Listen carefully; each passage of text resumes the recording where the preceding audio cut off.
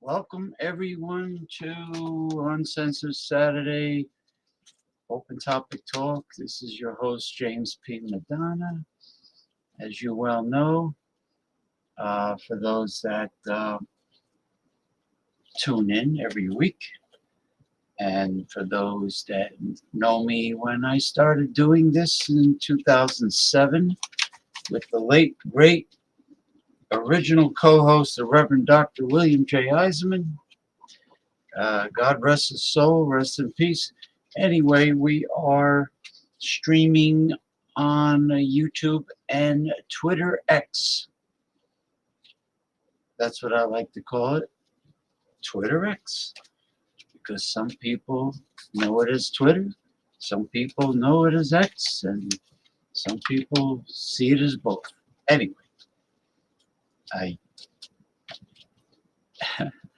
since 2012, I've been calling it Twitter, so it's hard to shake the word.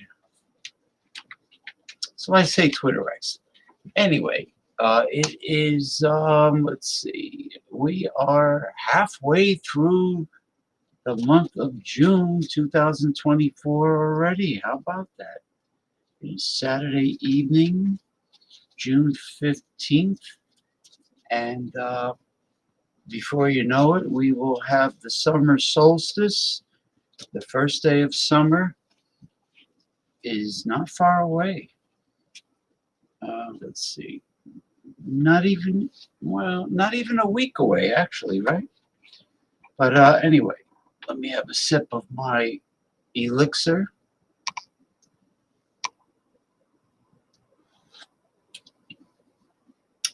my usual concoction, medicinal, antioxidant-rich tea. Can't have coffee this late because I won't go to sleep. But I am a coffee lover of good coffee. I only drink organic, dark roast. Right now, I'm drinking Peruvian. Well, not right now. I mean, early in the day, I drink Peruvian Chanchamayo dark roast organic. Um, Seem to be having problems with my phone for some reason. Ever since I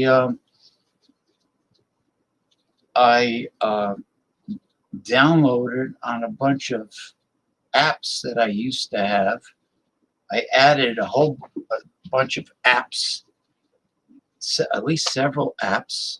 Plus, I updated on the important ones.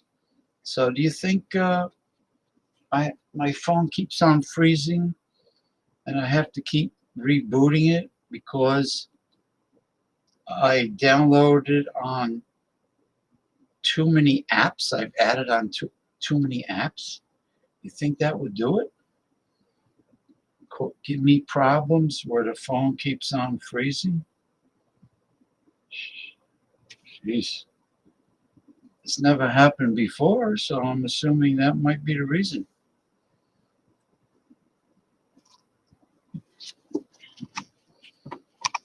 It's definitely a problem. Anyway, let's see. I got a message from somebody. Why do I get messages from people that know I'm doing the show live? Why do they bother me? They know I'm doing a live show. So why bother me? Because the human race these days are made up of imbeciles, knuckleheads, dysfunctional people uh, that are pretty much selfish. Many of them are narcissistic. Some of them might be sociopath, but nevertheless, they're imbeciles, they're knuckleheads, and they're selfish pricks. That's why they bother me when they know I am doing a live show. And,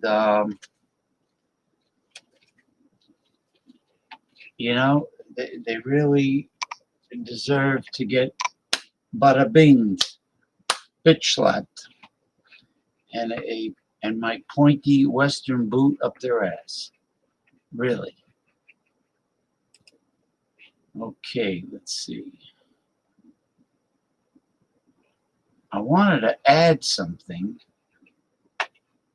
to the show in terms of when I do when I bring up the screen, the videos, sometimes articles. I wanted to show something, and I can't do it because my phone is messed up. I'm trying here.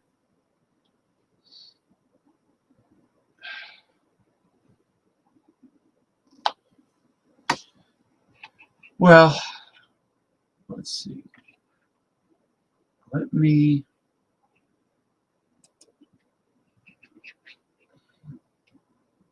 try with this video. How much are these watches? Oh, gee. $85. Oh, that's high quality. High quality. Yeah. I cannot read this mystery box. But instead of cash, I can offer you this mystery box. Now I'm trying. I can understand what you mean. Okay, there we go. Okay. Now this girl is interesting. She's pretty smart. She's from TikTok, Bella Vandella. Bella Vandella, that's probably not her real name. You know how paranoid some people are about using their real name. because they're afraid to grab the bull by the horns, and tell it like it is. So they have to come up with these fake, phony, fraud names to protect themselves because they're afraid to just, I don't know, you're just paranoid. I don't know why they do what they do. Okay, let's listen to her. She's interesting, nevertheless. Bella Vandella. Well, I use my real name. So Bella could play a big fucking violin and not use her real name. Vandala. I should write a comment about her using her real name. Unless that is her real name. There's currently a class war or a revolution that's brewing in America, and I just don't think that enough of you guys are taking this seriously because you've intentionally been undereducated and overpropagated where you don't understand the reality of what's fucking happening here, right? First and foremost, our government has made us believe that socialism is absolutely horrible because it's the same thing as communism, and capitalism and freedom are fucking synonyms. Meanwhile, capitalism is essentially the opposite of freedom. It's financial fucking slavery. We've got all these corporations posting about their record-breaking billion-dollar profits. CEOs making $47 billion a fucking year, and we can't get paid an affordable fucking wage, or they won't even lower the cost of the rents on the housing market that they fucking cornered. On top of that fucking fact, they've propagated you to make you believe that socialism is bad. Well, she's absolutely right, but she's cursing way too much. It's not becoming of a classy lady, but she's probably very angry, and that's why she's cursing so much. She's an attractive young woman that is going rather heavy on the cosmetics, as you can see, like a lot of girls do. But I don't know, Bella Vandella sounds like a stage name. It doesn't sound like her real name. But if she's so tough that she has to curse and yell at the top of her lungs, then she should use her real name. But she is correct. She is a very intelligent female. So let's listen to her.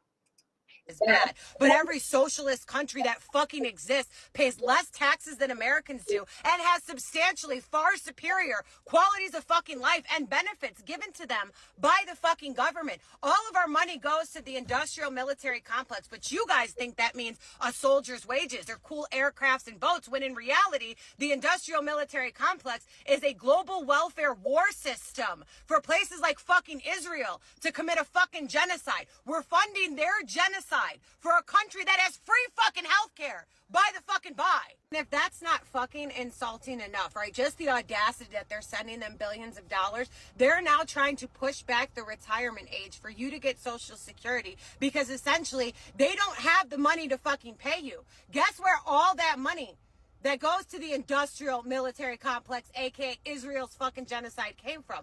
Our Social Security reserve.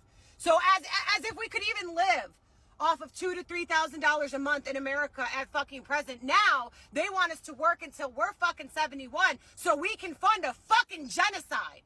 I swear to God, you think that's fucking bad? You think that's fucking horrible? Like, This woman should be ashamed of herself, really. I mean, I agree with her.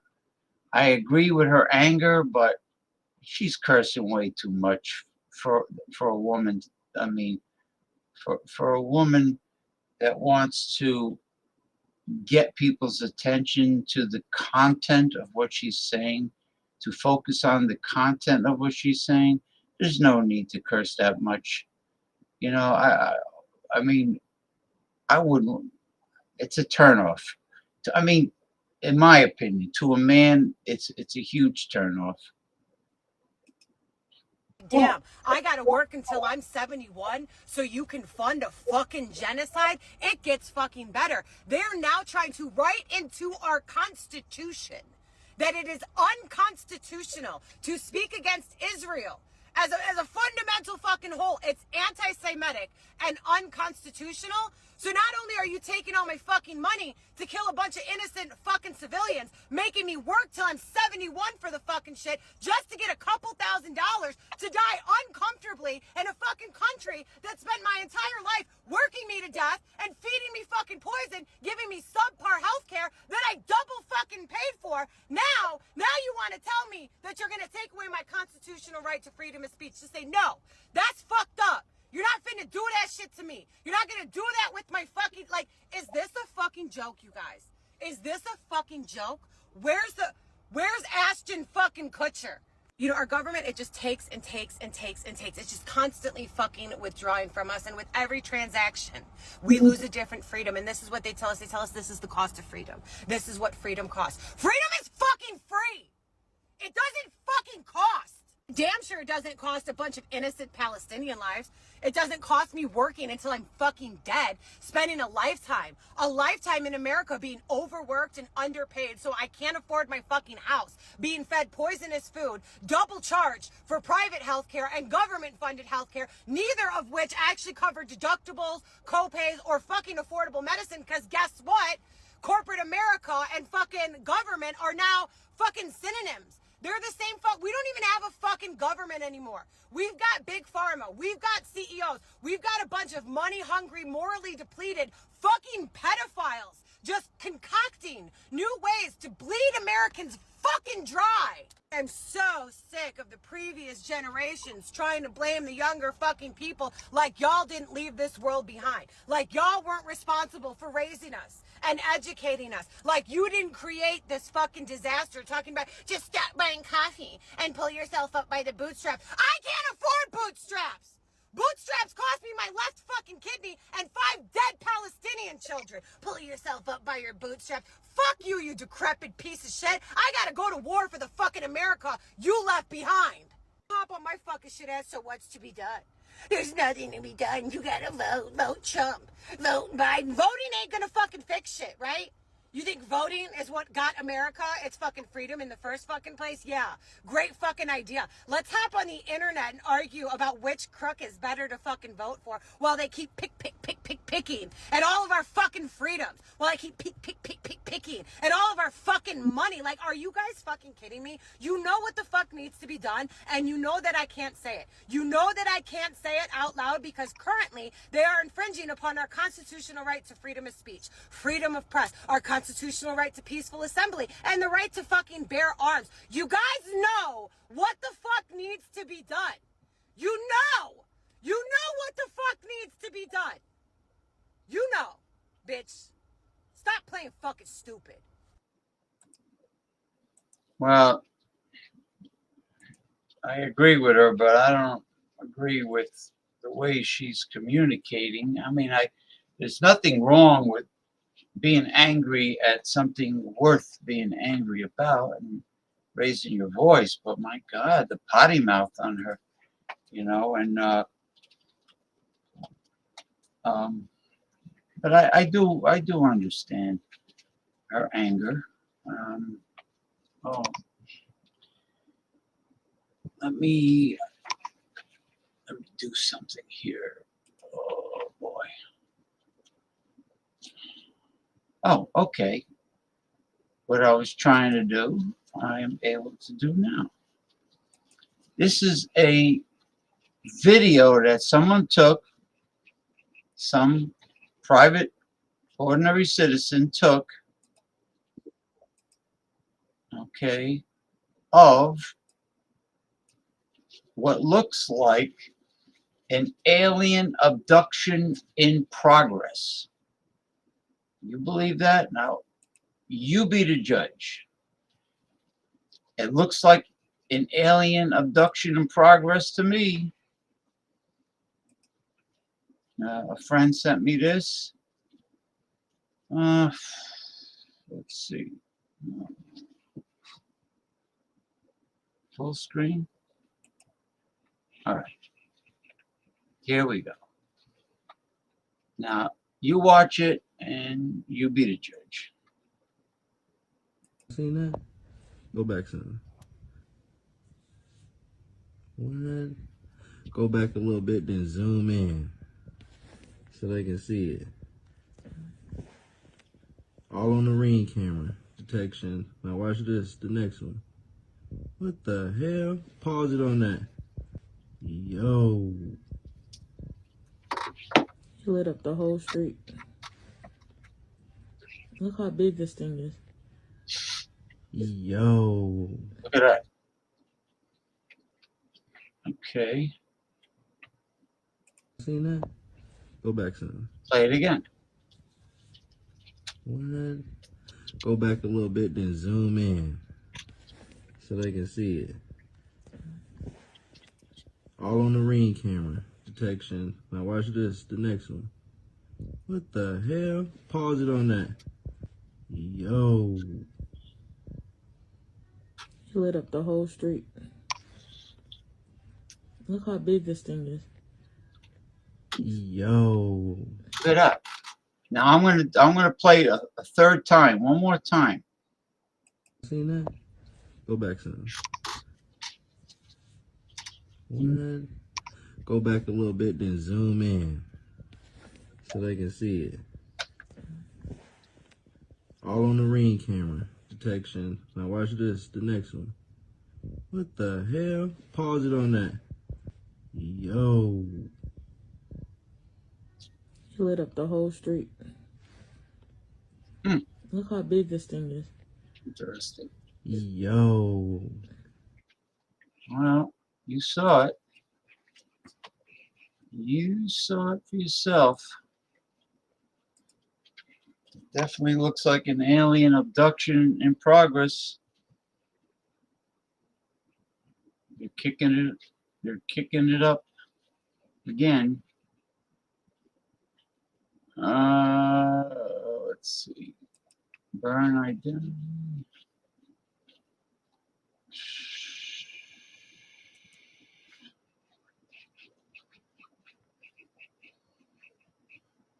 Now,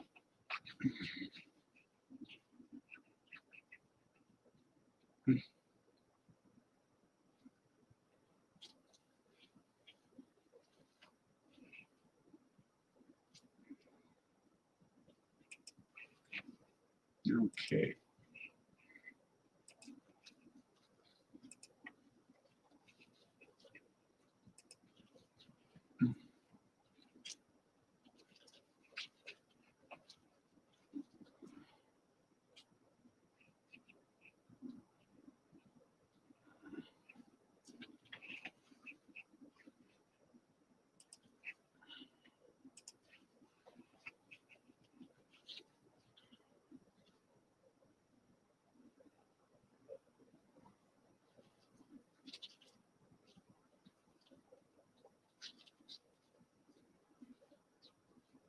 Sometime this century, please.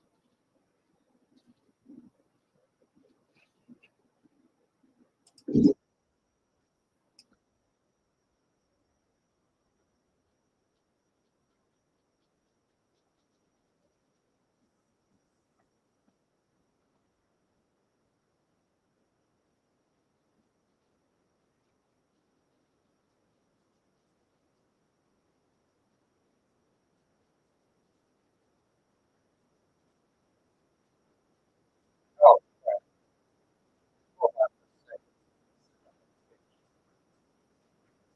motherfucker.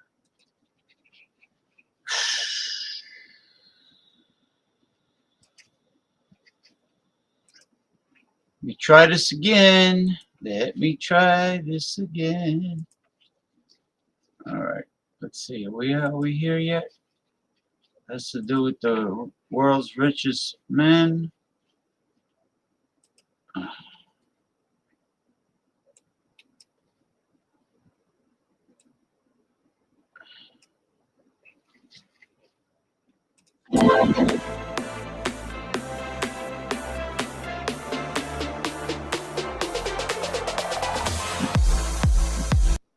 All right. Jeff Bezos, the founder of Amazon, is worth $201 billion. Okay, lovely. I wonder how much charity he donates. I wonder if he's paying his fair share in income taxes. I highly doubt it. I highly doubt it.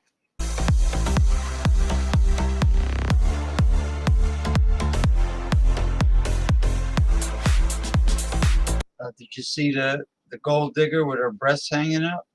That was with Jeff, the dildo-headed, funny-looking, troll-looking geek Jeff Bezos, bald head, shaped like a dildo. You see the young female glorified prostitutes.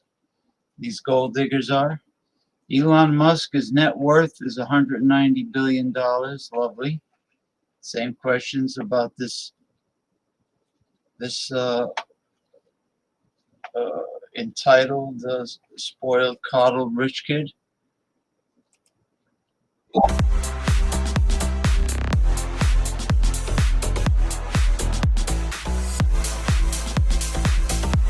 The one I hate the most, the hawk-nosed geek, Mark Zuckerberg, the eagle beak control freak geek, the hawk nose, Android, $134.5 billion, Zucker douche, Zucker scum. The nose on it.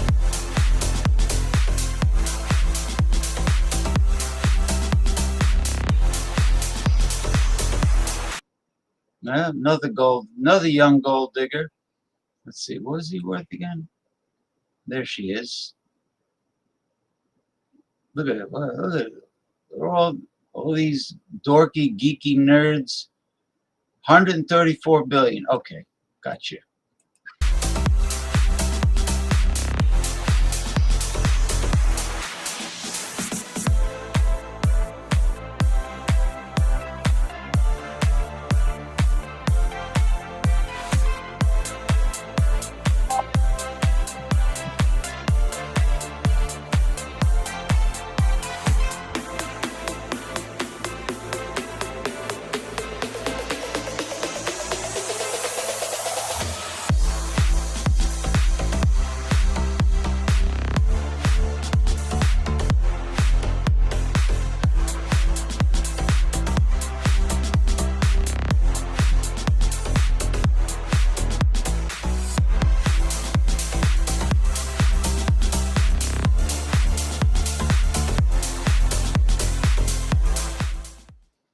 There we go. I wonder how many of these 10 richest people on earth,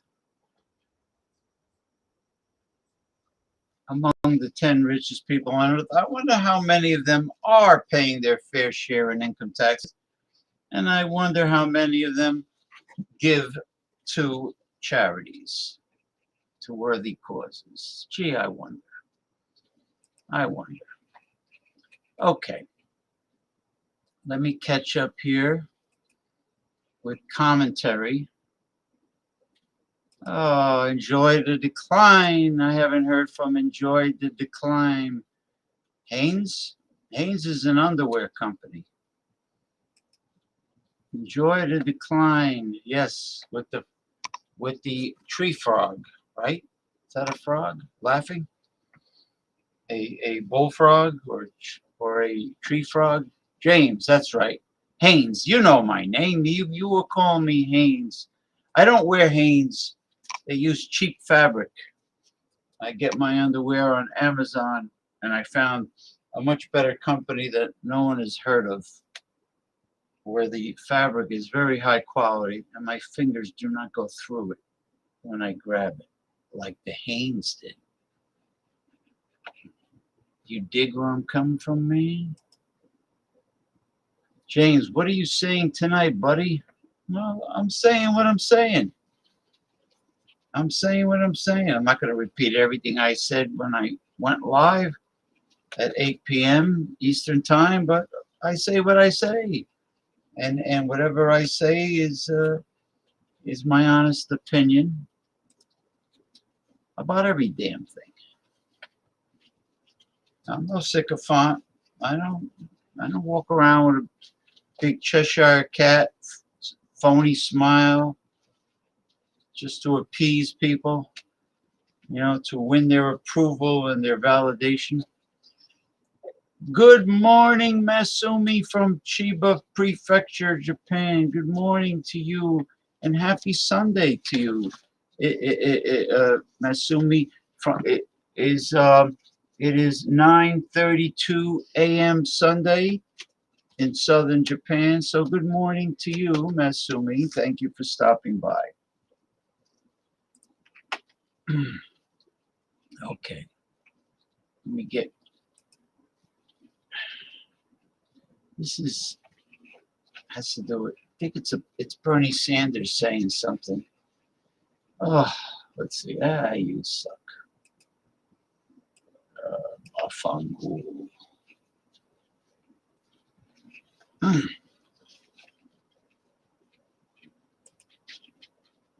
Let me bring it up.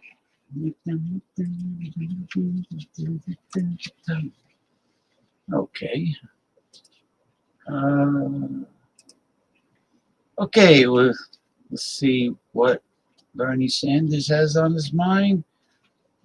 The man is, for his age, he is right on target, and he is 100% alert, and he is still doing a fantastic job as a United States Senator. We're on a warming planet because we have too much carbon dioxide in the atmosphere. From Spain to Siberia, the world is experiencing record-shattering heat. India suffered its hottest March in more than 100 years. The heart of England, today hotter than the Caribbean and Western Sahara. Heat waves broke records in every continent in 2022.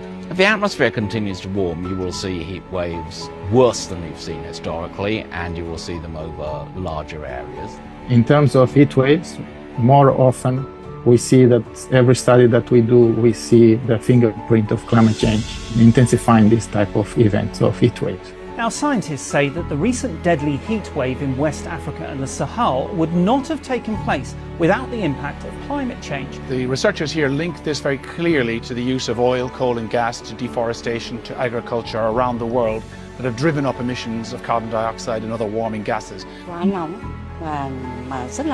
जो मान लीजिए हम लोग अगर राहत नहीं मिलेगा तो हम लोग गर्मी में झेल नहीं पाएंगे. Talagang sobrang init na yan, hindi ka na makakapag-produce talaga ng matinong gulay at saka prutas.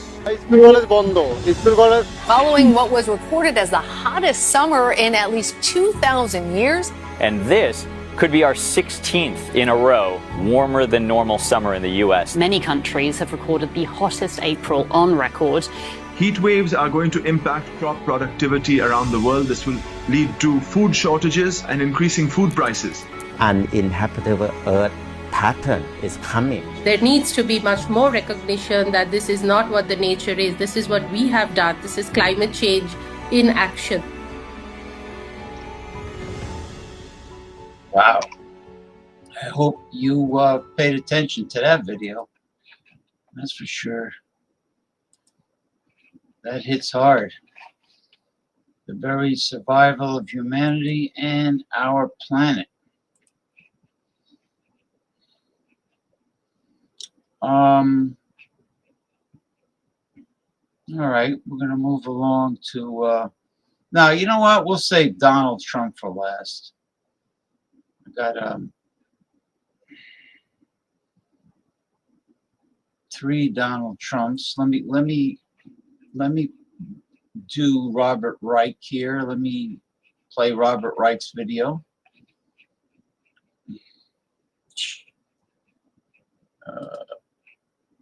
What's going on here? Oh, it's one of these. It's one of these deals, huh? When I say one of these deals,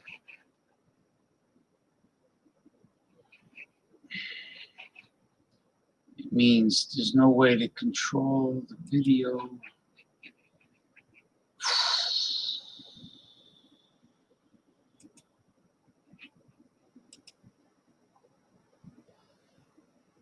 You're very welcome, Masumi. Very welcome.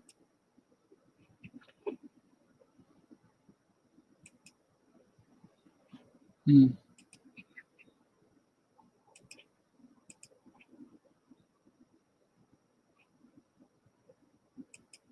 Mm-hmm.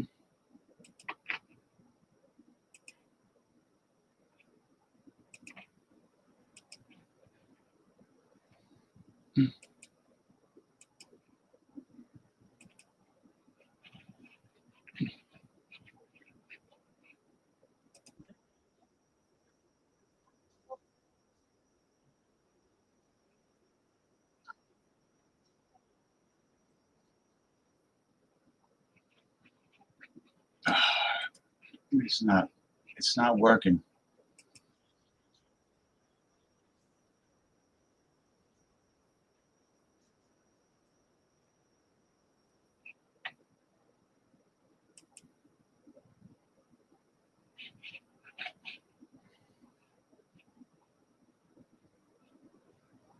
Mm.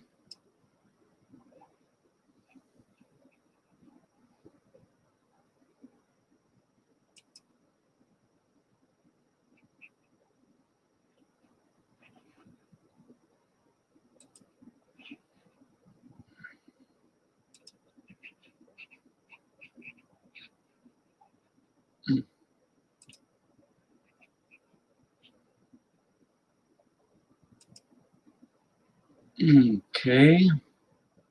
We'll try this one more time. It pisses me off when this happens, but we'll try this one more time. Better. There are 813 billionaires in America, and they now collectively hold a record $5.8 trillion. That's more than the wealth of the entire bottom half of the U.S. American billionaire wealth has nearly doubled since 2017. What happened that year? Massive tax cuts that went mostly to the rich. Folks, trickle-down economics doesn't work. What can we do? First, break up the corporate monopolies that have allowed the rich to get richer at everyone else's expense. Second, we need a wealth tax. America's billionaires are the richest they've ever been. They can afford it and still have plenty left over. Trickle-down economics doesn't work, but because they don't let it work. They don't make it happen. It's a lie. It's not that it doesn't work. It's that it hasn't been used by corporations. You know, but still, it doesn't assure prosperity to the lower 98%. Third, we need to get big money out of politics. Wealth doesn't just beget more wealth, it begets more power over our economy and democracy. We can make trickle-down economics a thing of the past. Right. Absolutely right. Trickle-dickle is what it is. Well, before we go, yeah, we'll save her. We'll save Marjorie Taylor Greene for last.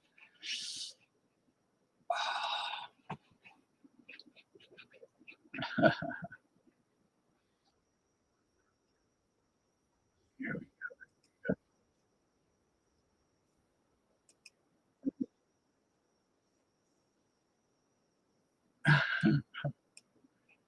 Oh man, this is when Donald Trump had a rally in Nevada recently. It's really hilarious.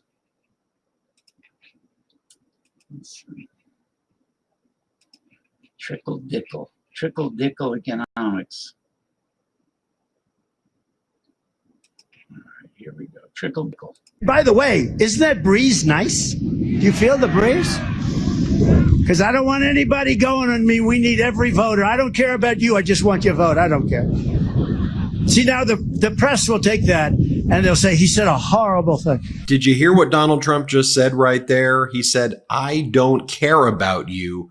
I just want your vote. That was Donald Trump's speech in Las Vegas. It was about 110 degrees, a disastrous speech where Donald Trump continued to basically ridicule the crowd there. Let me just play you that clip one more time so you can process what he just said. And there are more clips like that where Donald Trump says things about the crowd like that. Here, play this clip. By the way, isn't that breeze nice? Do you feel the breeze? Because I don't want anybody going on me. We need every voter. I don't care about you. I just want your vote. I don't care. See, now the press will take that and they'll say he said a horrible thing. Then Donald Trump says, look, I hear a lot of media reports that people are concerned about your health. Look, if you fall down, we'll have people splash water on you. But people should really be concerned about me. Why doesn't anybody care about me up here?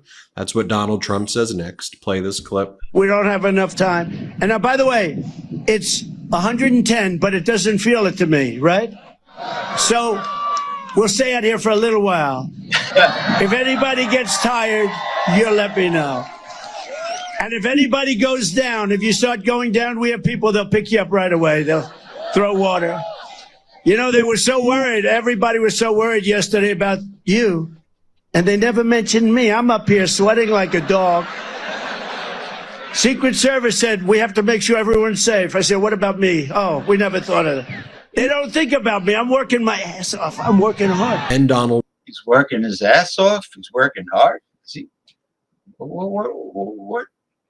what dimension or parallel universe is he living in? Trump attacks the contractors who set up the microphone and the teleprompter and says he's not going to pay them, and then starts cursing at them. Play the clip. Tell him to make the microphone louder. It's terrible. Yeah.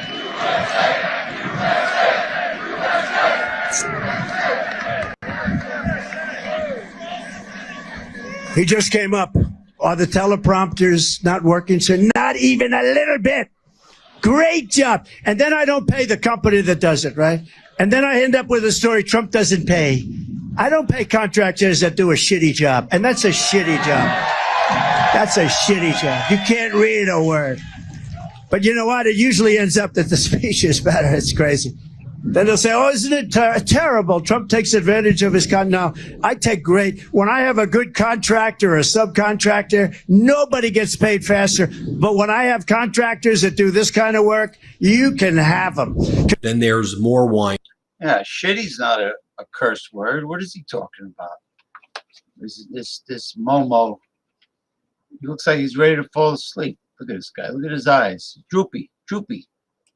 By Donald Trump here regarding the teleprompter. Play the clip. By the way, just in case you're wondering, I got no teleprompters, and I haven't from the beginning. These people. That probably means we'll make a better speech. No, I got no teleprompter. You know, I pay all this money to teleprompter people, and I'd say 20% of the time they don't work. They don't work. The thing's waving around. They can't tie it a little bit tighter. I'm trying to look at. So we're all in this together, everybody. Then we reach the Jim Jones phase of the Trump speech where he tells his audience that they'd rather unalive themselves than vote for President Biden. Play this clip. Wouldn't it be incredible? He's gone to 250 if he voted for Biden. He's going to vote for Biden. I don't think so. I think it would be suicide before Biden, right? Donald Trump then glitches. Play the clip. And no third, I'll tell you what, no. Donald Trump then starts cursing at special counsel Jack Smith. Play the clip. I said, I don't want to get off like that. I did nothing wrong. It's Presidential Records Act. I did nothing. You know, we have a deranged individual named Jack Smith. He's a deranged, dumb guy. He's a dumb son of a bitch. And what he did. Pretty deranged stuff, right? Then Donald Trump says that he's going to look very strongly at January 6th. And he says that the January 6th insurrectionists were treated unfairly. Play this clip. We're going to let this happen with our country anymore. We're taking back our country. So when we get in, it's going to go very rapidly. We're going to do a lot of things. We're going to look very strongly at J6. Those people, there has never been people treated more horrifically than J6 hostages. Donald Trump doesn't know how to say the word Hispanics. Play the clip. War on the workers of America, especially African Americans and Hispanic Americans and African Americans are the ones suffering most with this incredible illegal alien group that's coming in instead. Donald Trump struggles. He said the word Hispanic properly. I wonder if this guy is one of those neoliberal Democrats, you know, the politically correct people that pander to everyone and they're so delicate and sensitive, you know, they get offended easily. Unbelievable. He said it correctly. To say the word military. Play the clip. These are sick people, and I hope the military revolts at the voting booth and just says, we're not going to take it. They can say anything. They're a party of misinformation, disinformation. Donald Trump then praises the insurrectionists again and calls them warriors. Play the clip. But those J6 warriors, they were warriors, but they were really more than anything else. They're victims of what happened. All they were doing is protesting a rigged election. That's what they were doing. And then the police say, go in, go in, go in, go in. How about Scaffold Joe, the guy on the scaffold? Or how about the big FBI guy or whatever, wherever he comes from? Go on in, everybody, go on in. What a setup that was. What a horrible, horrible thing. Now, if you have any idea what he's talking about here, let me know. But this is part of Donald Trump's speech. You've heard us cover it here before, where he talks about how he'd rather be electrocuted than eaten by sharks. And here he says that he's very smart because he has a relationship to MIT, he says. And then he says if a boat sank because it's fueled with or it has electric power, then you can get eaten by sharks. And that's a major issue right now facing Americans. Play the clip. So I said, let me ask you a question. And he said, nobody ever asked this question. And it must be because of MIT, my relationship to MIT. Very smart. He goes, I say, what would happen if the boat sank from its weight and you're in the boat and you have this tremendously powerful battery and the battery's now underwater? And there's a shark that's approximately 10 yards over there. By the way, a lot of shark attacks lately. Do you notice that? A lot of shark. I watched some guys justifying it today. Well, they weren't really that angry. They bit off the young lady's leg because of the fact that they were not hungry, but they misunderstood who she was. These people are crazy. He said there's no problem with sharks. They just didn't really understand a young woman swimming now. It really got decimated, and other people too. A lot of shark attacks. So I said, so there's a shark 10 yards away from the boat, 10 yards, or here. Do I get electrocuted if the boat is sinking, water goes over the battery, the boat is sinking? Do I stay on top of the boat and get electrocuted, or do I jump over by the shark and not get electrocuted? Because I will tell you, he didn't know the answer. He said, you know, nobody's ever asked me that question. I said, I think it's a good question. I think there's a lot of electric current coming through that water. But you know what I'd do if there was a shark or you get electrocuted? I'll take electrocution every single time. I'm not getting near the shark. So we're going to... Donald Trump, in the ultimate act of projection, says that you have to be a psycho or a very stupid person to call our veterans suckers and losers. We all know that Donald Trump was the one who called veterans suckers and losers. This is according to multiple sources, including Donald Trump's own former chief of staff, a retired General John Kelly. But play this clip. They make up stories, disinformation, a story like that. Think of it from a practical standpoint. I'm standing there with generals and military people in a cemetery, and I look at them, I say, these people are suckers and losers. Now, think of it. Unless you're a psycho or a crazy person or a very stupid person, who would say that anyway? But who would say it to military people with military? Because as president of the United States, I would say if I made that statement, if I have generals here, if I have it, I would imagine that most of them would end up in a major fist fight with the president, okay? And you know what? I would have said it was okay in that one instance. They made up a story. They just, out of thin air, just like a lot of the fake stories are made up by these people, because they're among the most dishonest people in the country, the fake news. They're dishonest people. Donald Trump then just says the words Russia, Russia, Russia, Russia over again. Play the clip. And it's just like Russia, Russia, Russia, Ukraine, Ukraine, Ukraine, 51 intelligence agents, that phony story, remember? The laptop is from Russia, they said. And they should be prosecuted for what they did. Okay, they should be prosecuted. Let's see what happens. Donald Trump then brags to the crowd about acing a dementia test. Play this clip. No. You know, I had a second test. I aced it. I aced both of them. Not easy to ace. And then before Donald Trump spoke, Marjorie Taylor Greene talks about how she worships people like Trump. She goes, I worship Jesus, and he's a convicted felon. So Jesus is a convicted felon, and Trump, that's why she supports Trump. Play the clip. The Democrats and the fake news media want to constantly talk about, oh, President Trump is a convicted felon. Well, you want to know something? The man that I worship is also a convicted felon. And he was murdered on a Roman cross. And then the head of the Republican Party from the state spoke as well before Donald Trump. And he said that everybody there needs to worship Donald Trump. And he says he worships Donald Trump. Here, let's show you that clip right there. Home Depot hates when you do this, but they can't stop you. This new $80 high-performance pressure. What more can be said than thank God we're here in Sunset Park to worship and bring back the greatest president we've ever known in our generation. To worship and bring back the greatest president? To worship. Oh, interesting. To worship Trump. While that's going on, too, the Biden campaign has released the following video. It's a brutal new ad from the Biden campaign. Let me just share it with you. Play the clip. Leaders caught on camera laughing about President Trump. Several world leaders mocking President Trump. They're laughing at him. My administration has accomplished more than almost any administration in the history of our country. Didn't expect that reaction, but that's okay.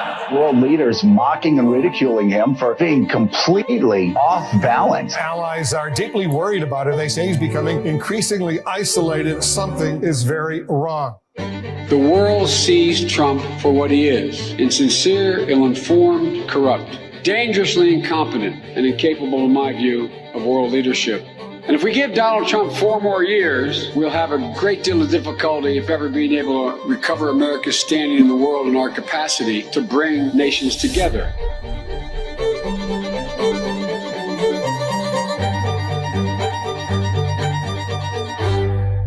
You know, because that's how the world leaders see that person who I just showed you on stage, and they laugh at him. And it's Trump makes the United States the laughingstock of the world. There have been a lot of billboards like this up in Vegas, convicted felon. Also, the Biden campaign welcomed Trump to Las Vegas by taking over the homepage of the newspaper owned by one of Trump's major donors, Miriam Adelson. And you see right there, it says, Donald Trump, convicted felon, a disaster for Nevada's economy, a threat to America. And you see it's the Las Vegas Review Journal right there. There you have it, folks. We'll keep you posted as we learn more. Just wanted to share those moments with you. Have a wonderful day. Hit subscribe.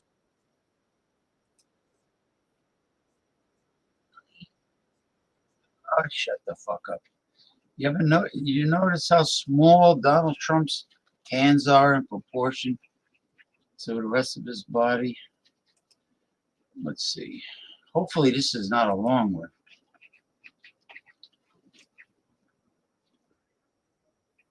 I'm the chosen one. Oh gosh. All right.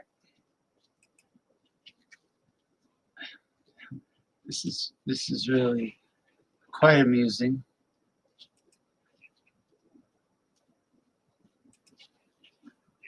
He is the chosen one, he said. Excuse me. I am the chosen one. So what's wrong with Donald Trump? Well, how much time you got? Since his indictment, arrest, and conviction, Trump's cognitive mental state, which means his ability to think, speak, and act like a human being, which never fully functioned near normal, has since tumbled into an unrecognizable place, alternatively sad and funny, but mostly freaking out the world. Sweating like a dog. Secret Service said, we have to make sure everyone's safe. I said, what about me? Oh, we never thought of it. Are the teleprompters not working, sir? Not even a little bit. Great job. And then I don't pay the company that does it, right? And then I end up with a story Trump doesn't pay. I don't pay contractors that do a job. And that's a job. You're in the boat and you have this tremendously powerful battery. And the battery's now underwater. And there's a shark that's approximately 10 yards over there. The boat is sinking. Do I stay on top of the boat and get electrocuted? Or do I jump over by the shark and not get electrocuted? I'll take electrocution every single time. I'm not getting near the shark. Trump's mind is like a tuna fish sandwich you leave in a car on a hot August day, and it's getting worse. Since 2016, following his train of thought is nearly impossible, like trying to understand your dog. Is Timmy stuck in a well, or do you have to pee? And although most of Trump's mental anguish is entirely commonplace among seniors, especially if you haven't taken care of yourself and carry the dementia gene, like the one that killed his father and brother, this cocktail of dementia and sociopathy is disastrous. But his health and that worsening sociopathy buried inside his dementia, it's catastrophic. As you've heard, he has plans, and those plans include revenge against anyone and everyone. Revenge. In several interviews since that verdict, Trump has suggested he would seek retribution against his so-called political enemies if he returns to the White House. And here are just some of those recent comments. This stuff right here fixed my back pain. Now check this out. I had cancer when I I know a lot of Republicans want retribution. They want to do that. We're going to see what happens. It's a terrible, terrible path that they're leading us to. And it's very possible that it's going to happen to them. Revenge does take time, I will say that. It does. And sometimes revenge can be justified. Without a doubt, there is a moment in which we sit that is so unique. People are scared because we know by now to believe Donald Trump.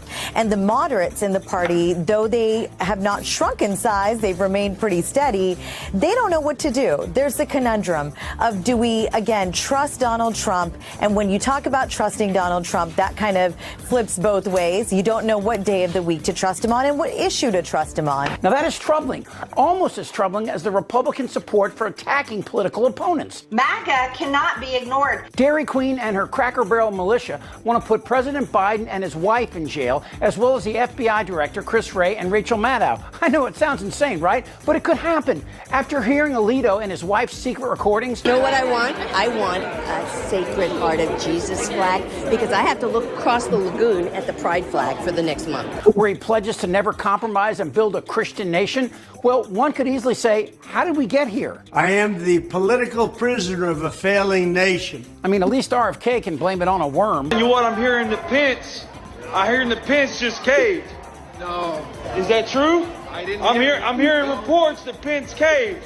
No, I'm telling you, if Pence caved, we're going to drag through the streets. MAGA voters are a unique byproduct of anti-intellectualism and laziness. And Trump supporters in Congress and business look at him like a 14-year-old pit bull on a long leash, an angry and confused animal who will attack anyone, even and especially Republicans who don't feed him. They are running out the string while Trump gives them anything they want, as long as they worship him. Donald Trump has an encyclopedic memory. That an illegal and you just... It seems crazy to ask this and even crazier to fathom it, but do you believe if Donald Trump were elected next year that he would try to stay in office beyond a second term? That he would never leave office? There's no question. I mean, some people can only take so much. Liz Cheney voted with Trump 94% of the time. This before, like an addict, she bottomed out and chose to climb up out of that deep and darkening hole. Like you'll go person, woman, man, camera. Anyone who thinks they can control Trump's malignant sociopathy need only ask Ted Cruz, Lindsey Graham, or Marco Rubio, men who used to have a spine until Trump put them in their place. The party is his. It doesn't belong to anybody else. Today, the GOP has surrendered, not necessarily to Trump, but to the ether, killing the canaries and threatening the world. For the first time in history, a former president is participating in a pre-sentencing interview. In a month, a judge could decide Donald Trump's punishment after he was found guilty of 34 felony counts in New York. That's your binary choice, Trump or President Biden. Joe Biden, a man who has repeatedly proven that his 50 years of public service gives him access to solutions via knowledge and experience. Or Tiny Fingers, a raging hemorrhoid of a human who will bring it all down to save himself. And to that point, Trump's mental illness, not his dementia, is where his anger and revenge stew. His inability to self-deprecate or even understand nuanced issues, both domestically and globally, is shared by his base, who lack the ability to see both sides. But not like this. Very fine people on both sides. I mean, Trump is a big business guy who refuses to see the dangers of climate change. But even more importantly, the opportunities that alternative energy offers the United States as leaders in a future green world. The question is, how much of our dilemma is Trump's being a greedy sociopathic prick who will screw people over at every opportunity, and how much is brought on by his decaying mental state? A coin flip? Of Christ, the stories of the Holy Bible and the voices of famed evangelical people. And how people view Trump was definitely affected by his conviction. We will treat those people from January 6th fairly. We will treat them fairly. And if it requires pardons, we will give them pardons. There is a growing sentiment that a convicted felon, especially one with ties to dictatorial regimes in Russia, Turkey, and Saudi Arabia, ought not to be president. And his whiny, bitchy claim that there's a two-tiered system in place was dealt a major blow when Hunter Biden was convicted of much lesser charges and is facing imprisonment. That said, the Electoral College doesn't care about shifting trends in heavily blue or red states, but instead offers a door by which Trump could win and thus become the first commander-in-chief with both an authoritarian military and a White House diaper service. Now, if these debates go on as advertised, the pre-State of the Union angst that Democrats once had will instead be on the minds of Tiny Fingers crowd. That is crazy! What kind of insanity might Trump deliver before the U.S. and the world, and for his crazy-ass followers? How will it all be interpreted?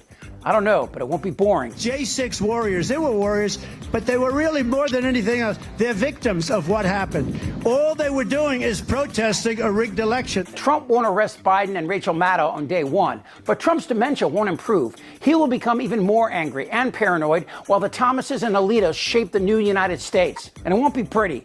A theocratic stronghold built on the backs of MAGA, going Old Testament on women, minorities, and the poor, is already hiding in plain sight. As is this. Trump's mind is gone. But maybe it was never there. Maybe Trump's time on earth was to be a tool of sorts, allowing the racist, Calvinistic white Americans to erase the truth of our past and to fashion a future free of dissent and choice. This is a test of the emergency broadcast system. When I was a kid, the emergency broadcast warning would come on and the announcer would say, "This is just a test." And I always wondered if that horrible, catastrophic day should ever come, what would it look like then?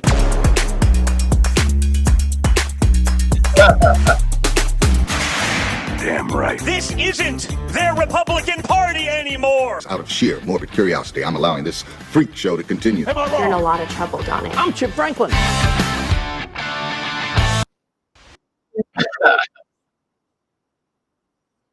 Oh, man.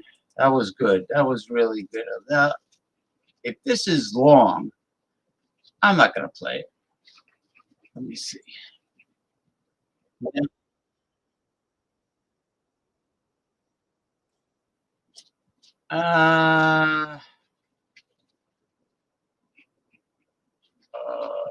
You know what I'll do?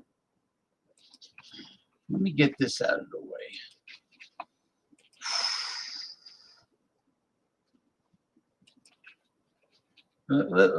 Let's laugh at the Cro-Magnon Neanderthal female here.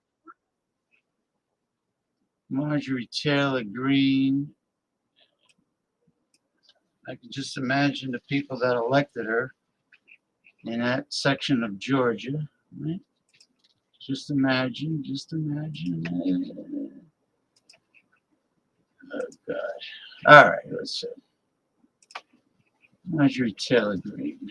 See what she has to say. If we're going to spend more money on our Department of Defense, on our NDAA, why don't we pay military recruits more money instead of paying for electric vehicles and electric vehicle charging stations. That is an embarrassment, and I think it's an insult to the American people. Madam Chair and Ranking Member Smith, I have good news in that the NDAA does include a raise for our service members, which is long overdue, but we can't multitask. That's Dairy Queen, an elected member of Congress. Let that sink in.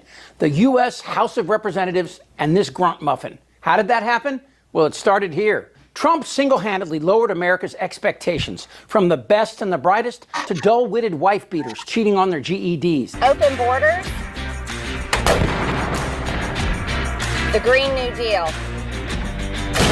Her voice, without tone or cadence, The greatest president in United States history. is like the dull, incessant thud of an 18-wheel mud flap against your head. We had witnessed 9/11, the terrorist attack in New York, and the plane that crashed in Pennsylvania, and the so-called plane that crashed into the Pentagon. It's odd, there's never any evidence shown for a plane. Marjorie Taylor Greene's dumb is criminal and possibly indictable. Indictable. Every day she inserts her portly foot deeper into her mouth, this time criticizing the military and technology, two things of which she knows zero, and any attempt to causes her tiny brain to pull a hamstring. This video reveals her stupid caught in real time. Madam Speaker, examples of the electric vehicle funding in this bill text are Joint Base Andrews, microgrid with electric vehicle charging infrastructure for $17.92 million. Joint Base Andrews is only 10 miles outside of Washington. Did she say infant structure instead of infrastructure? I believe so. In D.C., in Maryland. This is the very base that if there was an attack on our nation's capital, Joint Base Andrews would be responding. Are we going to have to sit around and wait for our military members at Joint Base Andrews to charge their electric vehicles to come into the nation's capital to defend us in case of an attack? But first, let's address what she actually said. Andrews Air Force Base is across the river from the Pentagon, and in the event of an attack, she envisions tanks and vehicles running on electricity coming to save the Pentagon and D.C. But Andrews is an Air Force base. They don't have electric tanks. And besides, we were already attacked by you ignorant sow. We're going to walk down to the Capitol. Couple things. Electric vehicles are here, and while their market share grows slowly, it's definitely growing. But Waffle House is taking the cue from Tiny Finger's shallow puddle of knowledge that anything that doesn't create smoke and pollution can't possibly work, even if it does. This tremendously powerful battery, and the battery's now underwater. And there's a shark that's approximately 10 yards over there. The boat is sinking. All right, we heard enough of that. Let me just play a little bit of this. This one's short. This one is short, thank God. Let's see.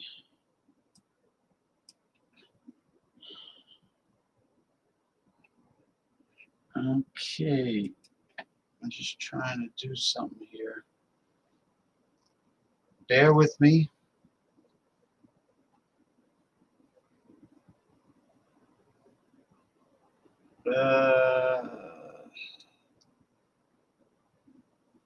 Okay, let's see.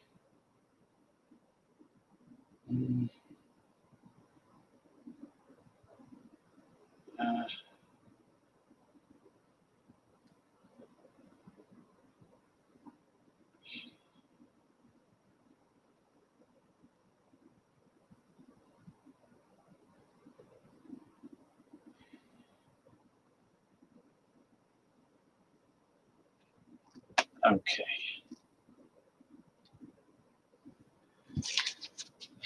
All right.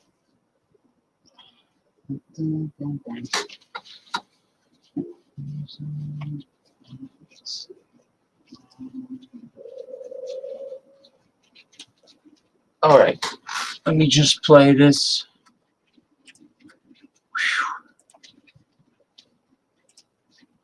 This is not long. This is very short.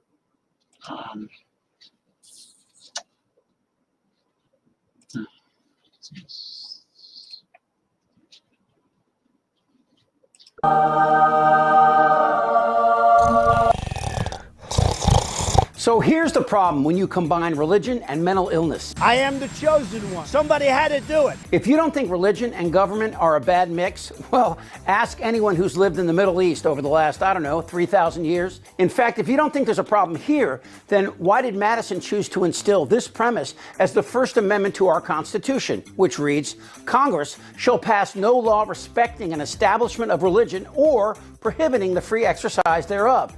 Now, since most Republicans only read the second part, or prohibit the free exercise thereof, which they believe means they can establish Christianity as the U.S. religion, people like Mike Pence and Mike Johnson are actively seeking that as a goal. But to achieve that goal, and here's where the train leaves the tracks, they need a Messiah. I'm standing with the chosen one. I am the chosen one. Ain't no stopping what the Lord's begun. He's only human like you and me, just a chosen one. Somebody had to do it. Okay, on the surface, that's a transparent attempt by someone trying to get attention to their marginal singing and writing talents, appealing to the Trump evangelical base. Do you feel like Donald Trump is in some way God's chosen one as a candidate? I do. I think he's been sent from above. He was put in here for a reason. I pray to God every day. I pray every morning, and I do thank God for I thank God to put his hand on Donald Trump. This is your brain. I know you know these people are insane, but that's a problem with insanity. It's like BO. You don't smell yourself like others do. Ever hear an ex-Scientologist talk about trying to leave the cult? Well, there we are. But what's happening now is different and new to the U.S. We are currently living inside the cocktail of an authoritarian theocracy. And it's been happening for 30 plus years, dating back to Reagan's relationship with people like Jerry Falwell, who famously waxed that AIDS was God's punishment to gays, and whose son now supports Trump. What they don't understand about evangelicals is our whole faith is based on the theology of forgiveness. And that's why evangelicals supported Trump so strongly, because that's their theology.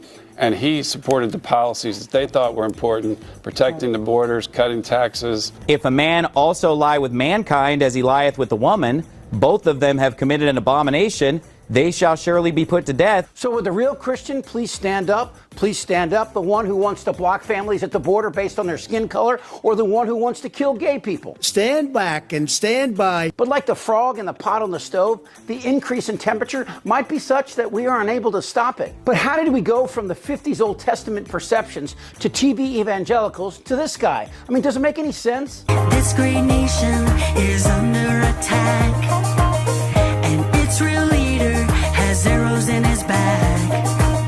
So many greet him with a Judas kiss, but God gave us a warrior for such a time as this. I'm standing with the chosen one. Now, maybe you are a critical thinker. You understand that whatever God exists, he or she is a little more subtle than the rapture, where God plucks people up and they float into heaven. I mean, sure, it would be great if God just came down and held a press conference and hear God stand on the podium, adjust the microphone and say, hey, shut the f*** up. But instead, we have the Republican Party with their version of God, and that brings me back to Trump. I am the chosen one. Trump is simply mentally ill, a narcissistic sociopath that brags about physically assaulting women. Trump is a sexual predator. And has a long and well-documented history of owning not even one Judeo-Christian ideal. And Republicans saw it early. Well, I want to talk to the Trump supporters for a minute. I don't know who you are, and I don't know why you like this guy. He's a race-baiting, xenophobic, religious bigot. A narcissist at a level I don't think this country's ever seen. But Republicans vastly underestimated the power of evangelicals' pretzel logic when it comes to transforming Trump from a loathsome parasite on the human condition to a person with faults but still worthy of forgiveness, to now a sign from God that end times are near and Trump is our salvation. Well, I agree with the end times part, but Trump is the opportunistic drifter, and he knows a mark when he sees one. If you don't like our religion, then we don't want you in our country. Christian Republicans are like magicians at a kid's party. They tell Republicans to look over here while the other hand holds the truth. And that truth is this: there's money in the phony Messiah business. And where people can be dragged out of cults, good luck getting people to leave money behind. And is there money manipulating God? Well, if the last 5,000 years are any indication, yeah. I'm standing with the chosen one. This is a comfort killer. This is a comfort killer. And yes, even this is a comfort killer. The sad reality is most. Well, evangelicals, who are right wing, they they just cherry pick from the Old Testament, whatever suits their agenda. They like the part about stoning people that they don't approve of to death. Stone this one to death, stone that one to death. You know, that's it. They really don't pay attention to the New Testament when Jesus came around. They ignore that. You know, the parts of the New Testament where Jesus tells the rich people to give to the poor, help the poor, and sell all of your your worldly possessions and give it to the poor and come and follow me. They despise that part. So they don't pay attention to the New Testament. So they're fake, phony, fraud, counterfeit Christian cultists. It is a cult. It is a cult, my friends. Come on, man. Millions of Americans have swallowed the con that Trump is a sign from above and have used that logic to attack LGBT, women, Muslims, and Hispanics. They're rapists. Of course, the great irony there is that the Hispanics that Trump wants to shoot at the border, Firing missiles from the U.S. into Mexico to go after the drug cartels. How is it that none of these actually came to happen?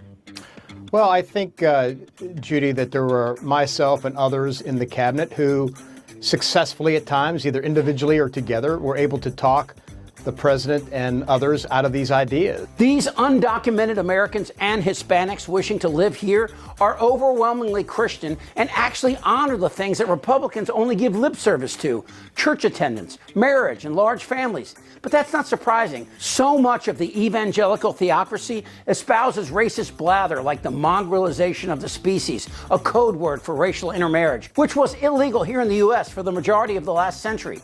And evangelicals still say things like, the Jews killed Jesus, forgetting, of course, that Jesus wasn't a Protestant, he was a Jew. Check this out. You think Jesus really wore a cross around his neck? Maybe the Romans captured him and saw the cross and said, hey, that's a good idea. And of course, Fox News plays right along, stepping into the desire of African-American families to see Santa Claus occasionally portrayed by a black person. Megyn Kelly said there was proof that Santa was white.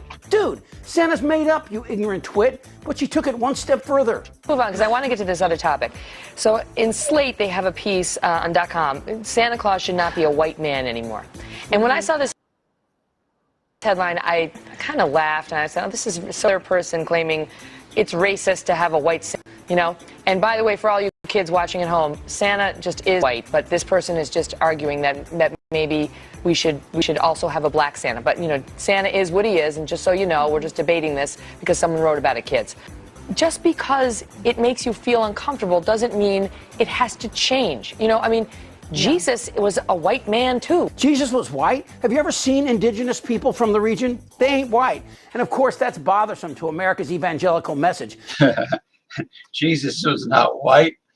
He was of the Semitic race. He was a Middle Eastern man. Brown skinned Middle Eastern man. He was not Caucasian. You know, it's funny how, like, even with the Catholic Church, the European artists that the Pope had make paintings and statues of everyone in the Bible, the disciples, the saints, Jesus, Mary. They made them all light-skinned Caucasians, if you notice.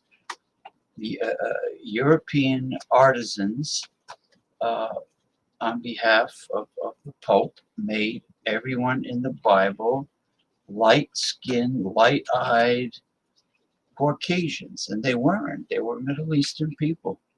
That's what they were. It's incredible. It's hard to explain to Billy Bob in the hills of Georgia that Jesus looked more like Prince than Alan Jackson. How weird is that? And Trump must be getting a kick out of this. That this pustulant, toxic spill of a human with 91 indictments and 34 convictions that cover everything from espionage to treason, from rape to fraud, from robbing a cancer charity for children, repeated documented cases of assault, adultery, and slander. How is this guy somehow the chosen one? Mandatory mental competency test. Where did this version of Jesus go from the guy who heals the sick to this? On Twitter, a lot of the little Twitter trolls, they like to say, oh, Jesus didn't need an AR-15. How many AR-15s do you think Jesus would have had? Well, he didn't have enough to keep his government from killing him. Look, I don't care what people believe. I really don't. But I know what this guy believes, and he's not thinking of you. I can't explain how he got here and why these dim-witted Republicans want to make him the next Messiah. Just don't ask me to get on my knees. Not for this. They're just sick people. They are mentally imbalanced. You have to take out their families. When you get these terrorists, you have to take out their families. But if you really want to make Trump the next Jesus, okay, I'll show up. I'll be the guy with the hammer and nails. Damn right. This isn't their Republican Party anymore. Out of sheer morbid curiosity, I'm allowing this freak show to continue. Am I wrong? You're in a lot of trouble, Donnie. I'm Chip Franklin. Yeah.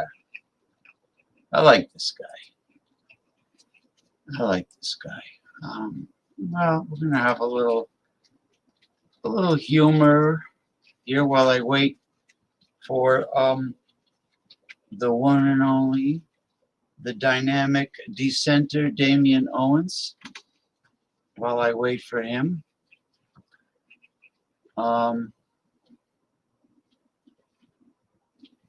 Mick, my right hand man, Mick Von Raven, is with his new girlfriend. I tried to explain to him not to see too much of a new girl, a new female when you first start dating her. Not to see too much of her because it'll backfire on you, and you know the woman will get spoiled and used to you being with her all the time, and then it'll be very hard to do things on your own. Well, you can only make suggestions. Most people, they have to learn on their own, with their own personal experiences. And that's it. Most people are like that. They do what they want, and they learn through experience. Let's see.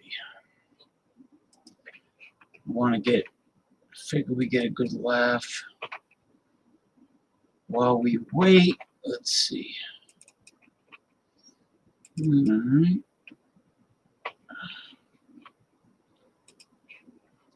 I think this is funny. I don't know. What do you tell me? You tell me if this doesn't make you laugh.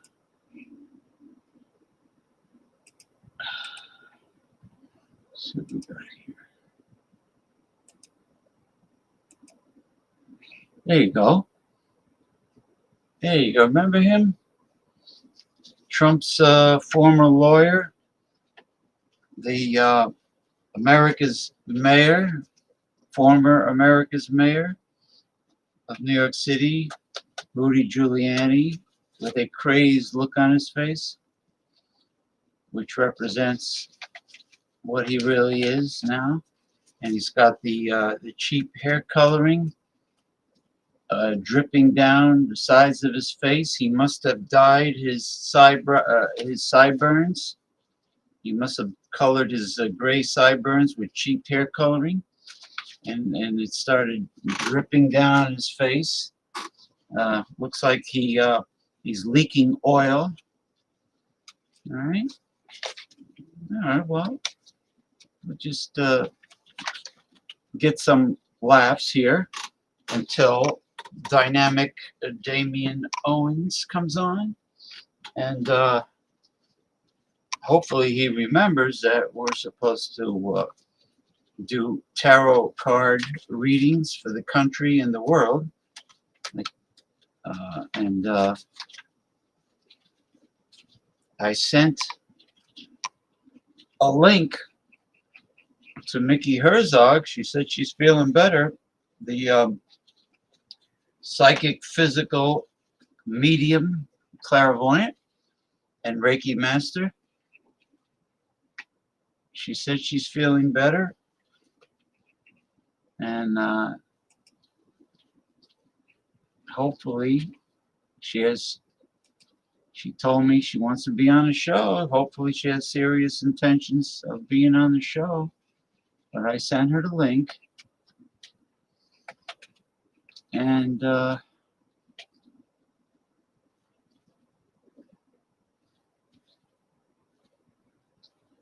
let's see.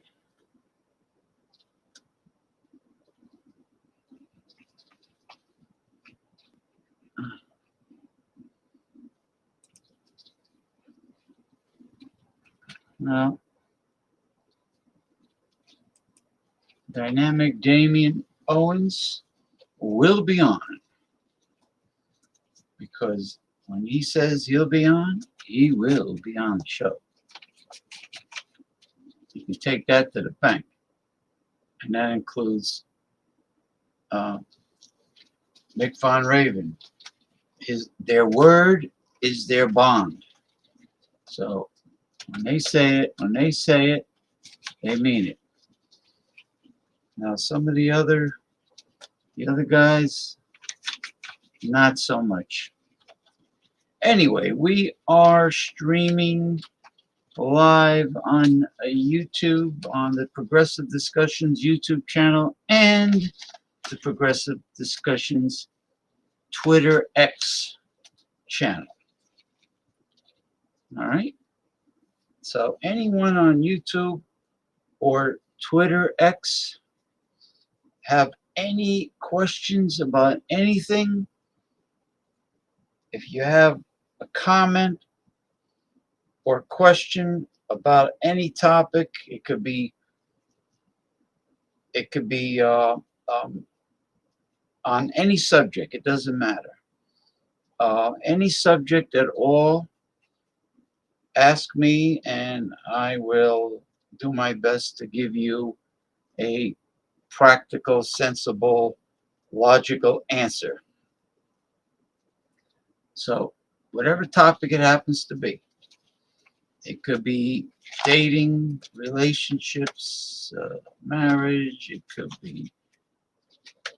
be business related, in terms of having a problem with your employer, because I always bucked heads with employers. I'm a real natural born Leo. I despise authority figures, especially assholes that think they're right and they're not, which many employers are. Douchebags, assholes, scumbags, pieces of shit.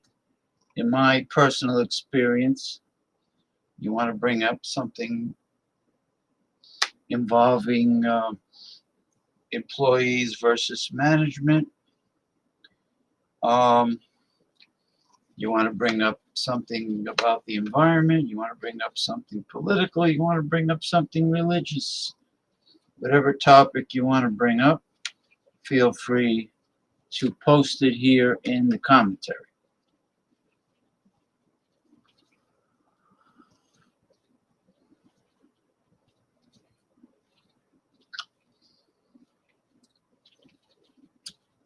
Now, what I did forget to do, and I'll probably do it after the show, is put in the description of an exciting, 100% honest, legitimate, well-established, with a great reputation, cryptocurrency investment that is 100% free. And it was developed, it was created by Stanford University in California. And I got involved with it. It's free. and it has a solid reputation. And, you know, if you're interested in registering, feel free to register after I put up the information. And just register under my username, and my username will be in the instructions. And then you turn around and you try to get other people interested, and you sign them up under your username. And you will build a downline, and they will boost you.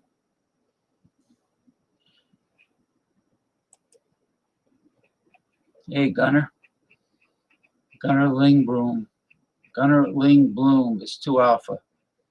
Is that like the old song, I'm too sexy for the shirt, too sexy for the shirt, too sexy it hurts? I remember that song. I like that song. No, I don't want any more drunks on this show. I don't care if they're high. I don't care if they're smoking marijuana, because that makes people mellow and relaxed. But I don't want any drunks on.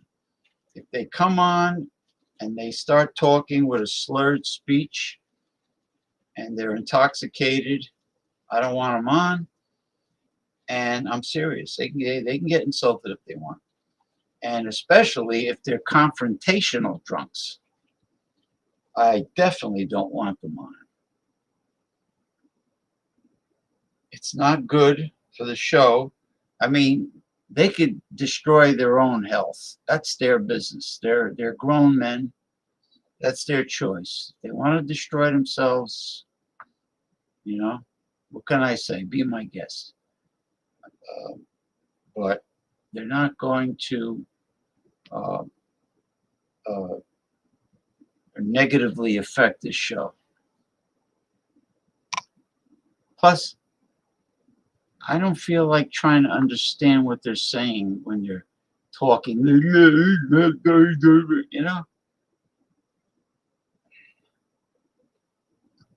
I want only intelligent people on my show. Now, if you have a topic that's on your mind, Gunner, feel free to comment, and we will get into it. We will discuss it. What we got here? That bro from Florida with the gold chains. He's a big drinker. The dude chugs beer all day long. Oh, you're talking about Ronnie Simpson. He's from Long Island, but he moved to Florida, Clearwater, Florida. Yeah, I told him, don't come on my show intoxicated and drunk, because he's confrontational, Gunner. He picks fights with people. He insults people. I told him not to do it, and he doesn't listen to me. But when he comes on high, he's fine. But he doesn't listen. And here we are. Let me take Rudy Giuliani's mug off the screen. We have the center, Damien, one and only. Right now, he's on the road again. So I'm leaving the parking lot. Oh, he's leaving the parking lot for the road, and he's on his way home, I guess. The center, Damien.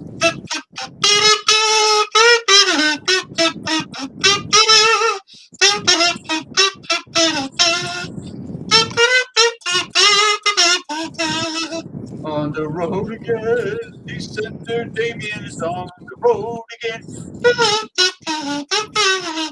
Oh, the center Damien is experiencing 100% humidity and I think, what was it, 90 degrees Fahrenheit? Yes. Oh, God. Can you imagine that? That's like being on the Gulf Coast, but you're not on the Gulf Coast. It doesn't make a difference. Oh, look, there goes a Tennessee State Police right there. Oh. You rarely see those around. I played a video of someone on TikTok who captured a video on their phone of what possibly could have been an alien abduction in progress. The spacecraft must have been using a stealth technology, almost like the cloaking device used by the Romulans on Star Trek, and then the craft appeared, disappeared, and appeared again, and they hit the pause button, and I showed it and it definitely looked like the obvious. It definitely looked like it. It wasn't like seeing a spiritual apparition. It was very obvious what it was, and there's a lot going on. I think they're using an interdimensional travel, or perhaps maybe even parallel universes, or I think that could be what the crypto creatures, cryptozoology creatures like Sasquatch, they might be interdimensionally traveling. Same thing with shadow people and the Greys, the infamous Greys, and the other ones, the reptilians. Yeah, that's pretty much how they are able to get around on our planet. So there are multiple theories out there as to why we never have contact with extraterrestrials, but believe it or not, we actually have had contact with an extraterrestrial being before. So if you ever watch Daryl Anka, he's the one who channels Bashar. That's an extraterrestrial entity. So you actually have had contact with it if you actually have ever watched any of his videos. So how they were able to come to our planet, there's a variety of different factors. So interdimensional travel is the first way. So when you speak of parallel realities, but there being infinite numbers of timelines and universes and realities, as long as they can either raise or lower their vibrations and frequencies to match ours, they can come on our planet. Same thing in reverse. That's the reason why some people see aliens and some people don't. It's because they only appear to those that are at that vibrational frequency in order to see them. So if you don't believe in aliens, you're not going to see it because you're not tuned into that. But if you are tuned into it, you are going to see it. Now, how do they use stealth technology? So there's a variety of different ways as to how those ships travel.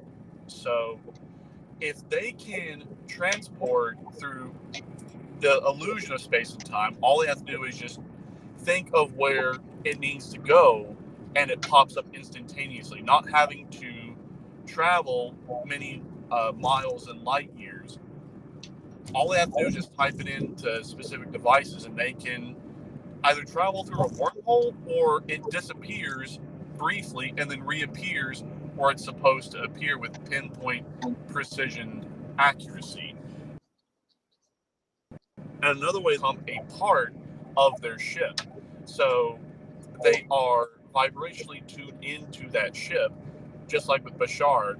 Whenever he channels through Daryl, he lays back in a specific chair in his ship, and he goes into some altered state. Not exactly sure what the altered state is. And it goes from his parallel reality down to Earth, because his spaceship is actually above Sedona out west, but it's not the Sedona that we think of. It's in a parallel reality. And then he talks about his planet, how it's Earth-like, and they're Earth-like hybrid beings because they are a hybrid species that are at the point to where they're quasi-physical and quasi-spiritual. So that's why he's able to do the things he does, and that's why when he explains the things that he does, it's because he knows what he's talking about, because he's in that vibrational alignment. So that's how they're able to not only transport, but they're also able to communicate with us. Yeah. Well, General Eisenhower's granddaughter swears that that her grandfather secretly had a meeting with extraterrestrial leaders, and Oh, he did. Yeah, he definitely did. yeah, and of course, reverse engineering at Area 51 and Area 52. That's obvious. Bob Lazar.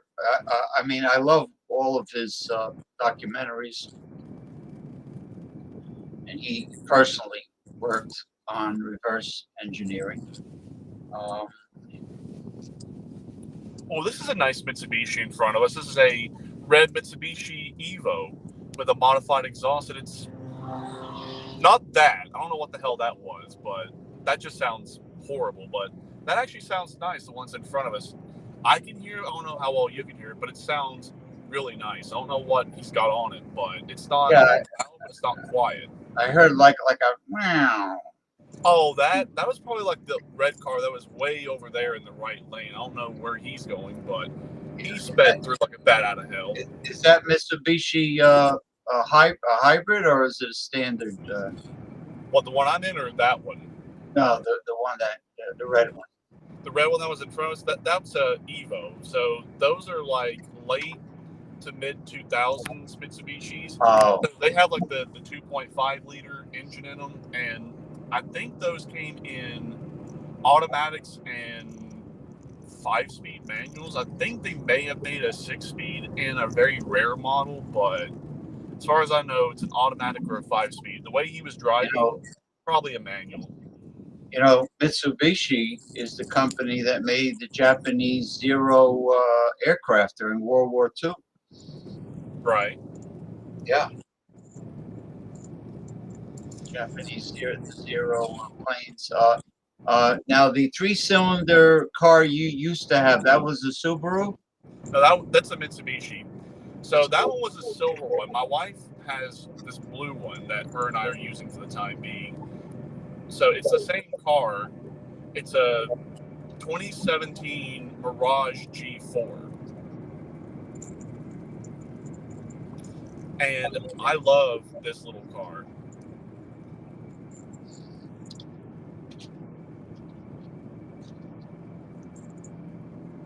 Yeah, I definitely love this car. But anyway, so yeah, Eisenhower, he definitely did have some sort of treaty with extraterrestrials, and we will be meeting those extraterrestrials in the future.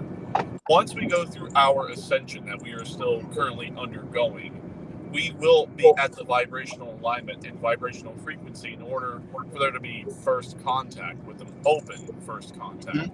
And then once we do that, once we have our personal ascension, they will also help us with our ascension as well.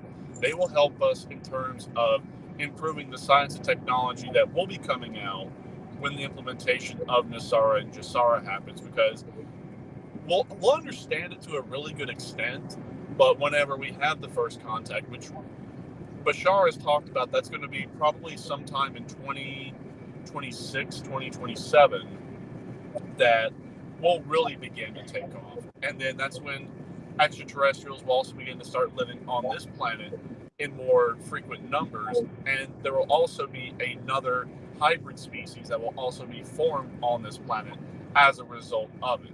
So we will become the 6th hybrid race of this galaxy within this particular sector of the galaxy, and we will be part of the intergalactic alliance when that happens. Now, whenever the 7th hybrid species on this planet comes to fruition, it's going to be a mixture of everything. So when we ascend, we will become Homo galactus. We will no longer be Homo sapien, we will be Homo galactus. Now, the 7th hybrid race is going to be a mixture of all of them. So it's going to be us, plus Arcturians, plus Pleiadians, plus all of them. So it's going to be very interesting how the 7th hybrid species will come about. Okay, good. I mean, I was watching the Unexplained with William Shatner, and they were saying that there's so many obstacles that keep us on Earth from colonizing Mars, that the only way they could do it is if they terraform Mars. That's the only way. And then they started showing that they thought Pluto was nothing but a dead rock, but no, there's a lot of internal activity going on Pluto. I know they demoted it to I don't know if it was like yeah, first it was a planet, then they demoted it, now it's a planet again. But there's actually internal activity going on. I don't know if it's geothermal or if there's magma in there, but there's definitely activity going on the ground. But as far as Mars go, it has to be terraformed. So these people that, like Elon Musk, who's so anxious to colonize it. Well, Venus and Mars can be terraformed, and we can colonize the planets. It's just Mars will be much easier to terraform as compared to Venus. Not necessarily that it's impossible, but where Mars has a cooler temperature and Mars's atmosphere is not as thick as Earth, it will have to take some adjustments to the atmosphere and thicken it up like it is here on Earth. And then we'll also have to find a way to figure out how, once we terraform it, how water will be able to be sustained on the planet, because where we have gotten so used to having a singular moon on Earth, Mars has two moons. So we don't know exactly how, if we were to have large bodies of water like an ocean on Mars, how they would function, how they would operate with having two moons. So that's going to have to be a complete rework of the calculation. Now, Venus is going to be even harder because Venus, like Mercury, doesn't have a moon. So, say once we go ahead and we thin the atmosphere on Venus, because it's really thick in carbon dioxide, and that's the reason why there's a lot of sulfur and acid rain and the temperatures are extremely hot, that say we do get it thinned and we do get the nitrogen and oxygen saturation similar to what it is here on Earth, then we are able to have bodies of water on Venus.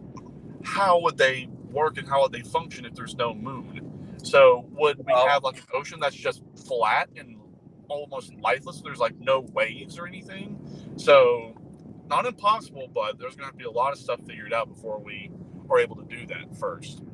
Well, what they were saying about Venus is that the colonization would have to be in the upper atmosphere of Venus because the surface is too hot. At first, we'd have to do upper atmospheric colonization, but as time progresses and we thin the atmosphere to where that heat that's built up on the surface can escape, and we can have more comfy ambient temperatures like here on Earth. I'm just checking the mail right quick. That once we get everything all situated with that, then there's going to be even more things we're going to have to figure out, because Venus is way too hot, but Mars is way too cold. So it's not necessarily that they're not within the Goldilocks zone. It's just where they've not really had any human life on it, as far as we know. For all we know, maybe there were humans on Venus and Mars at one point, but we had to leave. And that's the reason why we're here on Earth. And then also because of the gravities on both planets are very different. So Mars's gravity is about 65% of what it is here on Earth. So humans that would live on Mars, unless they're able to terraform the gravity and have it similar to Earth, then humans that live on Mars would actually be much taller and more slender because of not as much gravity. Now, those that would live on Venus, where Venus's gravity is way more than what it is here on Earth, because where it's so carbon dense that if you were to walk out on the surface of Venus and you don't have some sort of protective suit, you would be crushed, because like I say, if you weigh like maybe 200 pounds here on Earth, on Venus, you'd weigh as much as a car without any protection. Oh, jeez. So you'd have to have a suit that would resist basically 10 times the gravity on Earth. Because if you just walked out on the surface, no protection, you'd get crushed, and then you would asphyxiate because, well, there's no oxygen in the atmosphere. Well, It's that's all what carbon dioxide and sulfur. they were saying about Mars. The dust would destroy your lungs if you breathe it in. Then there's the radiation. Then there's the 80. The average nighttime temperature is 80 below zero, and it's just, yeah, there's like a whole host of things that can happen to you if you're unprotected on Mars. But the whole key word here is terraform. Right. Is terraform. Now, Mike, Western Mike, I'm sorry I couldn't make your show because I've had really bad cell phone problems. I think it's possible that my phone can't handle all those extra apps that I downloaded on. Ever since I downloaded on the extra apps, my phone kept on freezing, and well, it was freezing a little bit before, but it was really bad today. All right. Well, I'm gonna go ahead and carry in the groceries, so I'll be back on here in just a okay. I'm gonna turn off my camera and my mic. Yeah, do what you got to do, and get your tarot cards. Oh yeah, well, and we can definitely do some readings. So, I mean, I don't care to answer questions. I mean, the tarot, it'll answer any question you want. Now, whether you like the answer it gives, that's a whole different story. But yeah, give me a few minutes and I'll be back. Okay. Yeah. So what happened was I kept on restarting my phone over and over because it kept on freezing up on me, and the screen kept on going black. Sometimes blank, mostly black. Now it seems to be stable, knock on wood, but I have a feeling that I have to remove some of the apps that I really would rarely, if ever, use. I have to trim the blubber. If you know what I mean? I have to, like a butcher trims the fat in order to cut the ribeye steaks, he has to trim the excess fat off. Well, I have to do the same thing, I have a feeling.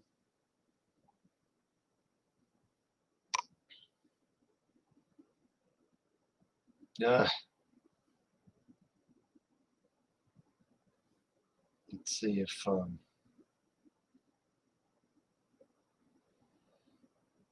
me see. Let me check and see if I have any messages.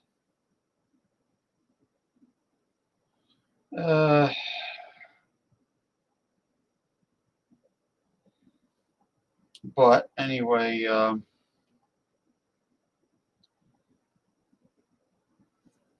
well, thank you for stopping by, of course. Michael Goldsmith Hilton, aka Western Mike, my friend in San Francisco, California. Thank you for stopping by. Thank you. I mean, I'm still going to be on the air. I'm not going anywhere. Thank you, Gunnar Ling Bloom. Thank you, Masumi. Yes, thank you very much, Masumi, my dear, for stopping by the show to give your greetings. And thank you. Also, thank you. Enjoy the decline. I haven't seen you in a long time. It's one of the followers of Ronald J. Theriot.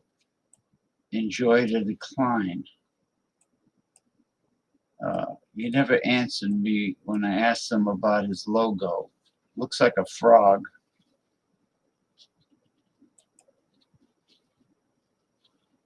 It's like a frog laughing.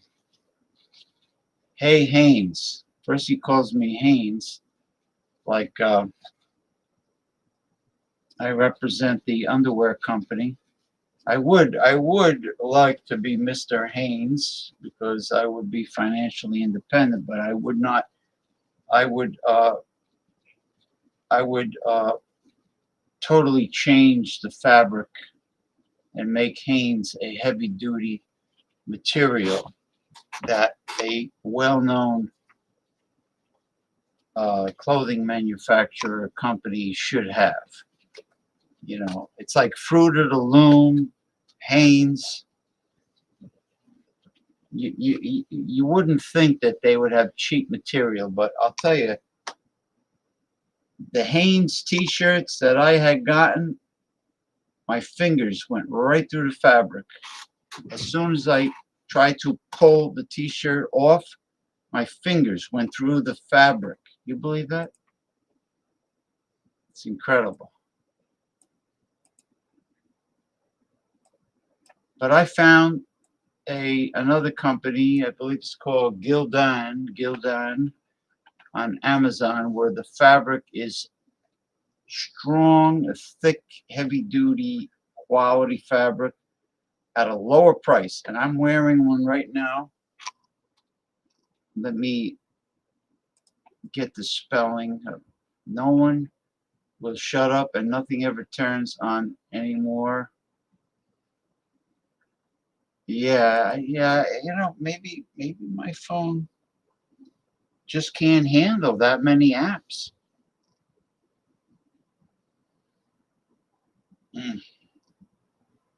It's weird.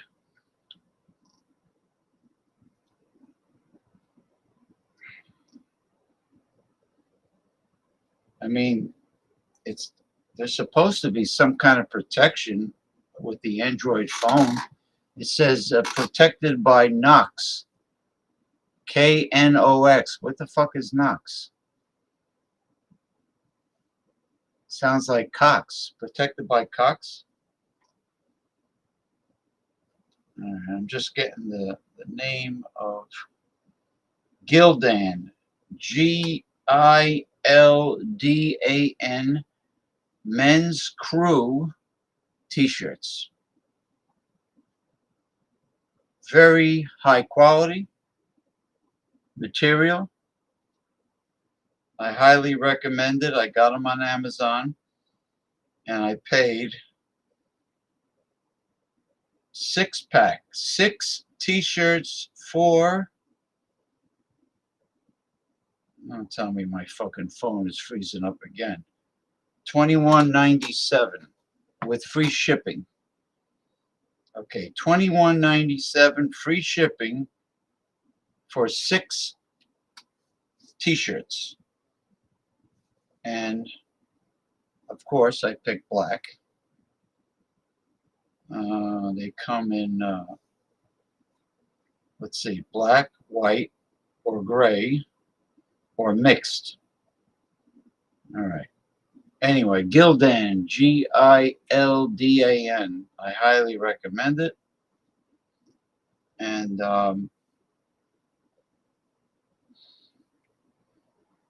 yeah, I definitely have to trim the fat off this phone. It's acting up again. There we go. See? It keeps rebooting, and it's rebooting on its own. Yeah, I'm definitely, my very next project is when the phone comes back is to trim off the unnecessary, unused apps. And if I need to do something with that particular company, I'm just going to have to go to the website. I'm just going to have to go to the website. That's it.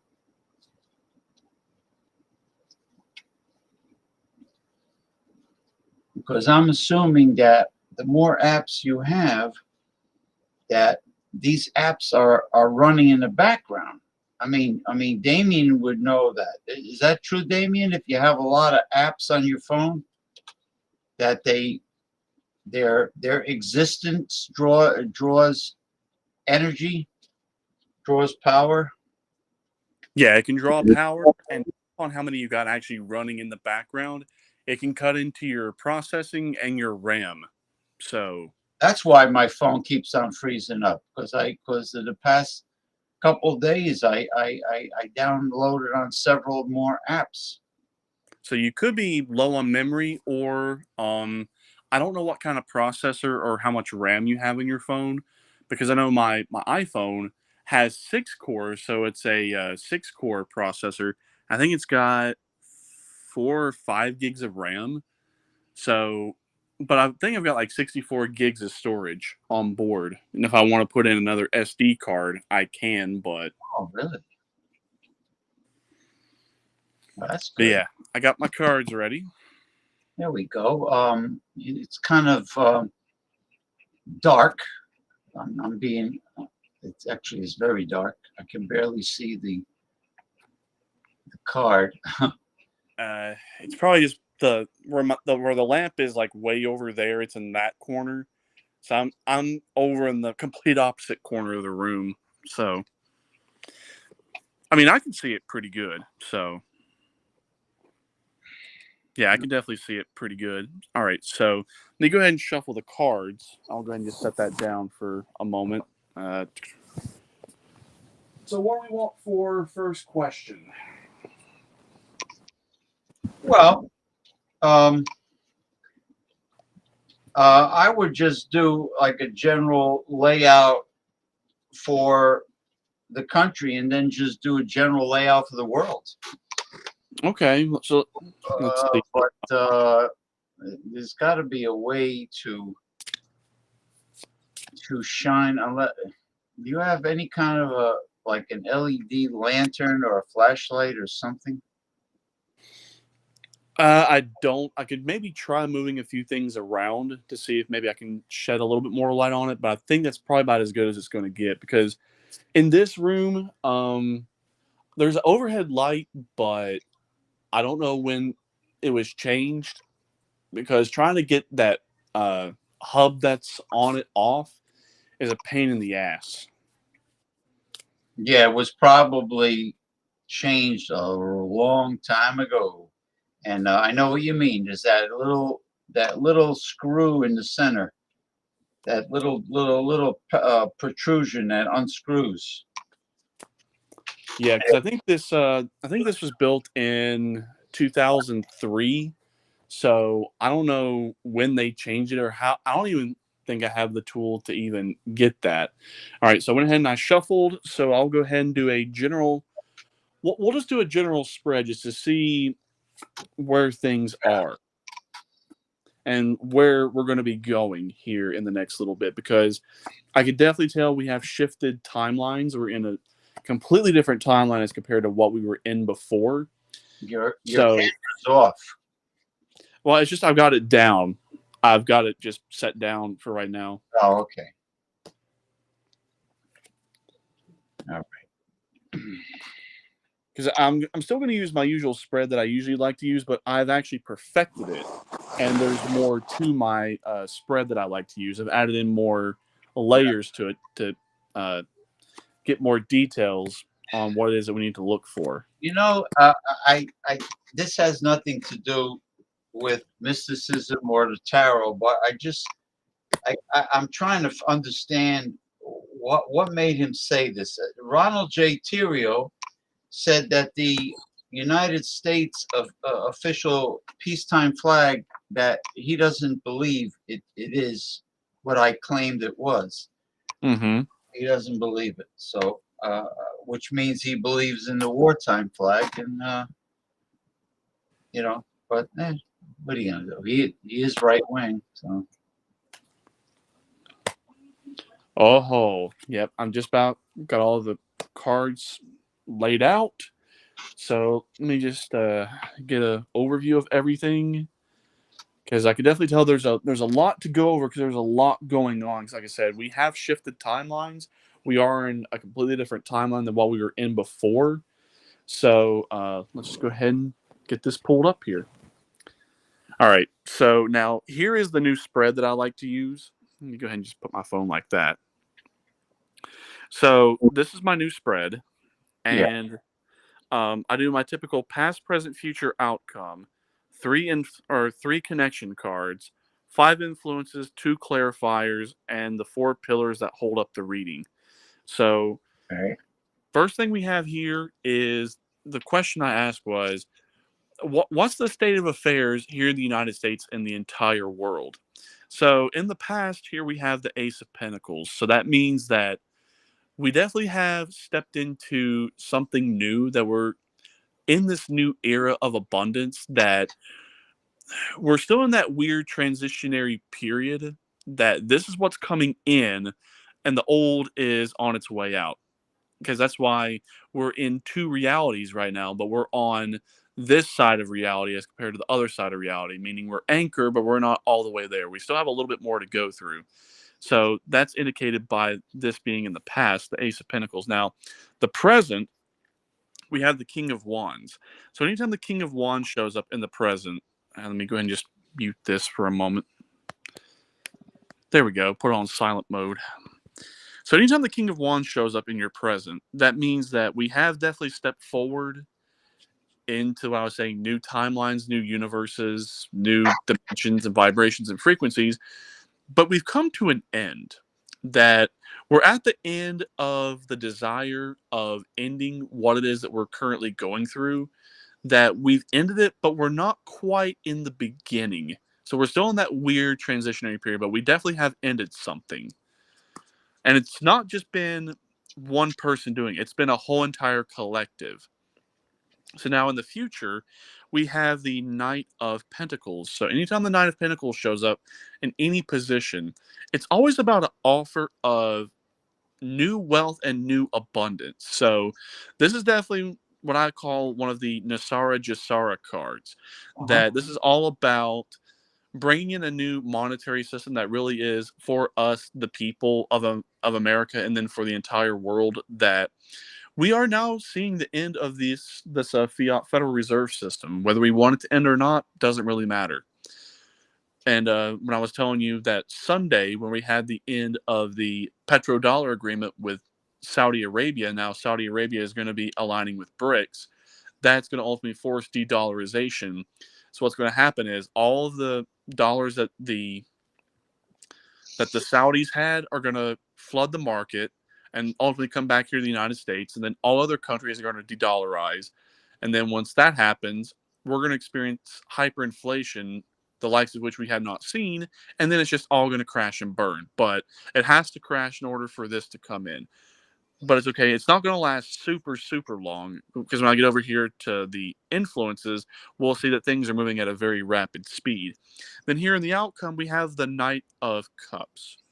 So definitely we're going to be having forward movement in terms of new emotions, that your old self that you lived in this old life that you once had, he or she's gone. That it's time to just let that person have a symbolic death, let go, and be reborn as a new person, because it's going to really ultimately serve you well in the future. Now, the 3 connection cards. So between the past and the present, we have the Hangman. So anytime the Hangman shows up, it's all about either delays or holding back, or it's about looking at things from different perspectives. And with it being right here, knowing what we were talking about, that this is definitely indicating that we definitely have come a long way. We've learned a lot, that a lot of people that were probably asleep and were not really awake or aware to what was going on, well, they are now. Whether they want to be or not doesn't really matter. So looking back, we definitely have come a long way, and there's still a lot more to learn. But the fact that a lot of people have taken that first step and have detached and let go from a lot of things, that's definitely the first step in order for new to come in. Now, between the present and the future, we have the 4 of Swords. So while though we have seen a lot, and a lot of disclosures have been happening here recently, there is a holding back, that we've seen about maybe 75% of what it is that we need to see, but we haven't seen that last 25%.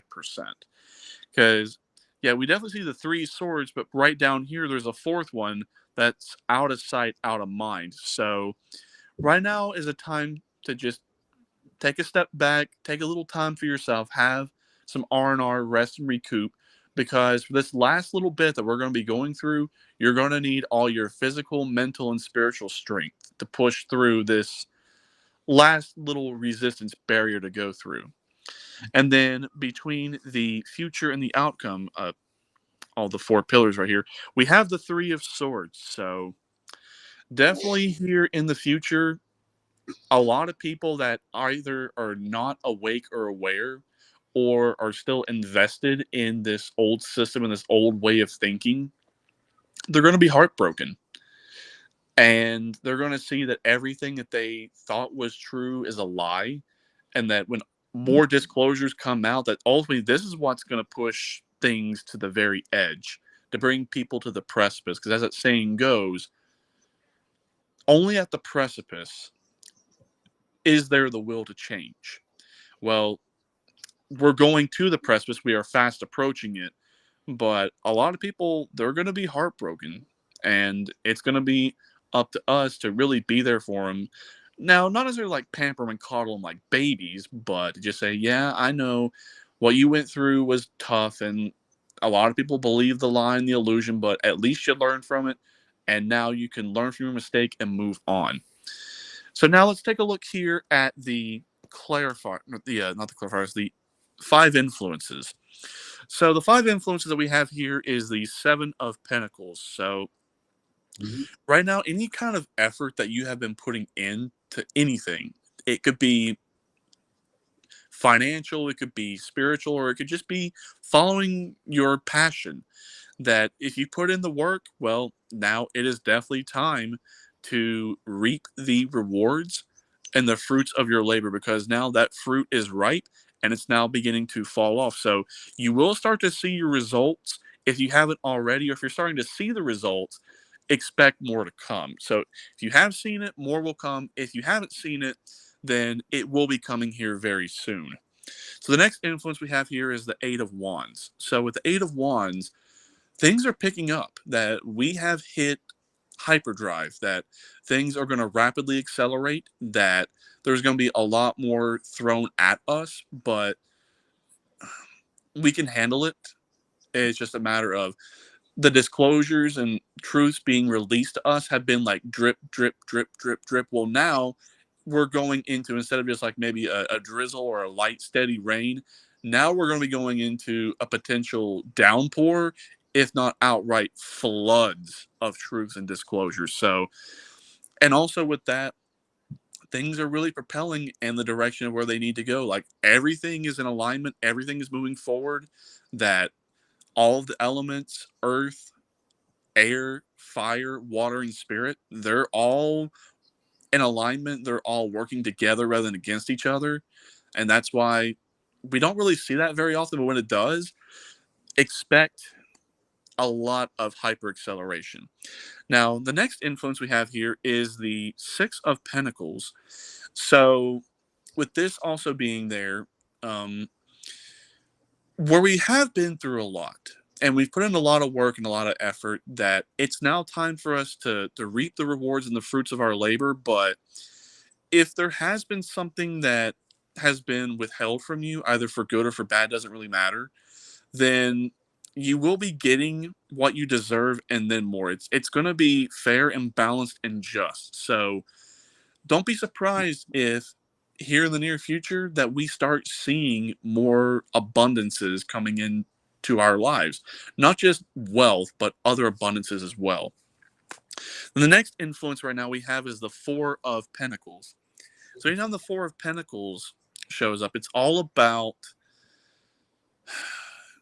that. Right now I understand that money is very tight, but at this point, whatever it is you want to do with your money, go for it. That if you have been tight or stingy, I mean, don't piss it and squat it all away, because you will be able to redeem your fiat dollars for the new rainbow currency when it does come out. But for right now, yeah, if you feel like you're broke, don't really have a pot to piss in, you know, make the best of what you got. That's really what this is about, is just make the best of what you got to work with for right now. Go ahead and start getting into that mentality of being happier and being able to have more abundance in your life. Now, the last influence we have here is the Ace of Wands. So, like I said, we have definitely entered into new territory. It's not necessarily uncharted. We have been through this before, but we just haven't been through it in this way. We have experienced it before. But this has been an individual and collective effort. So we've put in the work, we've put in the effort. So now we're now going to see it individually and collectively. It's been our desire. It's been a lot of years in the making, a lot of years in the works, but it's here. There's not really any more waiting on it. It's just, it's here. We just got to rough it out through the last resistance barrier and then making that final push. We're about, I would say, about 85% of the way there. We just got that last 15% left to go through. But that 15% is going to fly by super quick.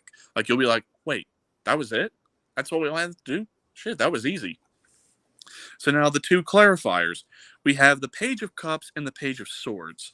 So with the Page of Swords, it's all about being okay with experiencing new emotions. So if you've been growing and expanding and you're turning into that new person, then embrace it. That, again, the old you is gone. The new you is it. Now, that doesn't necessarily mean that you have to completely scrap the old you. Take of what was good of the old you and incorporate it in with the new. That's what that's all about.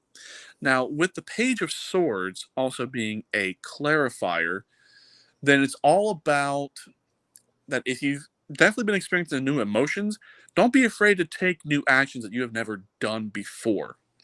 So if you've really been thinking about doing this or doing that to either better yourself or better others, just go for it.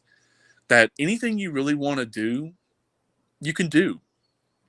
There has never been more of a prime time to do anything you want to do as compared to now, because once this energy tapers off, which it's probably going to be this way for at least a foreseeable future, I think, probably at least another 6 months to a year before we start to see things calm down and settle down, that you still have plenty of time. So strike while the iron's hot. Now, lastly, the 4 pillars that hold up the reading. So the first pillar, we have the 4 of Wands. So you'll notice it looks like a gateway. It looks like 1111. So if you have been seeing 1111 here a lot, which I have, then you have stepped through a gateway. That you have stepped through the ascension. You're currently undergoing the ascension process with all of us who are doing it ourselves. And that, be proud of yourself and be proud for what's awaiting you on the other side.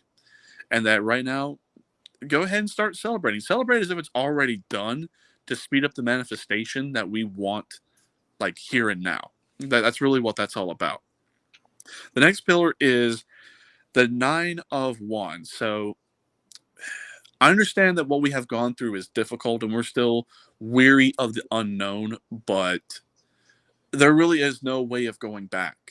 That door of trying to go back into the past and living in the past and living in the old world, it's gone. Whether you want it to be gone or not doesn't matter. That it's okay to move forward, a little cautious, a little weary, but just keep moving forward. Now, the third pillar holding up the reading is the Knight of Swords. So again, with that 8 of Wands, this is all about fast-paced motion and fast-paced action. So there's going to be a lot more thrown at us, but again, where everything's picking up speed and picking up intensity, it's time. That everything is now aligned to, it's time to just go ahead and move forward, time to just go ahead and get this done. So that way, once we make it through everything, we can just breathe, relax, take more time to ourselves, spend more time with friends and family, and enjoy the calm period that will be on the other side of this. And then the last pillar holding up the reading is the 9 of Pentacles. So yeah, lots of abundances and wealth and prosperity awaits us.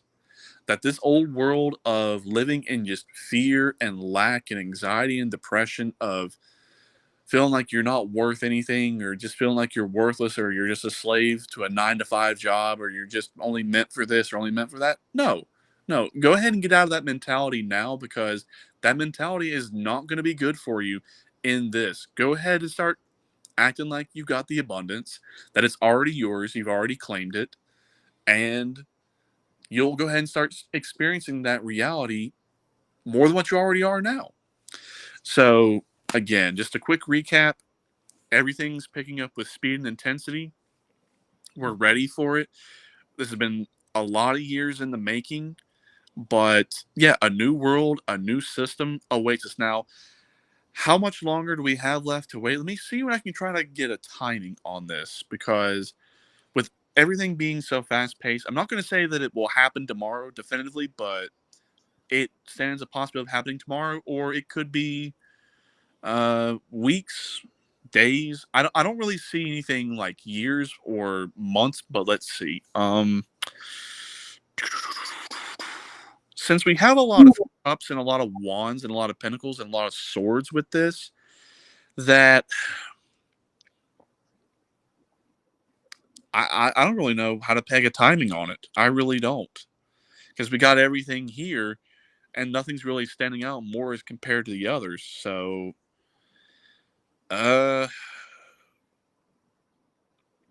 yeah, I can't peg a timing. I would just say eyes peeled, ears open, head on a swivel.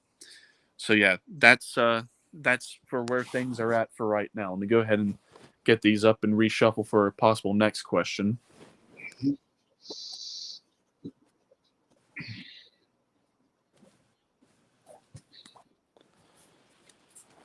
All right, well, let's see. Yeah, what do you think?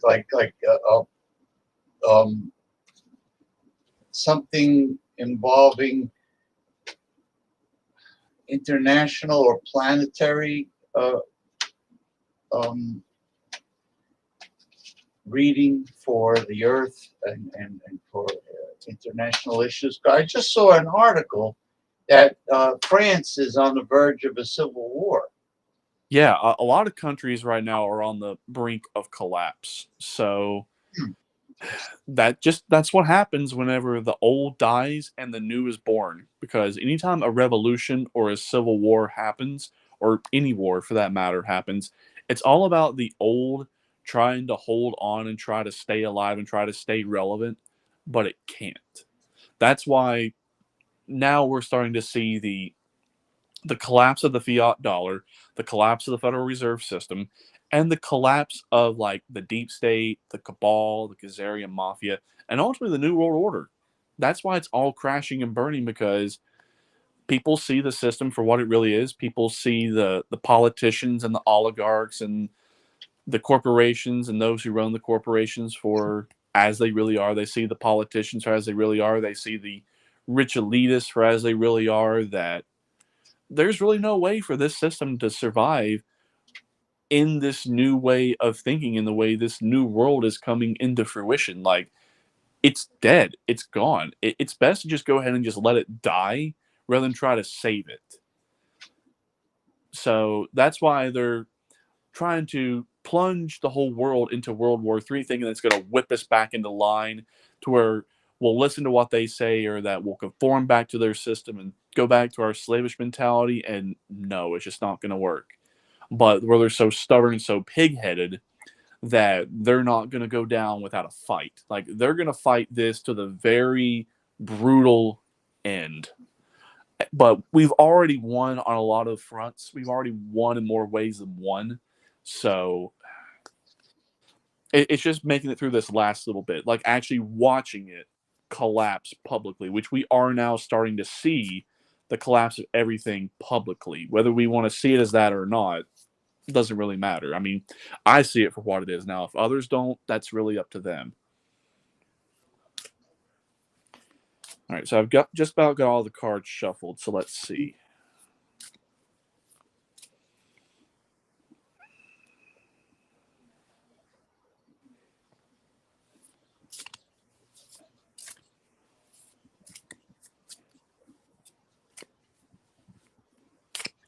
All right, I'm not going to use as much detail on this one since this is just, again, more general.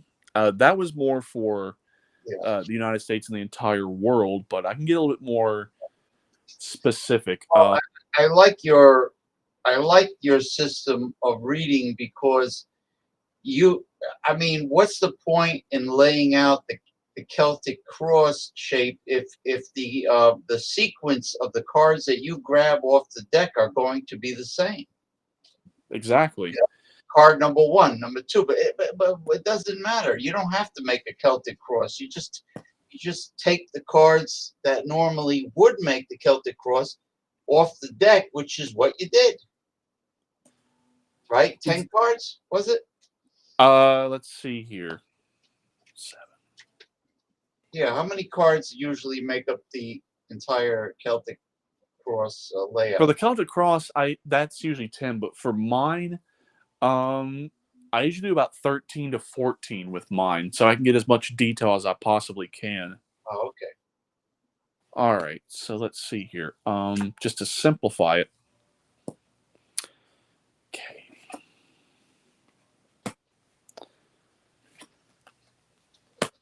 All right, so the question I asked for this one is just to kind of since we know the general idea as to where it is that we're going.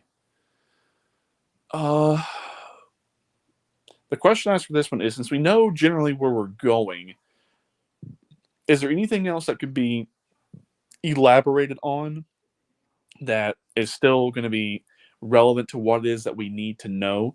So with this one, I did my typical past, present, future outcome, 3 connections, but only did 2 clarifiers, no influences, and no pillars. So let me go ahead and get this pulled back up here. Yeah, there we go.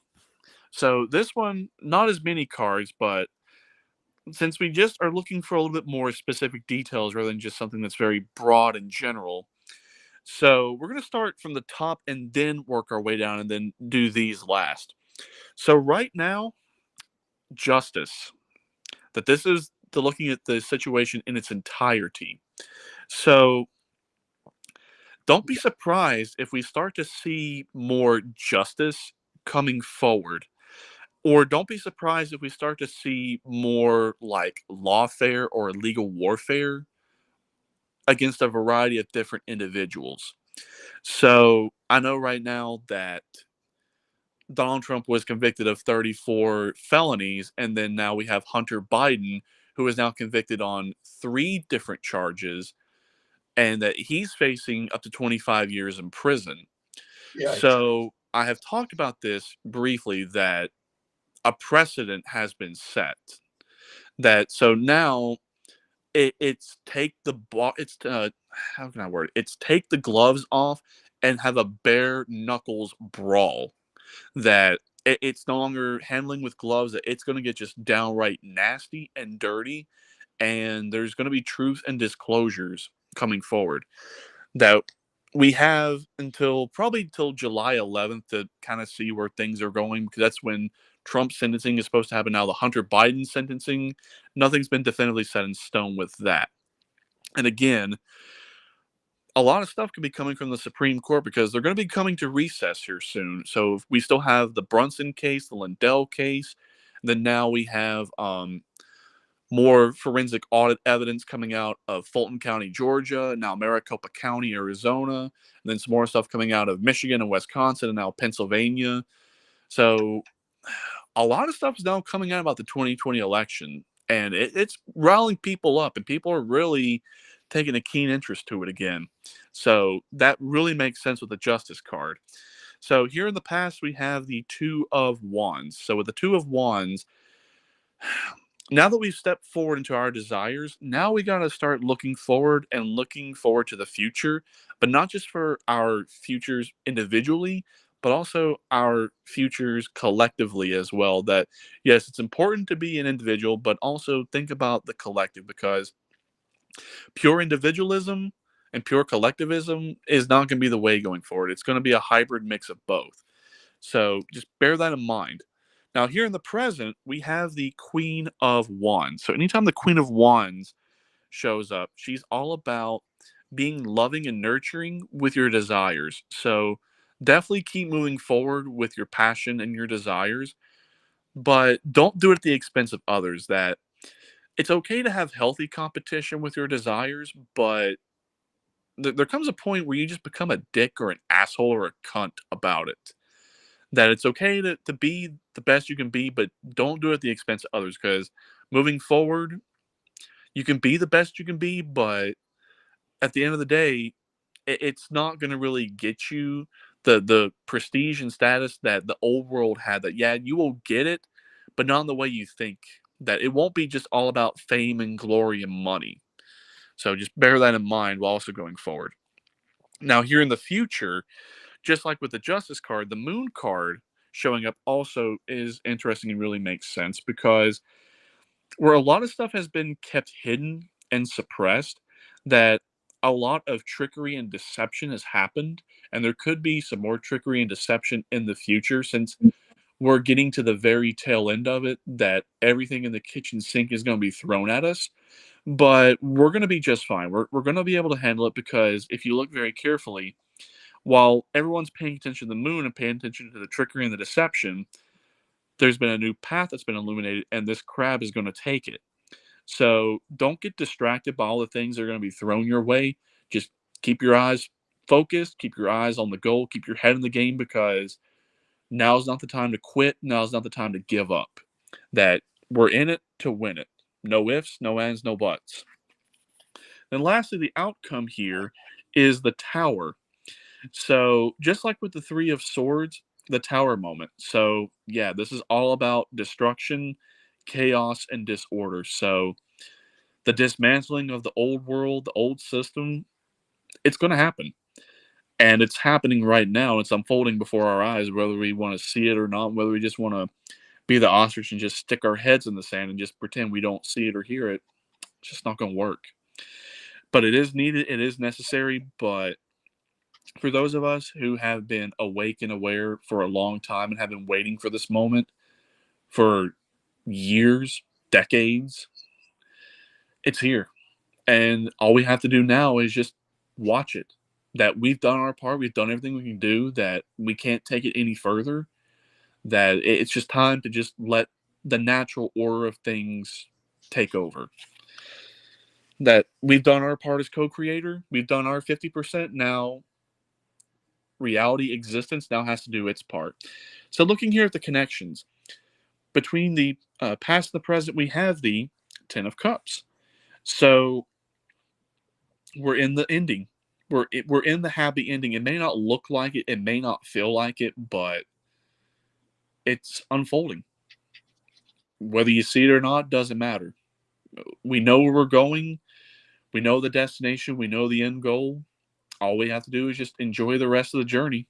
And it's not going to be as difficult than what we think it's going to be. But again, nothing but that happy ending. So here between the present and the future, we have the Queen of Cups. So right now is the time to be okay with yourself. That if you've been rough or harsh with yourself, then understand that, yeah, you have been through a lot, and a lot of people were just outright played and deceived and taken for fools, and that the illusion and the trickery was good. It really was phenomenal. How it even lasted for as long as it did and to this extent is fascinating. You gotta kind of take a step back and awe and go, wow, that was really impressive. Not in a good way, but still impressive.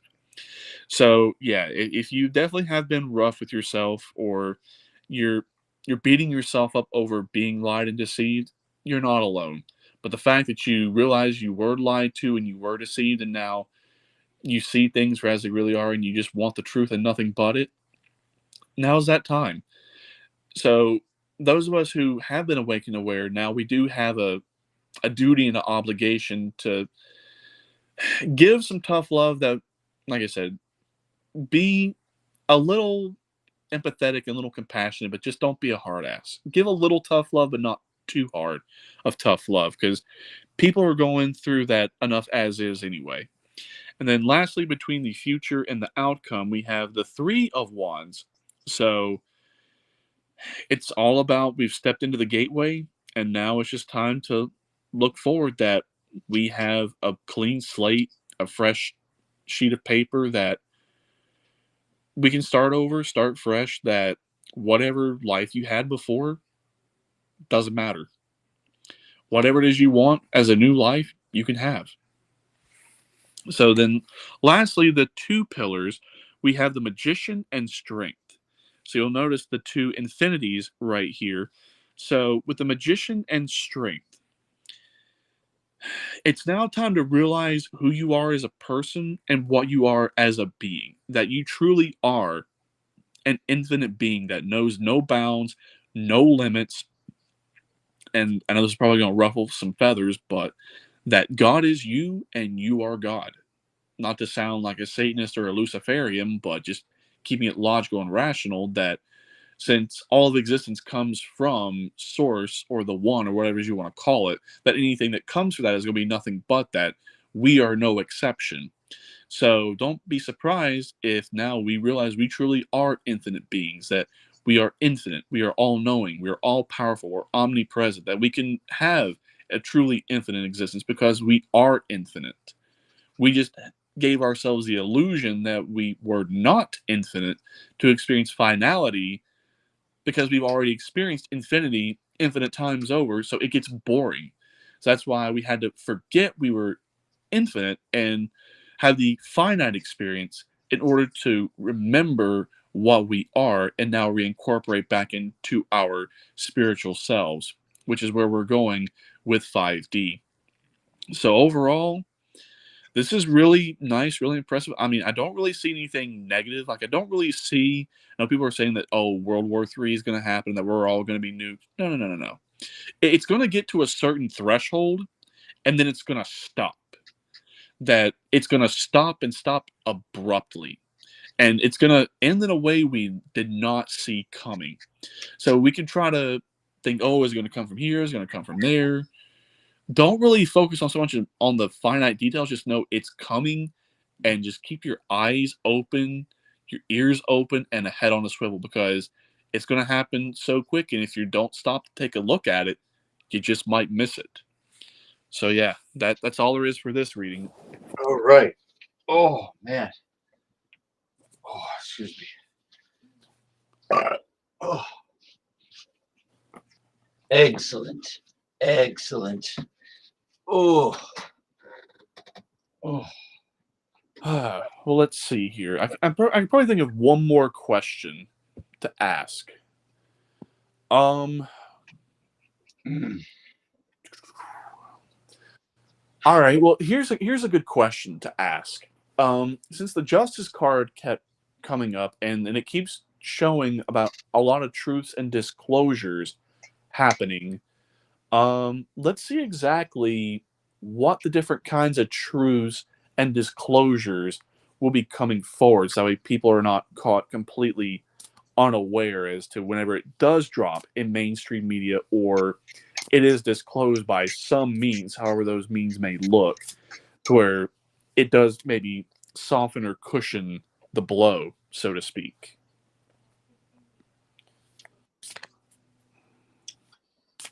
Yeah, people are, the ones that are screaming, the ones that are doing Chicken Little, the sky's falling, and you know who I'm talking about. They're right. They said we're right on the brink of World War III. Could happen any day now. Russian submarines and Chinese submarines are in American waters, which I don't know about that. Oh, they are. They definitely are, but they're not there for the reason you think they are. You know how we've had a proxy war in Ukraine with Russia through the back channels through NATO and Ukraine? Mm-hmm.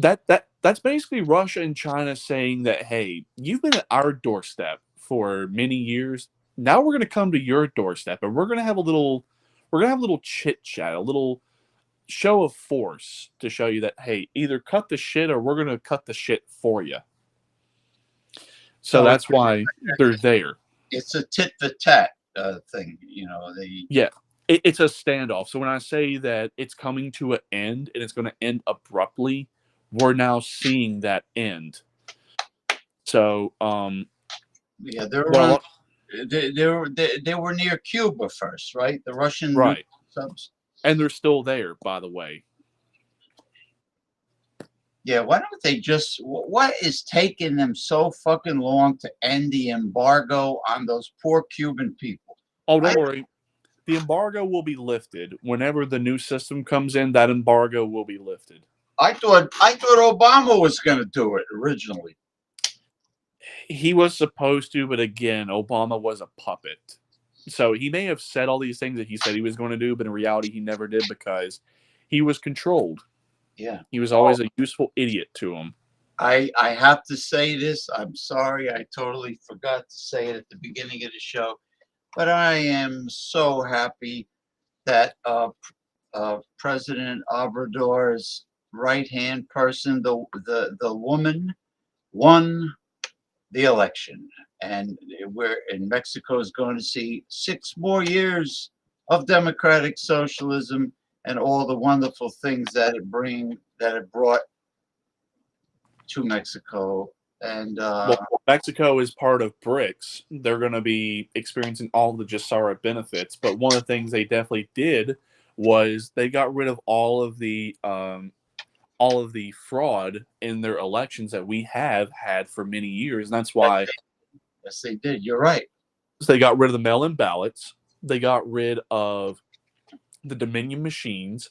They went to all paper ballots, same-day voting with voter ID. So it's one person, one vote. So if there ever is an audit, every single ballot that is cast is accounted for, and that whoever was that cast the ballot can be verified as a verified voter. So they have a very free, fair, and honest election in their country, something they have not had for the longest time. Did you know that the corrupt opposition demanded a recount of the election, and she ended up with 2 million more votes?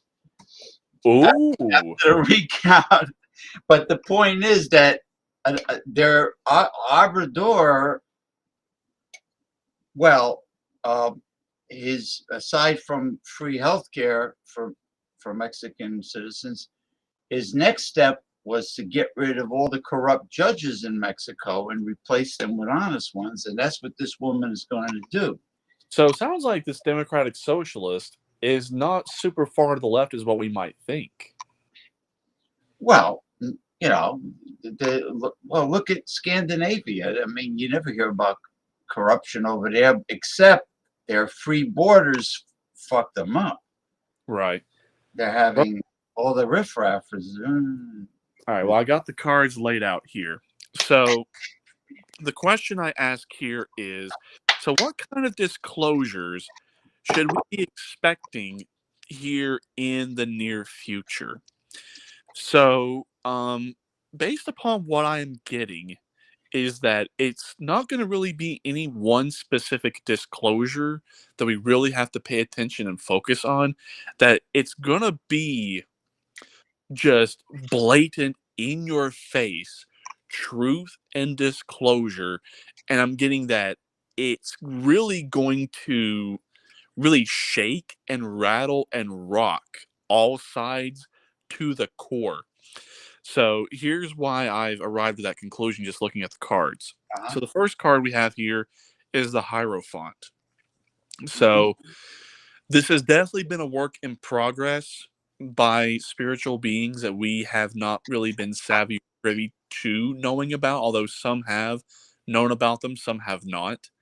So while though we have been doing our work as physical beings involved in this process, there have been other beings that have helped us, whether it be ETs or spiritual beings, or hell, just even directly the one or source itself getting involved.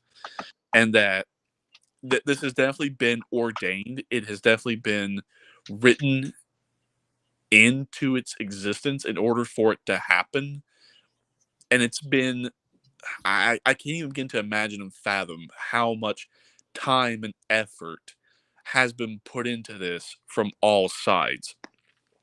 So, again, the Four of Swords has shown back up. So, again, we've seen about 75% We just got to see that last 25%. But that last 25% is really, really going to rock and shake and rattle everything to its core. That if we have experienced maybe an intensity about a 7, maybe an 8, that we're about ready to experience the full force and intensity of it. But again, it's been kept hidden because it's been drip, drip, drip. But now we're getting into rain, downpour, and possibly the flood and the dam breaking, which we can already start to see. Oh yeah, there's leaks in the wall of the dam, that it's cracking, and that any moment once that thing gives, it's going to give, and you best just get out of the way. So definitely more is going to be coming. Go ahead and start preparing for it now because, like I said, it's going to rock everyone. So here in the future, we have the Three of Swords again. So again, a lot of people are really going to get heartbroken. So this is really not going to set well with a lot of people. And it's really going to screw with people emotionally because where people have just gotten so in their heads and so in their emotions about things that, sorry but not sorry, but it's time to just shatter your world and show everything that you thought was true to be a lie.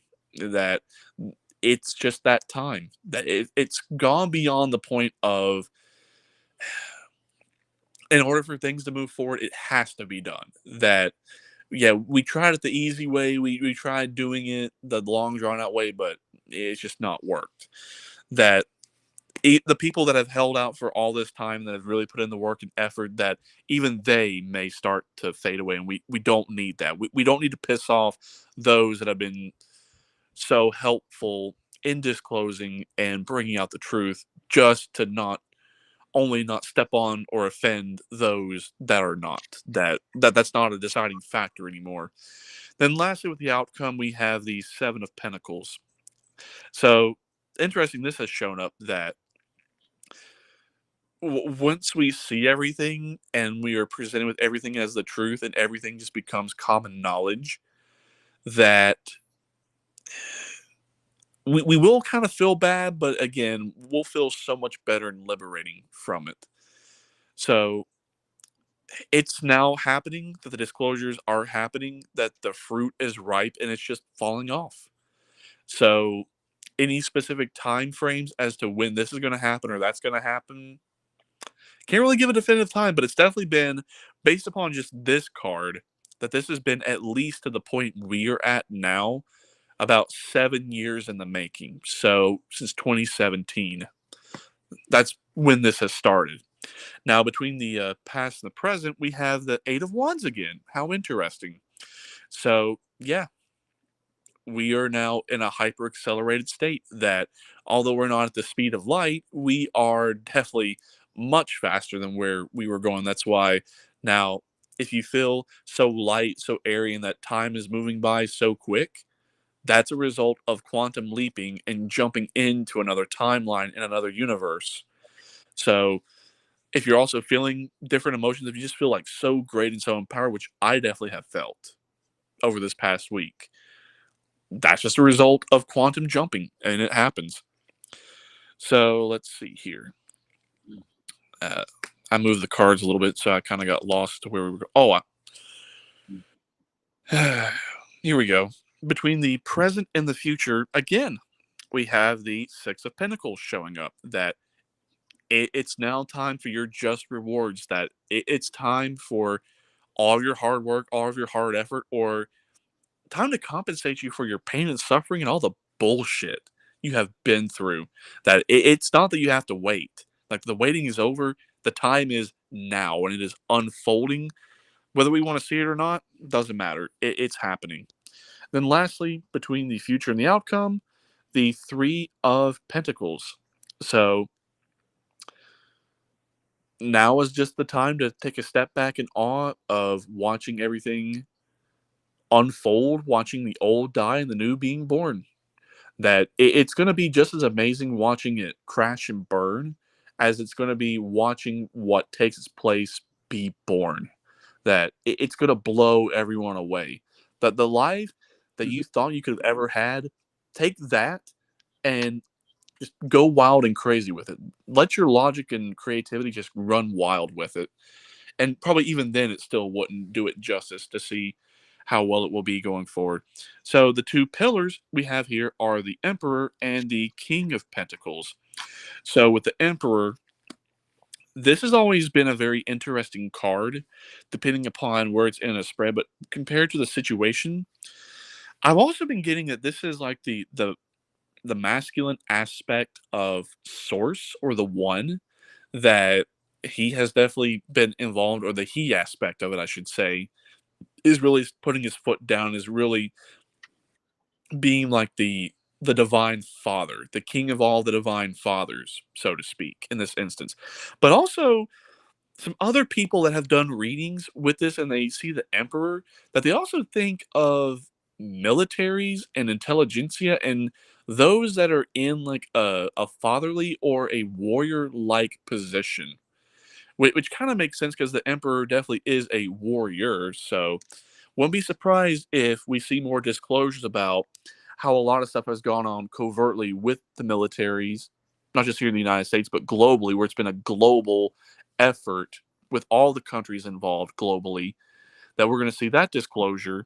And then here with the King of Pentacles, yeah, we're all going to be living like kings and queens. That money and abundance and whatever it is you want, there's not going to be a shortage of anything. So food, not going to be a problem. Energy, not going to be a problem. Resources, not going to be a problem. That old finite way of thinking that the resources are limited, they're not. It's all going to be about the infinite abundance of everything that existence is. This is where we're going. So that's why I say take the life you always wanted, and say you want to have just infinite amounts of wealth and abundance. You will have so much you won't even know how to rationally or intelligently spend it in a lifetime, much less 10 lifetimes. And just the amount of resources that'll be available for so many different things, we won't be able to grasp it. Like we'll have never really dealt with that amount of how much is coming. So go ahead and start getting out of that mentality.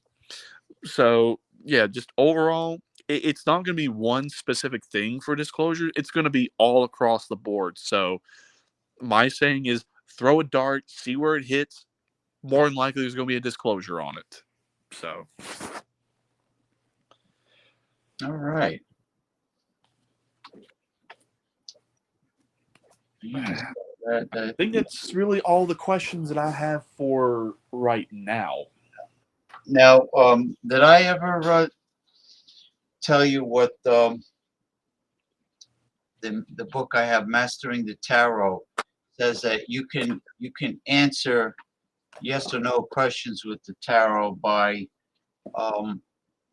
after shuffling, you turn each card over. After asking the question, you turn each card. Let me think. Yeah, I'm just turning off my camera for a moment. You. I'll move over here to my chair. After shuffling, you separate the cards into 3 piles, and you pick up the first pile and you turn 1 card over at a time, but not going over 13. If as soon as an ace shows up, you stop. If an ace doesn't show up, that's it. 13 cards, whatever. You do the same thing with the other 2 piles. So if you end up with 3 aces, the answer is definitely yes. If it's 2 aces, it's like most likely yes. If it's 1 ace, excuse me, is a possibility, but chances are the answer is no. And if there's no aces in the 3 piles, then it's definitely a no. Right. And that's how they explain how to do yes or no with the tarot. Let me see. Hold on.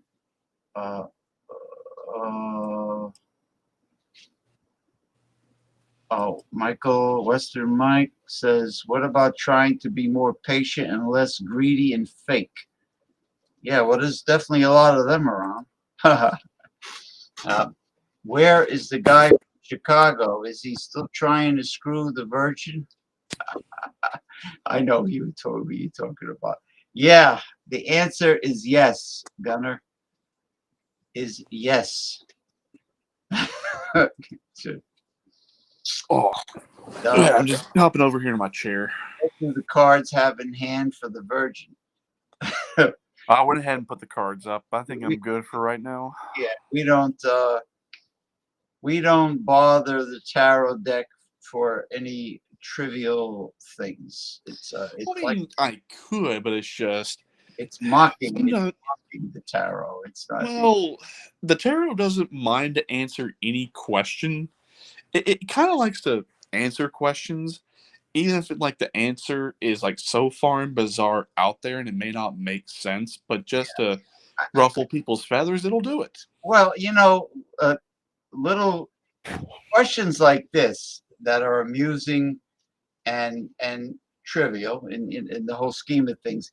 I like to use the divining rods for questions like this, because there's many of them. They once you answer a question like that, then more will come, and it answers really quick. Yes, no, yes, no, yes, no, like windshield wipers. What does Western Mark say? Western Mark? No, Western Mike. Damien, what do you think about replacing greed with more patience? So, moving forward, that's corruption.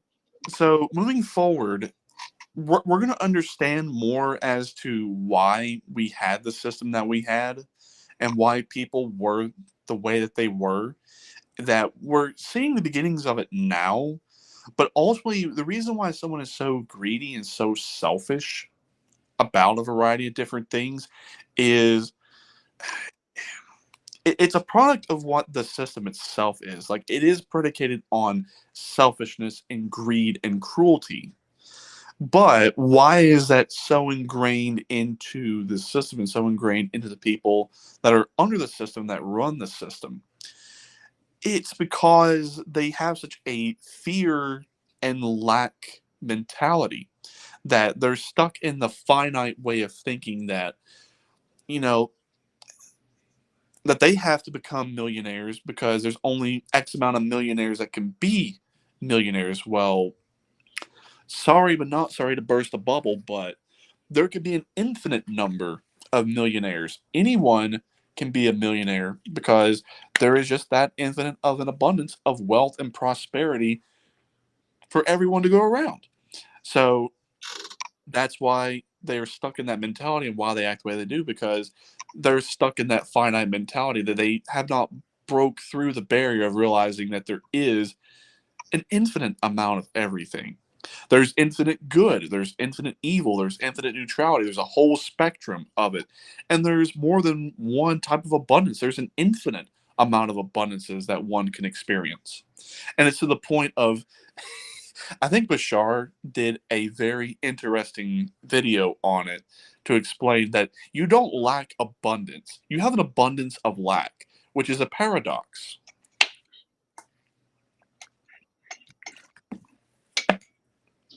Well, we are in an abundance of lack now, but as soon as the old system deteriorates and is destroyed, and the new system comes in, that will change drastically.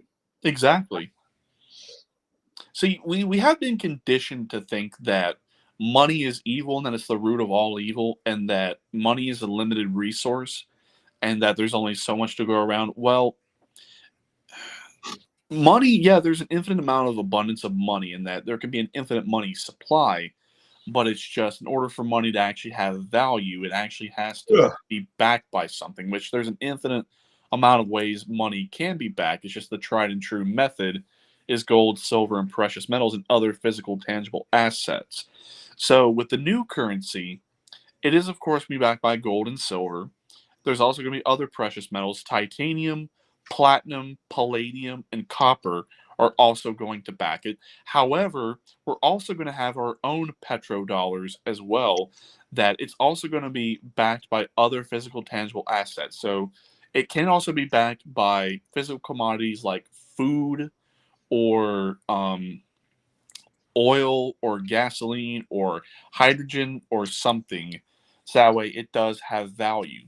So it's not necessarily that it's going to create a fiasco in terms of determining the exchange rate.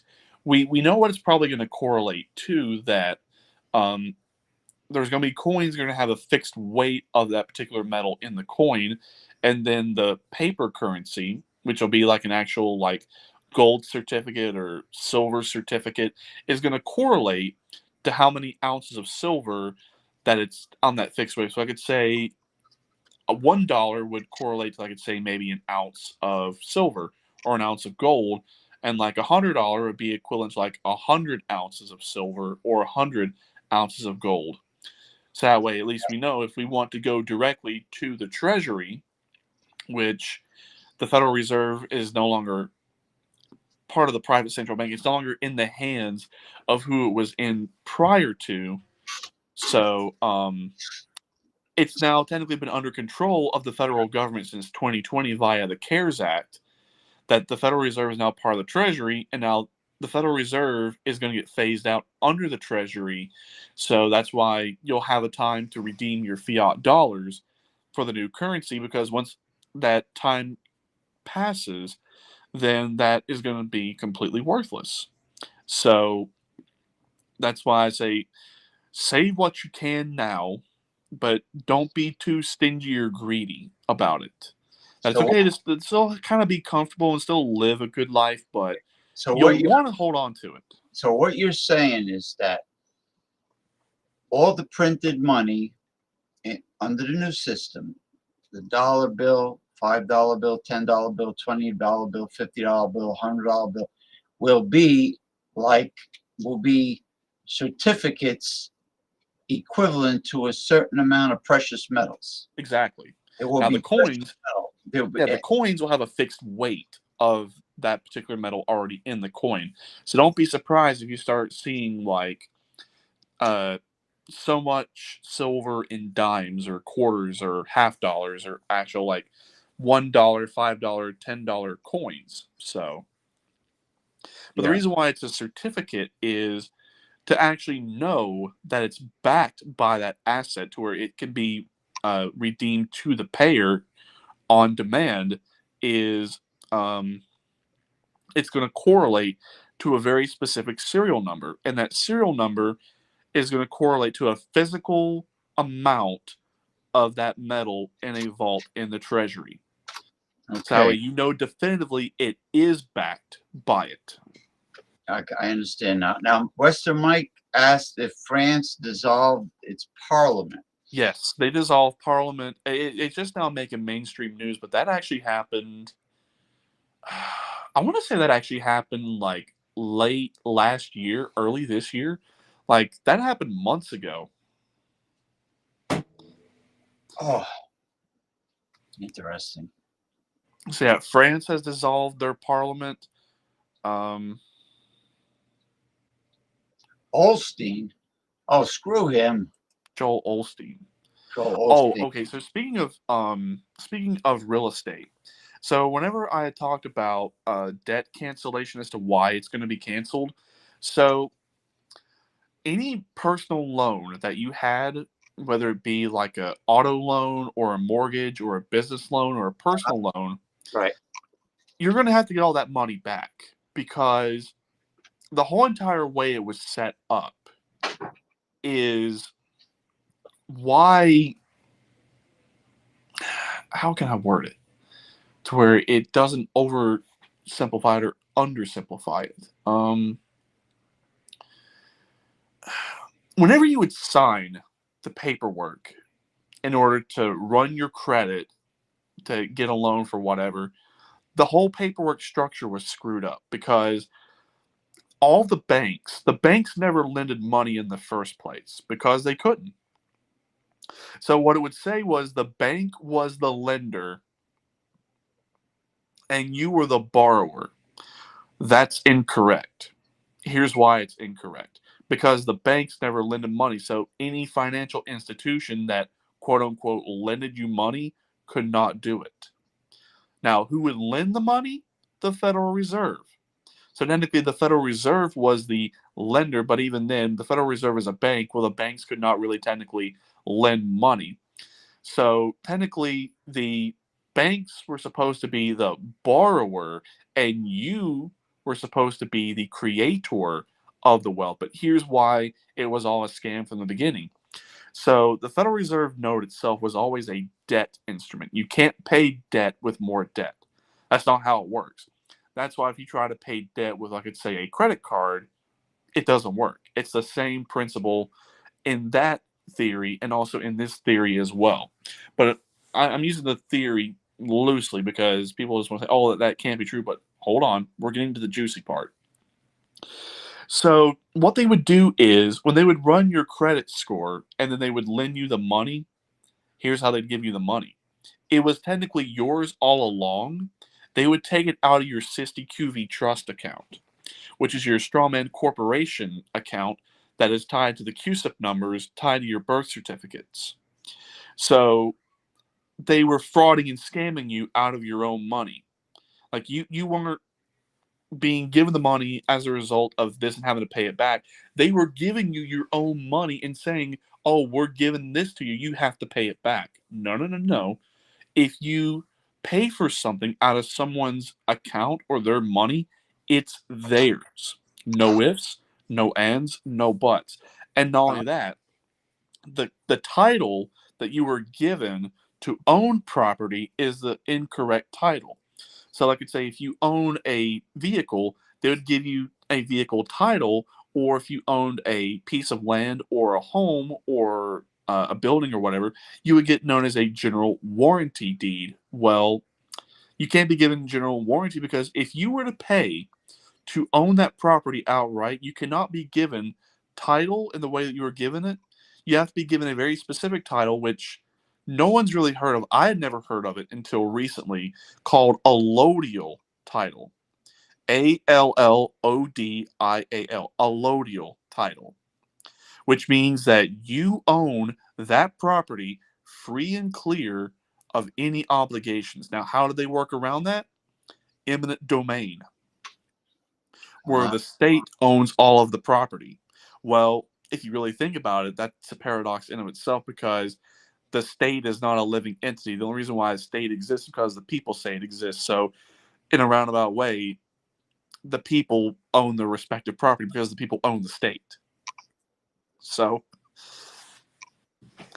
because in the Constitution, since I've got my Constitution here, let me find the very specific section within it that illustrates the point I'm talking about.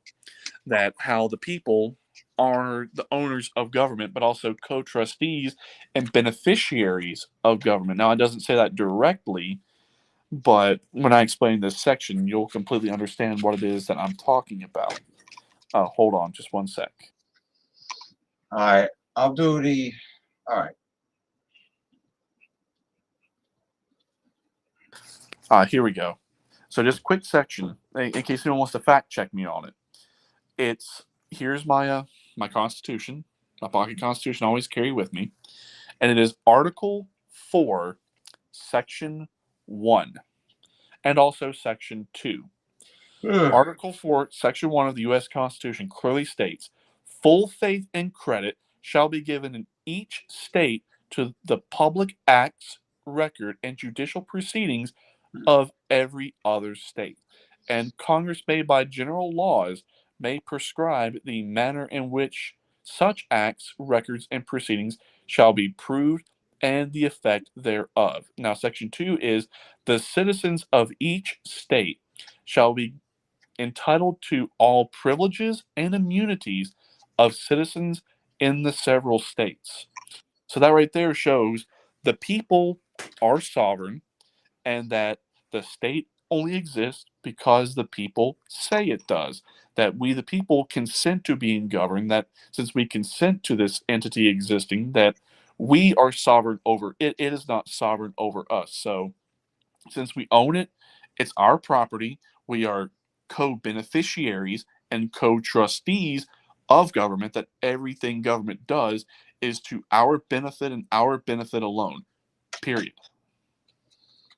Okay. And Now, privileges and immunities, one last point. The privileges and immunities, that kind of gets somewhat covered a little bit more under the 14th Amendment, but that's where it established dual citizenship, a federal citizen and a state citizen. This was saying the citizens among the several states, because back in those days, you were identified more with your state rather than the federal part of the aspect, because that was when there was more of a bottom-up approach rather than a top-down approach. But now, in the modern context, we still see that, yeah, you are a son or daughter of the federal republic, but you're also a son or daughter of your own state republic as well.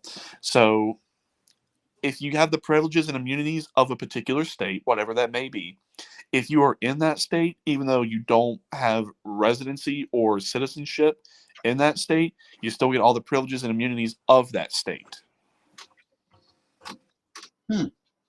Now, the currency that you mentioned before, that will be totally backed by precious metals, is this the exact type of currency represented by the countries that become members of BRICS? Exactly, yes.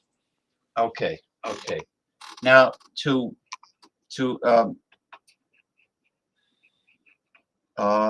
satisfy the curiosity of Connor, I got the coins, the lucky feng shui coins. I got 9 of them there with something red going through it, which is what I'm supposed to do. These are the coins that I was going to send. I have plenty of them. I was going to send you, hold on. You know, they have certain characters on them representing all of the major dynasty emperors. Okay, all right, here goes. I'm going to use it as a pendulum. Pendulum. Will the current girlfriend of Mick Von Raven of the Chicago area in Illinois, will she give up her virginity to Mick Von Raven eventually?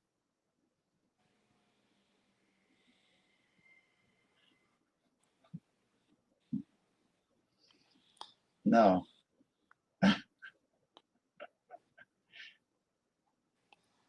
Okay. Now, does this mean Mick Von Raven is wasting his time, like beating a dead horse, working on this girl? Jeez. Yes, he's wasting his time. Does this female, the reason why she's still a virgin in her 50s, does this have to do with the fact she has deep psychological problems?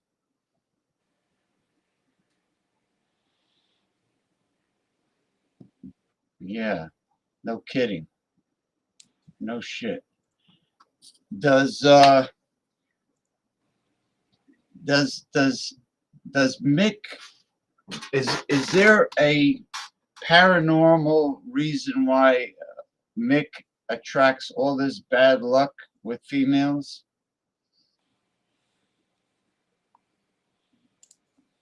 Yeah, because good goobity goo. Thing is moving, huh? Look at this, Damien. Ooh. Good goobity goo. Yeah. So is it something? Is it because Mick tolerates women with all this baggage and emotional damage?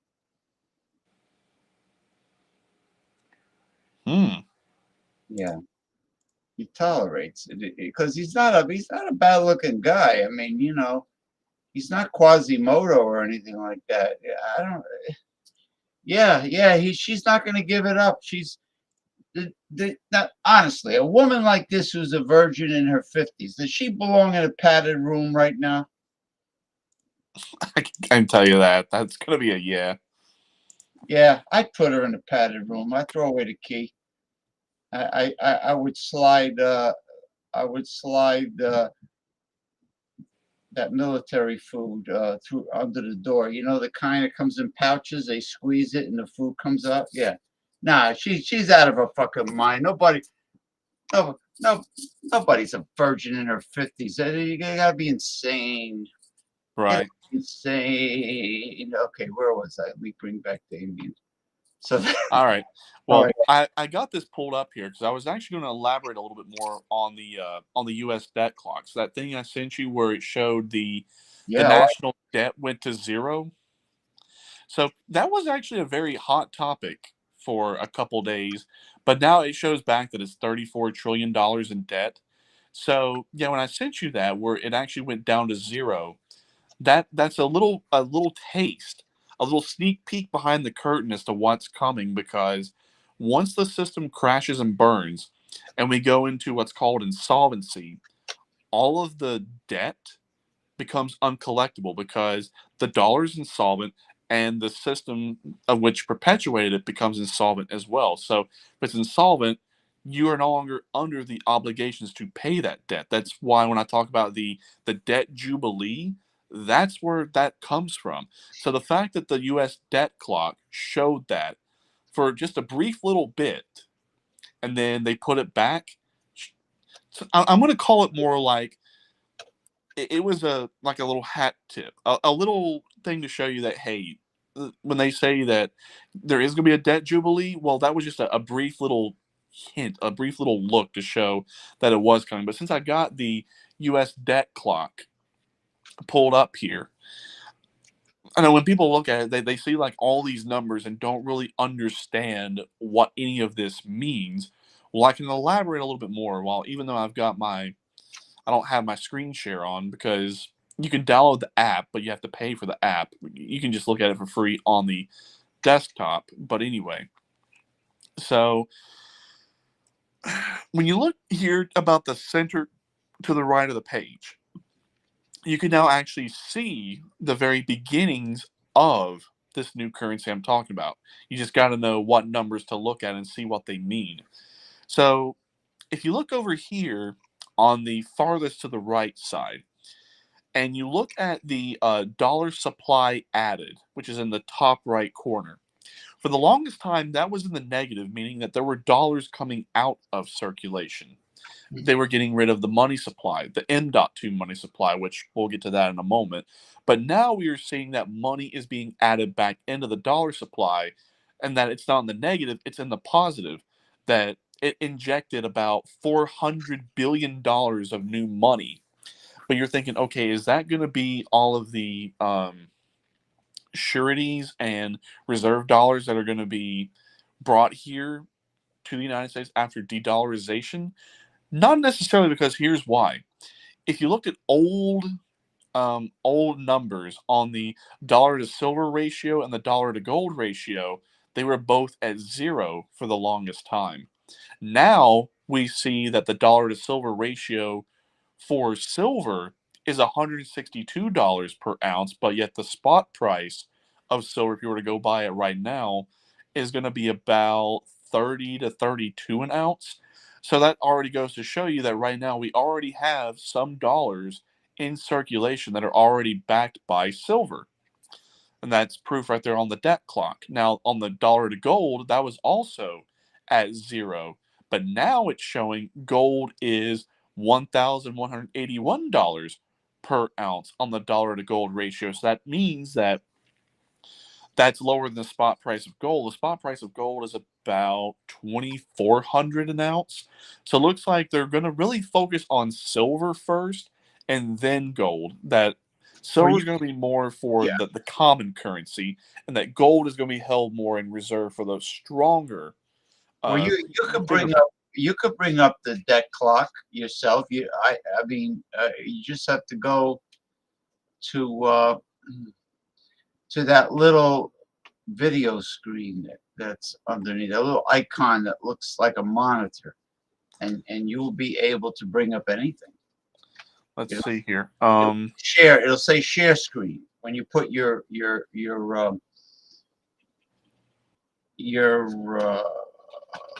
cursor. Oh, oops. Yeah, I was trying to tell you, Mike. It said yes to about men coddle too much, but you got the other one is contradictory. Men who kiss ass don't lose their temper. They're sycophants. So you got to request. You got to ask the question over again. Yeah, it kicked me out. So let's try this again. How did you say to do it? Oh, underneath us, you'll see icons. The one that's shaped like a monitor, you put your cursor on it, it'll say share screen. One looks like a monitor. One should be shaped like a monitor. It's next to the one that is shaped like a camera. And then next to the one where there's a little person and a plus sign. Is there one that's shaped like a little monitor with an arrow going up? Let's see. Maybe I could find it. It's called U.S. Debt Clock. Hold on. Yeah. U.S. Debt Clock.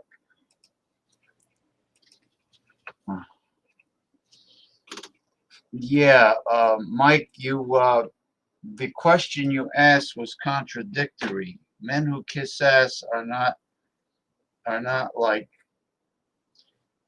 alpha men that lose their temper. It's two different people.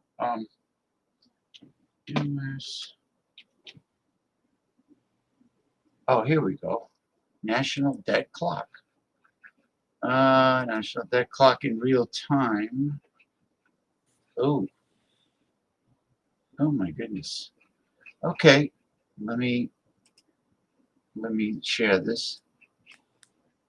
Because yeah, that way I can explain this to everyone, so at least they understand. Okay, so that's the secret window. So that now goes to show you that they're dropping hints of the new system. Like this is kind of like makes you wonder who owns U.S. Debt Clock, and well, we really don't know. But if you want to close that, just go up to the secret window icon up there, top right, and just hit close, and it will go ahead and close that.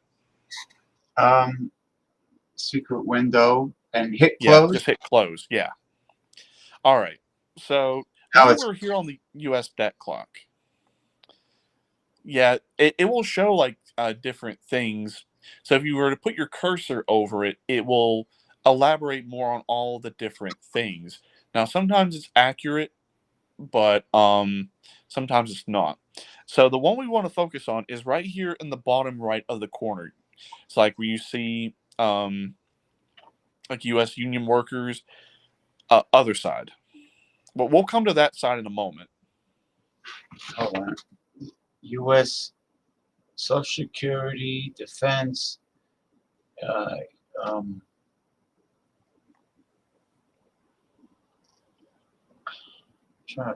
Treasury. It says U.S. Union workers. Yeah, so we're going to focus on this side, but we're going to go all the way over to the right, the farthest right two corners in that section. Well, when you say to the right, you mean our right as we're looking at the whole thing? Yeah, as you're looking at it, go right. Well, I see gold, precious metals. I see. Okay, so yeah, just look up at you see the two columns that are above that? Hidden wealth, and then there's assets per citizen, recaptured assets, stock market. Oh no, not that one. You're gonna want to. Okay, so go back to where it says total hidden wealth. There's going to be a column above that one, and then assets per citizen. The two columns that are directly above that. It said BRICS GOP. Yeah, the BRICS GDP. So yeah, we're relatively close. So in that, this is where we're going to focus on. So this is where, when I talk about that, we already are getting an injection of the new currency right now, and that we're going to start seeing it here very soon. So, you see right there where it says the M.2 or the M2 to USA dollars ratio and you'll notice it says 1776 to $1.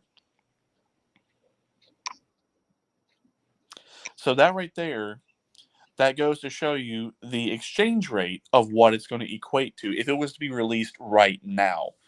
So if they were to release it tomorrow, and we haven't seen the gold and silver spike, that it would equate to one fiat dollar is going to equate to, one U.S. Treasury note, which would equate to $1, is going to have the buying power of 1,776 fiat dollars.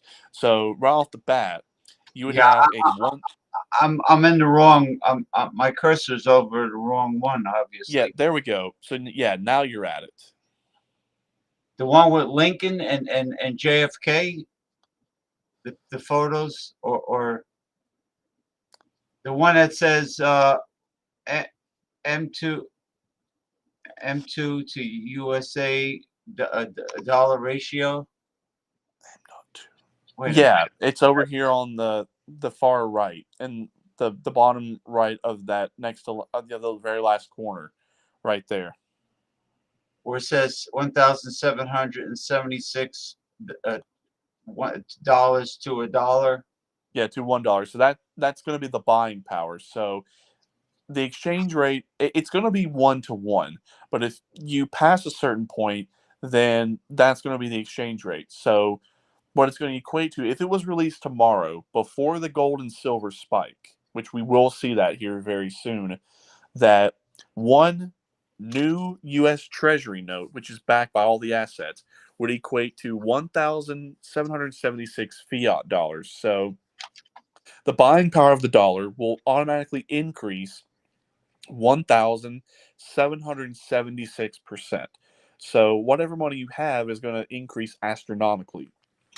So that will bring the cost of everything down. Now, if you look up above it, just directly above it, we see the BRICS GDP to gold ratio. Well, since all of their currency is now backed by this, theirs is $136,378 per ounce of gold. So that right there is indicative. So when they say silver and gold are going to go to the moon, well, right there's your proof it's already gone to the moon with the BRICS nations.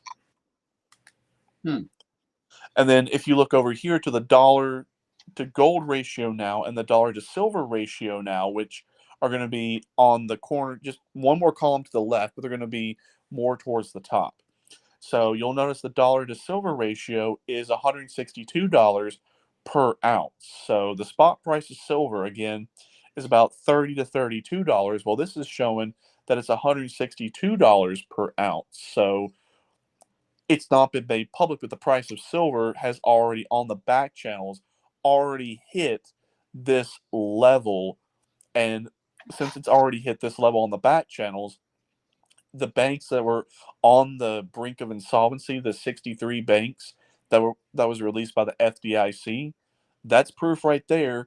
They've already crashed and are insolvent on the back channels, because if they weren't, silver would not be at that per ounce on the silver to dollar ratio. Now, they're also predicting here, and again, these numbers are always subject to change, that the dollar to silver on the 5-year ratio is going to hit $1,158 per ounce, and on the 10-year, it's going to hit $1,121 per ounce. But again, that's based on the numbers if it was released today. But since it's not released today, those numbers are subject to change.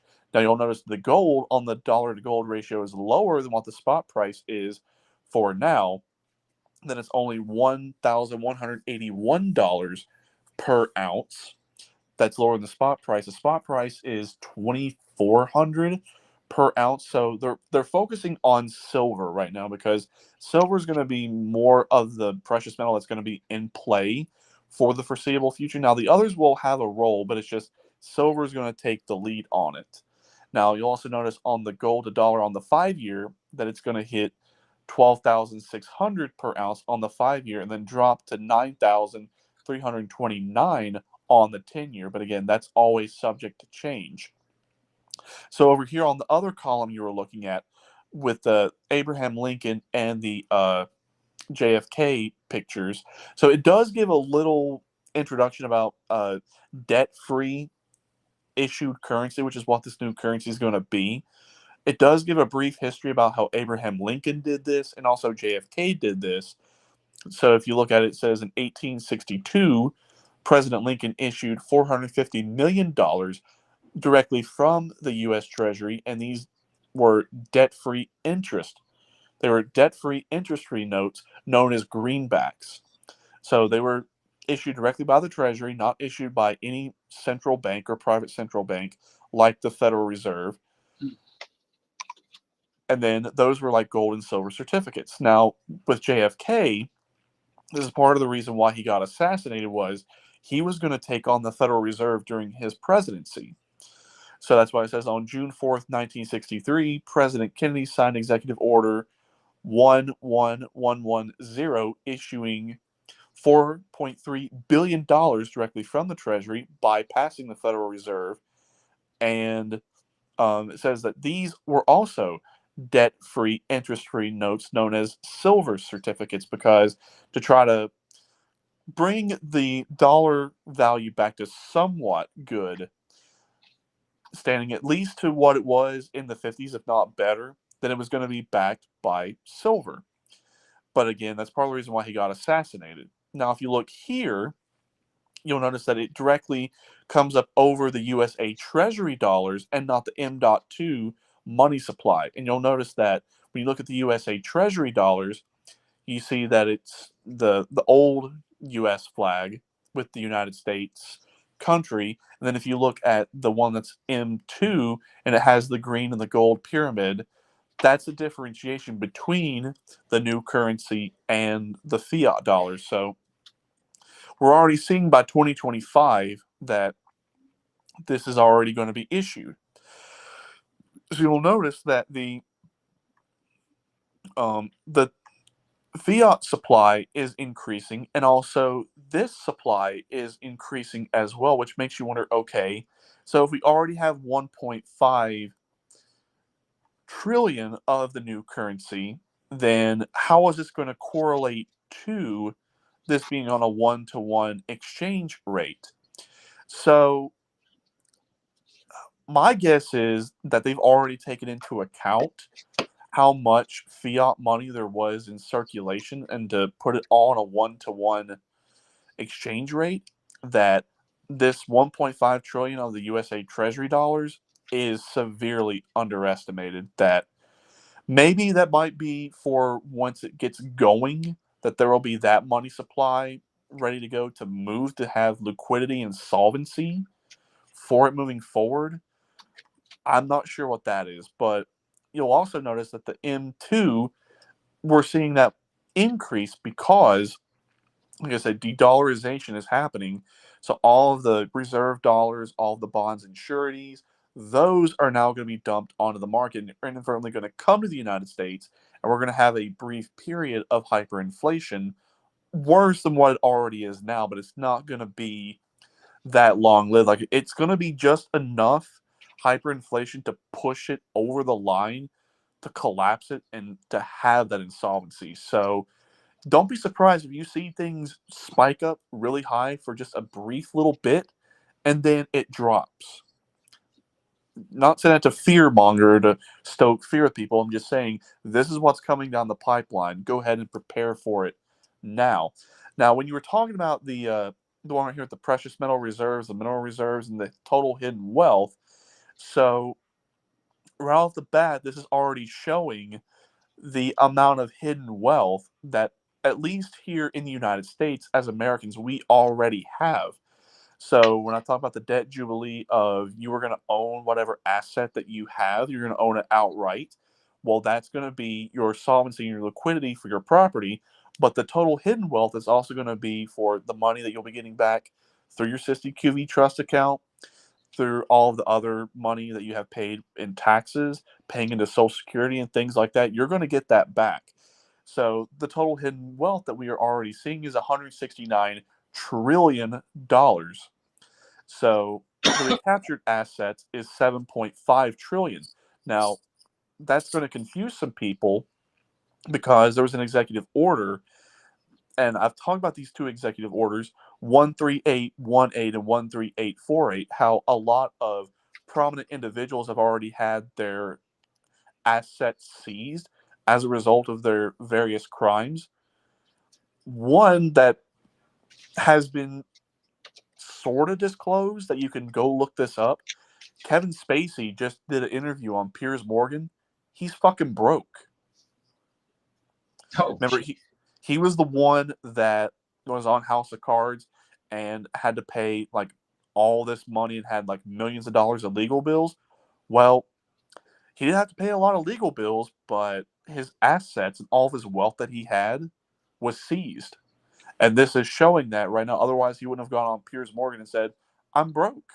Oh, you mean like when Nicolas Cage had that tax problem because his financial, he left everything up to his financial planner and he fucked up. Well, when I talk about the assets seized, I'm talking about just only in regards to those two executive orders. Now, since a lot of prominent politicians and a lot of individuals in Hollywood, they were involved in a lot of pedophilia and child trafficking and sex trafficking and various things like that, that's why all of their assets were seized. Now, people like the Rothschilds, the Rockefellers, those that were involved with the Bilderbergs, and then also the royal family, and then other individuals like that, yeah, they had all of their wealth and assets seized. Why do you think there was a news article a few years ago about how the Rothschilds were liquidating all of their assets? Well, because for one, they're broke, and two, all of their wealth was seized. The amount of wealth that was seized from the Rothschilds alone, for not just the stolen wealth that they stole from other people, but all their assets were seized. They Do had, what? They had it. They had money in the trillions. Yes. That's just how rich the Rothschilds themselves were worth. Yeah, so those two executive orders took it from them. That was that's what the Simpsons based what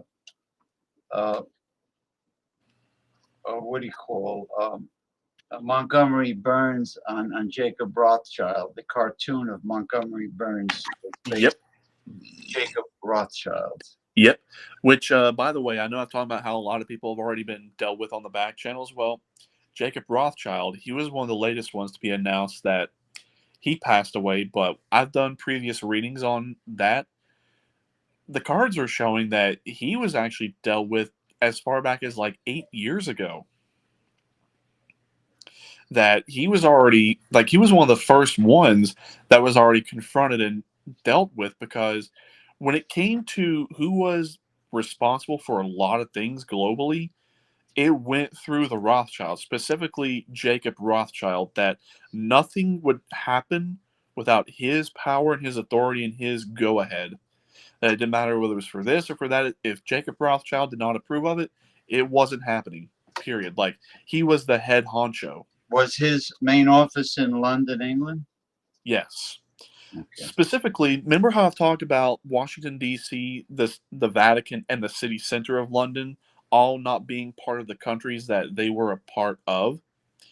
They were technically foreign entities on the lands. So the Vatican has never been a part of Italy. Washington, D.C., until 1871 was a part of the United States, but from 1871 until 2018, 2019, Washington, D.C. was a foreign entity on U.S. soil. District of Columbia, yeah.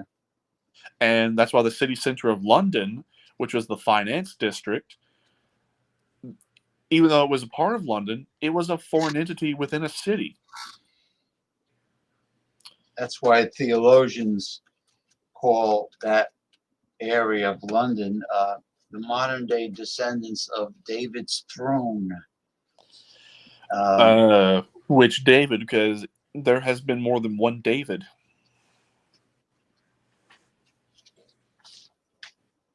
Yeah, Zion. So in other words, Zionism and the Rothschilds were no strangers to each other.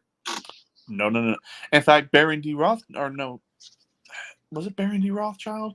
It was, I think it was Baron D. Rothschild, but he was addressed as Lord Rothschild, but he helped establish the state of Israel. You notice the caricature of the guy with the big hawk nose rubbing his hands together. You notice similarity, I mean, without the beard, of Jacob Rothschild and that cartoon.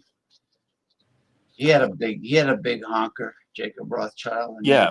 he was scrawny, and yeah, so he was instrumental in establishing state of Israel in, was it 1948? So the state of Israel started in 1948 with the Balfour Contract, but what established it was the Balfour Contract, but it was in the beginning stages in 1918. So it took 30 years to establish this state. However, you'll notice that Benjamin Netanyahu, he is not Jewish. He's not an Israelite. He is Khazarian Mafia. So we've talked about Khazaria before. So to a Westerner, it's a foreign history to us, but to those in Europe, specifically in Russia, they know all about Khazaria and know about the Khazarian Mafia because Khazaria was in Eastern Europe. Basically, it went from Estonia down into Ukraine, and then it also went down into Greece and a little bit of Turkey. That was Khazaria. And for many centuries, they were known as the Khazarian Mafia. That's where a lot of prominent individuals throughout history have come from. So when you see that hooked nose and they look like Slavic or Eastern European, they're Khazarian. So that's why Benjamin Netanyahu does not look Middle Eastern, because if he he's not. Because if he was an Israelite, he would look Middle Eastern. Exactly. He actually changed his name. He's Khazarian, but he has descendancy from Poland. So he's Western European. He's a Polish Jew by descent. I wouldn't necessarily say that, but he definitely changed his name to sound Jewish. But in reality, he's not. But again, the Balfour Contract, and people can fact check me and look this up, but the Balfour Contract expired on Halloween Day last year. Yeah. It expired October 31st, 2023 at the stroke of midnight. Yeah. And he's buddies with Jared Kushner. Exactly. So the contract that established Israel is gone. So technically the state of Israel right now cannot legally exist. So right now Israel is definitely on occupied land. They are now invaders, and that's why we are seeing things escalating in the Middle East, because it's time to expose all the stuff that has gone on in Israel, that even though, yeah, it may have been once holy land, but whenever you see exactly what will be disclosed in the future about what's happened in Israel and who all has been there and who all they have shielded and protected, not just with pedophilia, but those that were involved in war crimes and crimes against humanity, and how Ukraine and Taiwan were money laundering hubs and smuggling hubs, it all leads to Israel. Because what you'll also find is between all the different major cities throughout the world, below the surface, there's a tunnel system.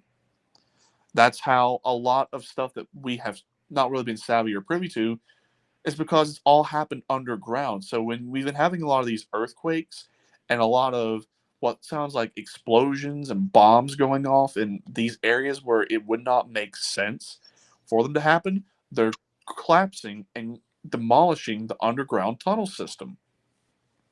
And a lot of Israel, or what we would consider Israel, a lot of it's not really above ground. It's all below the ground. Yeah. Well, before, when Israel, not, I mean Israel, when the land was part of the British Empire, it was Palestine. Exactly. And you I don't know if you saw the story in the news, but there was a situation where there were, I don't know if it was a construction crew, but they were they discovered secret tunnels under New York City, and they busted the walls, and all these frantic Hasidic Jews dressed in black were grabbing sacks of money that were hidden in these tunnels. In these tunnels, they were like going crazy, grabbing them and running. Hidden sacks of money. Yeah. Well, I just got to run the bathroom, so I'll be back here in just a moment. Okay. It's interesting. Oh, Michael Goldsmith Hilton. Yeah, the question you asked was a contradiction. Hey, Rods, do men act uptight and ass kiss who can't shut up or control their temper? Now, a man who has a temper is most likely an alpha male. An alpha male is not going to pander or kiss ass. So that's a contradictory. Why can't we just get a surplus back? Well, we had a surplus under Bill Clinton. You know, I mean, for a man that did that much good, the way the Republicans went after him for Monica Lewinsky, you know, by just, you know, having an extramarital affair and getting a blowjob from Monica Lewinsky and shooting his load on her blue dress. I mean, that was so trivial. That was irrelevant to the job of President of the United States. And I'm back. I heard you talking about Clinton. What about Clinton? No, it's in reference to Western Mike about why can't we get a surplus back? And I said, well, there was a surplus under Clinton until G.W. Bush put the war on the credit card. Right. Well, you know, I know a lot of people like to talk very nice about the Clintons, but whenever a lot of disclosures come out about them, you'll see that Bill and Hillary were not the people they were made out to be. Not even close. Now, Paula Jones had a huge nose.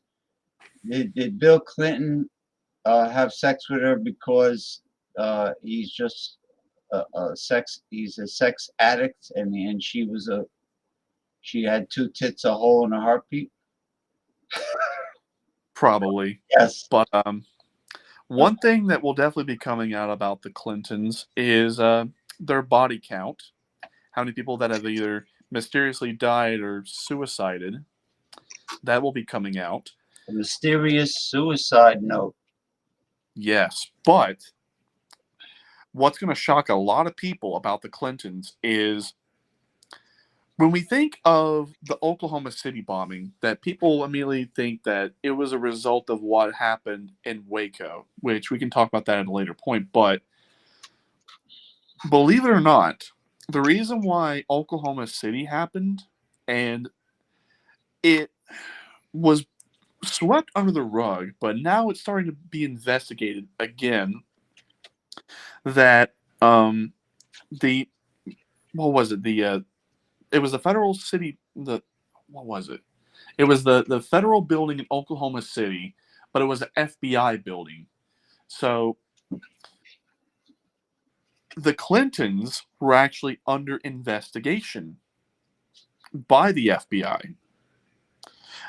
More specifically, they were under investigation for Whitewater, the Whitewater scandal, which was one of the more peculiar and interesting schemes that they ever did. But Hillary was under investigation and was this close to actually being arrested and facing criminal charges for the Whitewater scandal. But conveniently, we had the bombing in Oklahoma City, and all the evidence that was there disappeared. And the reason why we know that the evidence has now come out that Timothy McVeigh was not the one who did it, that actually there was multiple people who were involved, because there was news reports that did get buried, although they now have resurfaced, that there was more than one bomb or explosive that was prepared to go off in that building. And that only one bomb went off. And that they found 3 other bombs in the building that did not detonate, but they were very highly sophisticated, that they were built by an explosives expert. So they were prepared to absolutely level and demolish that building. So when the first one went off, it blew the whole front facing off of the building.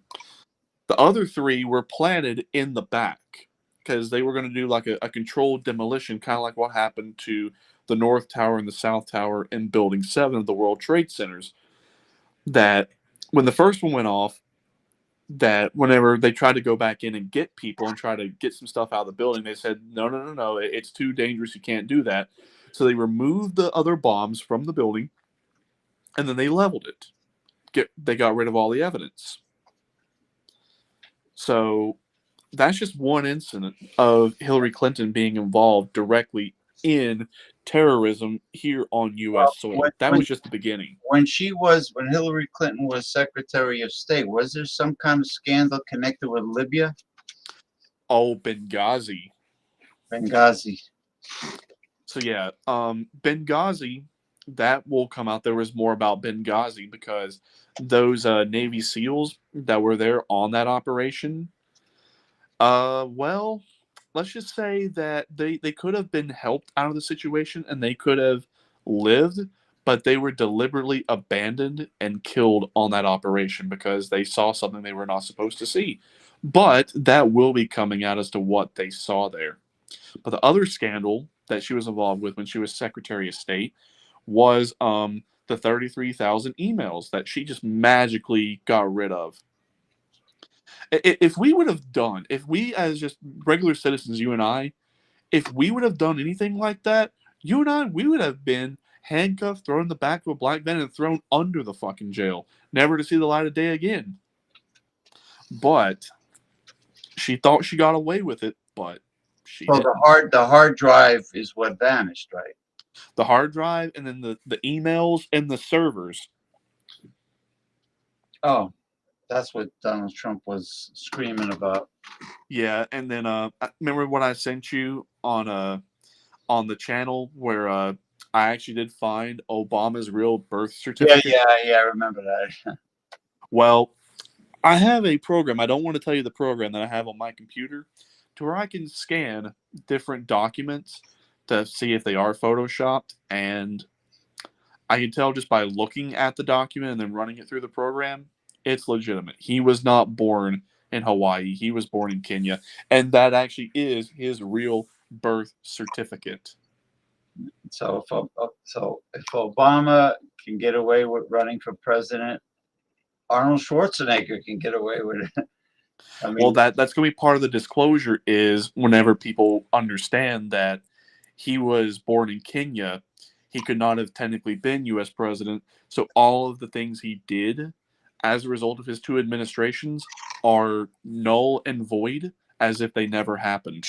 And when he went to Columbia University, he used another name, right? Yeah, Barry Soetoro. He was a foreign student. Interesting. So that's just what's coming out on the Clintons and the Obamas. Now, the Bidens, yeah, a lot of stuff will be coming out about the Bidens right now, which I've done some other polls on what the significance of the Hunter Biden indictment and actually being tried and convicted for these 3 felonies. It's going to tie in to more things that I was kind of confused at first. Like, there's way worse things on the Hunter Biden laptop that could absolutely bury him, but they're going to get him on these gun charges. It didn't make sense at first, but once I pulled some cards on and seen some of the things that have happened now afterwards, it makes a ton of sense as to why they did this, because, like I said, a precedent has now been set. So now, if they're going to go after Donald Trump, then it now opens up the door to where, at least publicly, they can go after the Obamas, the Bidens, the Clintons, the Bushes. Just throw a name, see where it lands. That they open Pandora's box. But I really don't get a lot of gut feelings about a lot of things, but I really just don't see all of this going the way that this is supposed to go. Like when I was telling you about that now all of the 34 felony charges that they're now questionable because some now leaked documents have come forward that there has been jury tampering. Wow. So anytime jury tampering comes up, that has to be investigated. So right now, as it sits, I'm not going to say he's guilty, but I'm not going to say he's innocent. But if he is guilty and the jury was tampered with, you could have got him dead to rights. You could have got him on anything. But if the jury was tampered with and they gave a verdict because they were bribed to, doesn't matter. Whole thing gets tossed.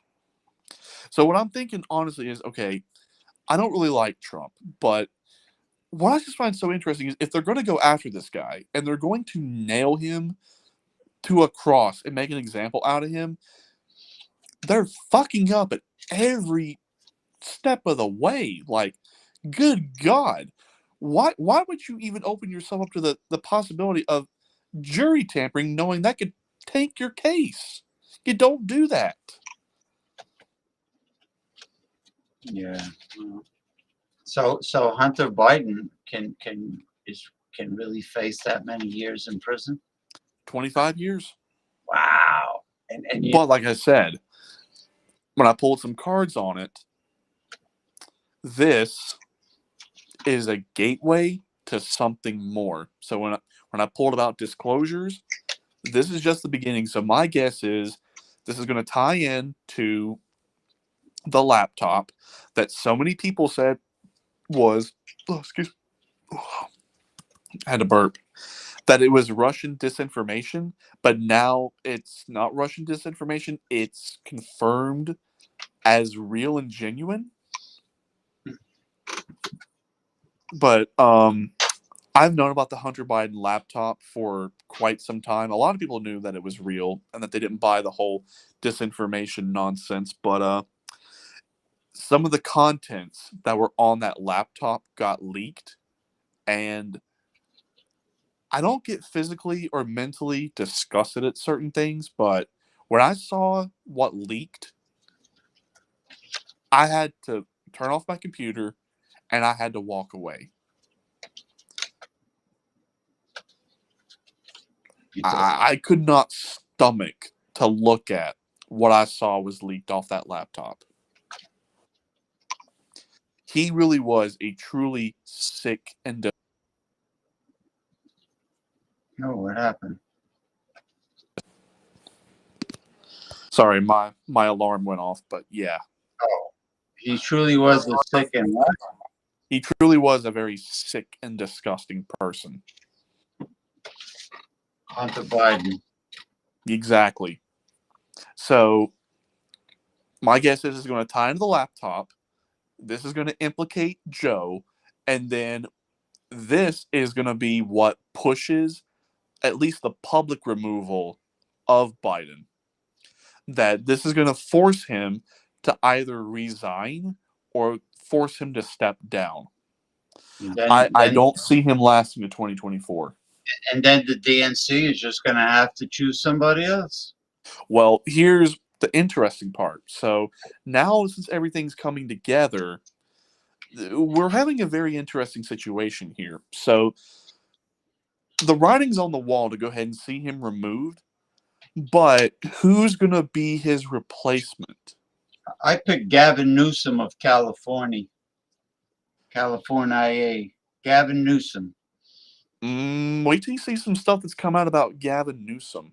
Brother Newsom. Nah, I don't want to see Republicans take total control. Wait till you see what comes out about all of them.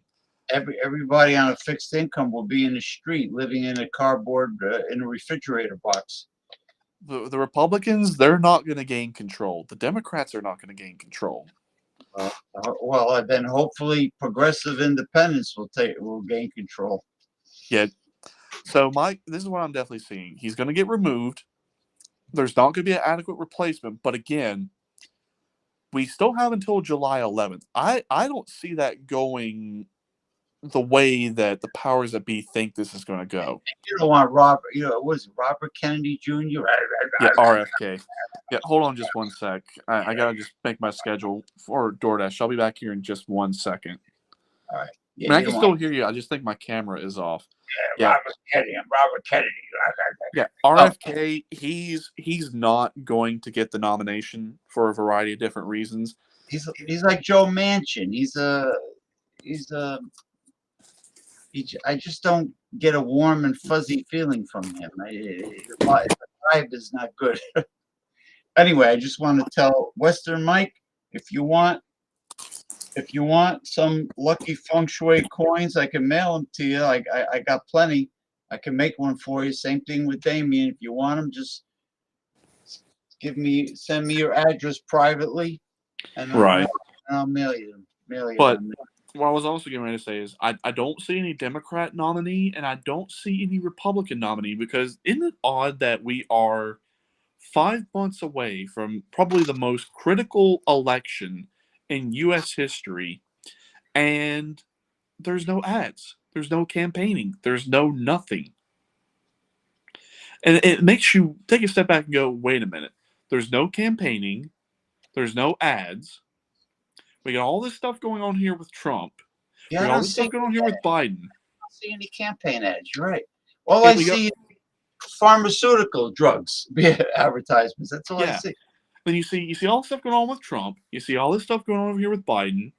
And then now all this stuff is coming out about the 2020 election, that now in all the swing states, all the evidence is out. They've done all the audits. They're now releasing all the information about how there was tons of mail-in ballots that did not match, how there were lots of duplicate ballots, deleted ballots, and how a lot of the ballot boxes were stuffed, and how a lot of ballot images are missing images. A lot of stuff is coming out, which makes me think that something is about to drop, and we're going to be in for a very rude awakening. That with all the evidence I presented, with him still being technically commander-in-chief of the armed forces, that there never was a transfer of power, how he technically has still been in charge this entire time, I see that coming. And that is just not going to set well with people. No. And I cannot wait. This is what I'll probably find the most funniest aspect is, okay, so they drop all this. They drop the truth bomb. There never was an election. It was overturned. It was already dealt with. That we've been under a continuity of government. He's been in charge this entire time.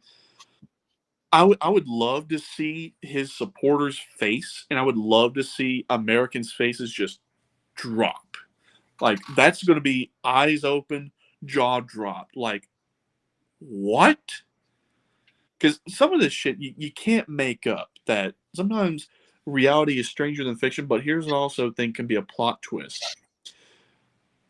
Remember how I was talking about why he was chosen, that they needed someone who knew about the corporate infrastructure and how to bankrupt and make a corporation insolvent? My guess is I wouldn't be surprised if they just use him as a useful idiot. That, yeah, they may have allowed him to do this certain thing, but then yet, when it's all said and done, he gets nailed for all this shit. I just noticed that. I like that demented cat on the wall. Oh, it's on the wall. It's one of our curtains, like a blackout curtain. Yeah, that's got the Cheshire cat, but it looks demented. It looks evil. Yeah. Yeah. That's been over there for I don't know how long. Oh, I didn't catch it. But anyway, yeah. So we're definitely living in very interesting times. And I'm kind of excited. I'm ready to see how all this unfolds and to see how all this ends. Yeah.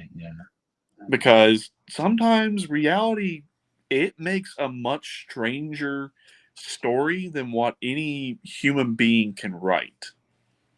Well, all these countries joining BRICS to me is very interesting, and and the and I'm really happy for Mexico because because other countries are following a similar pattern. El Salvador, Brazil, Ecuador, I think. With this type of democratic socialist government and getting rid of the corruption that has had a stronghold on Latin America for decades. Well, I'll look at all the different countries, but if they're going under BRICS and they're going under GESARA, it's not full-blown socialism, but it's not full-blown capitalism. It's like a very interesting third way that more or less transcends the whole capitalism versus socialism debate. The immigrants that are in the United States committing all kinds of crimes and everything. Did you know that Mexico offered them jobs when they crossed the border over into southern Mexico? They offered them employment, and they said, no, we want to go to the United States. Well, this is going to be one aspect of NESARA GESARA is, say you are in a nation illegally, like here in the United States, in order to get all of the benefits of it, you have to go back to your country of origin. Now, that's only if you're there illegally. Now, if you are in that country legally, whether you're there on a work visa or a student visa, or you gain citizenship or permanent resident status, then you don't have to leave the country in order to get the NESARA GESARA benefits. Yeah, well, I'm assuming, because I don't know how it works, in their country, they have to first make an appointment with the U.S. Embassy, correct? And sit down and be interviewed. And I think they ask financial questions. They try to find out what assets they have, if they have a job, if they have any education, what are their plans when they get to the United States, so on and so forth. They can do it through the embassy. They can also do it through Border Patrol and Customs. There's a variety of different ways you can legally immigrate to the United States. Is there somebody that's going to sponsor them? It depends. Generally there is a relative. It depends. It depends upon how they come here. So the easiest way to become a U.S. citizen as a foreigner is to come here on a student visa. That way you already have a visa, and then once you go through your education and you get a job and you're well established with that company, you can go ahead and get your permanent residency status. Or political asylum, right? If your country is in turmoil, chaos, and you flee, and they're aware of the hardships going on. Like I give an example, Burma, which is Myanmar, has horrible, brutal dictators running that country. A dictator. Huh? I said, oh yeah. And what also most people don't realize about Burma is, believe it or not, there's actually a whole other country within Burma. Really? It's a separationist state called the Shan, or the Shan. And it's in western Burma. I've seen that word Shan on a big sack of basmati rice. That's probably the separationist state of the Shan in Burma. So just a brief history lesson is there has been an internal civil war that has been going on in that country for decades. Well, they got tired of it, so they formed their own government and their own state in Western Burma. Now, is it considered a internationally recognized state? No. But within the country, it's very difficult to visit there because they're very isolationist. Kind of like what Japan went through between the 1600s and the 1800s during the Edo era.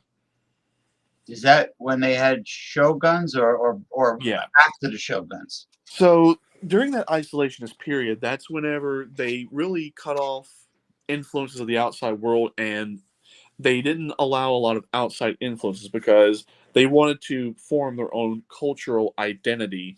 So that's why you saw a lot of progression in the arts and sciences and advances in culture during that era, because they didn't have a lot of influences, especially from China, from Russia, from Korea, even though Korea was a colony of China at the time, and they were for thousands of years.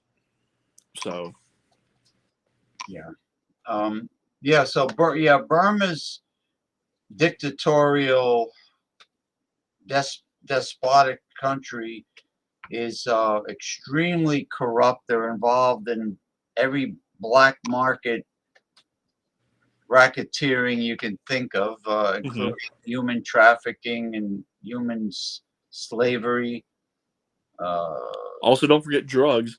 That's one of the more prominent heroin smuggling hubs in that part of the country, and also that part of the world, for that matter. Yeah. Well, you've seen movies about China back in the day when they had these opium dens where people. In other words, instead of a cigar parlor like people with hookahs and smoking cigars, you had opium establishments where people just hung out and smoked opium and got addicted, and it's a horrible addiction. Not as bad as heroin, but opium addiction can get pretty out of control. Well, it's from the poppy. Right. Heroin is made from opium, right? Opium comes from poppy flowers. Right. So opium is the unrefined base of opiates. So you have unrefined and refined. Well, for many years you could have just got it either refined or unrefined. You could have just went into some store and just bought it like you would anything. You can just buy it right over the counter. Just like the coca leaf is refined into cocaine. Well, yeah. Now, the opium that you see on the streets and the cocaine you see on the streets don't really bear a resemblance to what they originally were. Now, the coca leaves, they have unrefined cocaine in them, but it's technically pure in that it's a stimulant. So in a lot of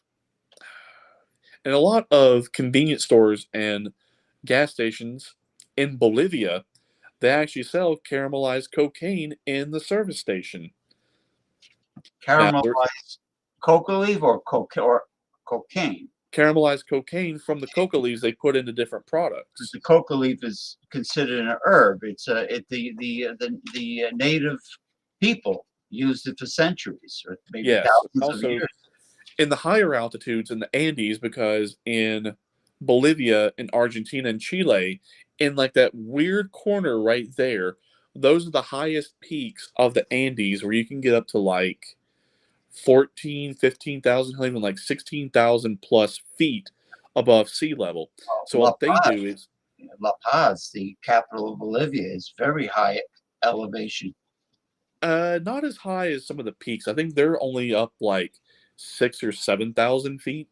I know soccer players from other nations have a problem adjusting to the thin air. Right. Playing in Bolivia. So that's why they have to chew on the cocoa leaves to ward off altitude sickness. It's because the air in those higher altitudes, it is thin. The atmosphere up there is much thinner than what it is down here on Earth.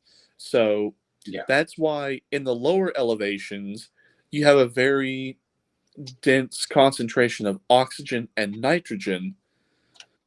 But in the higher altitudes, the atmosphere is more thinned out, so there's not as much nitrogen and oxygen in the air. So that's why you get altitude sickness. That's what, and they also drink a tea called yerba mate. Now, eventually you will get used to it, but to those of us, I mean, you live practically on sea level. I live like about 1,100 to 1,200 feet above sea level. Yeah, So you're more dehydrated than me. Yeah. So my oxygen and nitrogen levels are going to be a little thinner than what you got down there on sea level, but not as much. You're in you're outside of the Appalachians. You're Right. Now in the valleys are about 1,000 to 1,500 feet above sea level. Now in the lower part of the mountains, they're about 2,000 to 2,500. Now the mountains themselves go anywhere from about 3,000 to about 6,700 feet. That's if you start going into the ranges and you start going on the tops, like the highest peaks of it. The highest point in the whole Appalachian Mountains in this part is it's in the 6,000s, and it's over in North Carolina, because in North Carolina, in western North Carolina, northwestern North Carolina specifically, that whole range is the highest elevations. That's why they're called the Highlands. Because if you were to look at those mountains, and you can see them, like if you start going on I-26, like you start going towards Johnson City, and you go into the small towns of Irwin and Unicoi, like you're going to Asheville, you quickly see how high up those mountains get. and I bet your ears start popping like crazy. When you get above, I want to say, my ears pop at about 3,200. That's when I know I'm above 3,200, because my ears start to pop. And when they start to pop, it feels like you get fluid in your ear.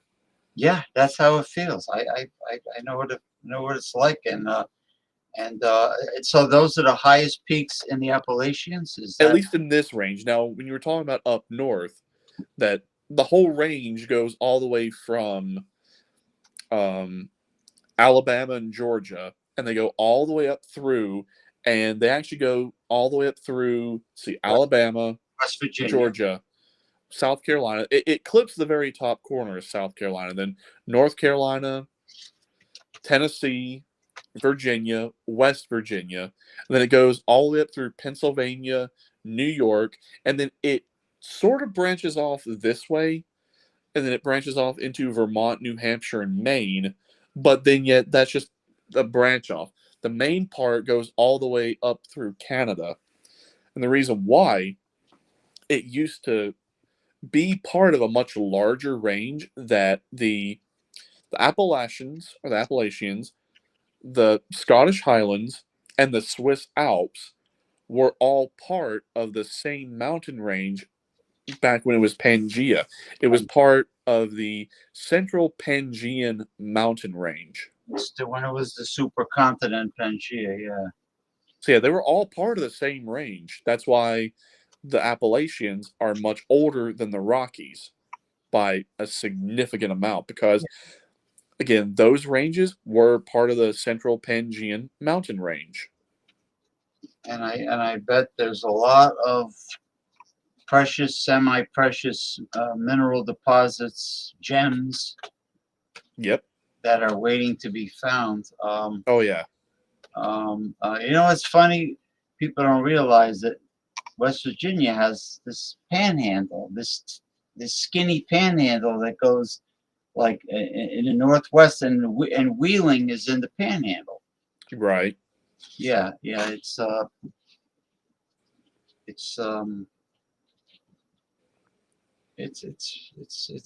odd. You know what's more odd? It's Georgia. I never seen so many counties in my life. It looks like a jigsaw puzzle. Well, Tennessee has a lot of counties. Tennessee has 95. 95 counties? Yep. Wow. I mean, I looked at the map showing the counties in Georgia, and it's just like a jigsaw puzzle. So Tennessee has 95. 95 counties. North Carolina also has, I think they have 94 or 95. Interesting. Because you got to remember, I think the state with the most counties is Texas. Really? Yeah, because you look at the map of Texas and you see all the different counties in central and northern Texas, they're pretty squared off. Like they're pretty nice, even and well rounded. Now when you start getting in south central and southern Texas, that's when things start to get a little iffy. Especially when you get in the RGV, the Rio Grande Valley, from basically El Paso down to Brownsville. Those counties, they have a very weird shape because Texas was part of Mexico, but when they were the Republic of Texas, the boundary on the Rio Grande Valley was always in dispute. Always. Yeah. Well, West Texas is probably they probably have like a lot of tumbleweeds blowing around. It's like it's the desert, like New Mexico, because it's on Right. the border. You know, when you're talking about that panhandle. Well, I'm thinking. No, it's not a. Well, there's the panhandle. That's Waco, Midland, Amarillo. That's one panhandle. Then El Paso is in another type of panhandle. Right. By the river. But I don't know if there's much of a river left of the Rio Grande when it gets to El Paso. But uh, I knew a girl from Texas that said, "You want the most boring drive in your life? Just drive through Texas and you see the same damn thing over and over Yep. and over." But they do. There are mountain ranges in Texas, and then there's East Texas, where there's a town or city called Tyler, and Yep. And it's more forested, I think. So those mountains you were talking about. So if you look at the country of Mexico, that the central part is a plateau, and then you have the coast on both sides. Well, that mountain range goes all the way up through Mexico, and then it forms into the Rockies. So that particular province that's right there on the Texas-Mexico border, I think is called Sonora, the Sonoran Desert. Well, Sonora is northern, is northwestern Mexico, going into um, uh, uh, one section of Arizona, um, southern Arizona, up until central Arizona. Then it goes into southeastern California and Baja.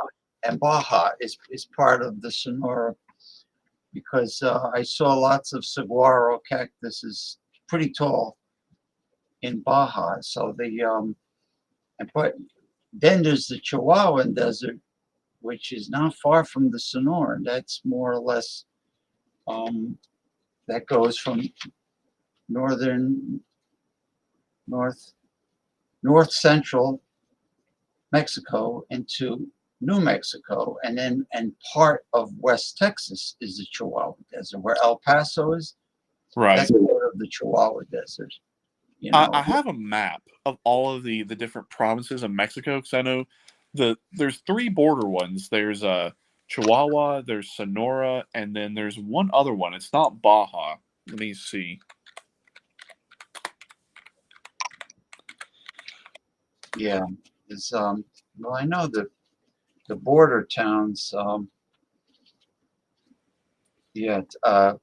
Mexicali. Well, that's northern Baja. Mexicali, Tecate, Tijuana, and then you go over to Arizona's Nogales, is a border town, and then of course the infamous Juarez. Right. Actually, I told you wrong. There's actually 6 provinces that border the United States. So that much, huh? there's Baja California, Sonora, Chihuahua, Nuevo Leon, which looks like it's in the Rio Grande Valley. I don't know how to say that one. That one's basically right there by Brownsville. And then the one that's between Chihuahua and Nuevo Leon, I don't know how to say that one either. I don't know Spanish. So I would completely butcher on how to say that. Well, How is it spelled? It is spelled Coahuila. It sounds like an Aztec word. Coahuila. Yeah, it sounds like an Indian word. It's not in Spanish. It sounds like a Mayan or an Aztec word. Coah. Yeah, Coah, and then Uila.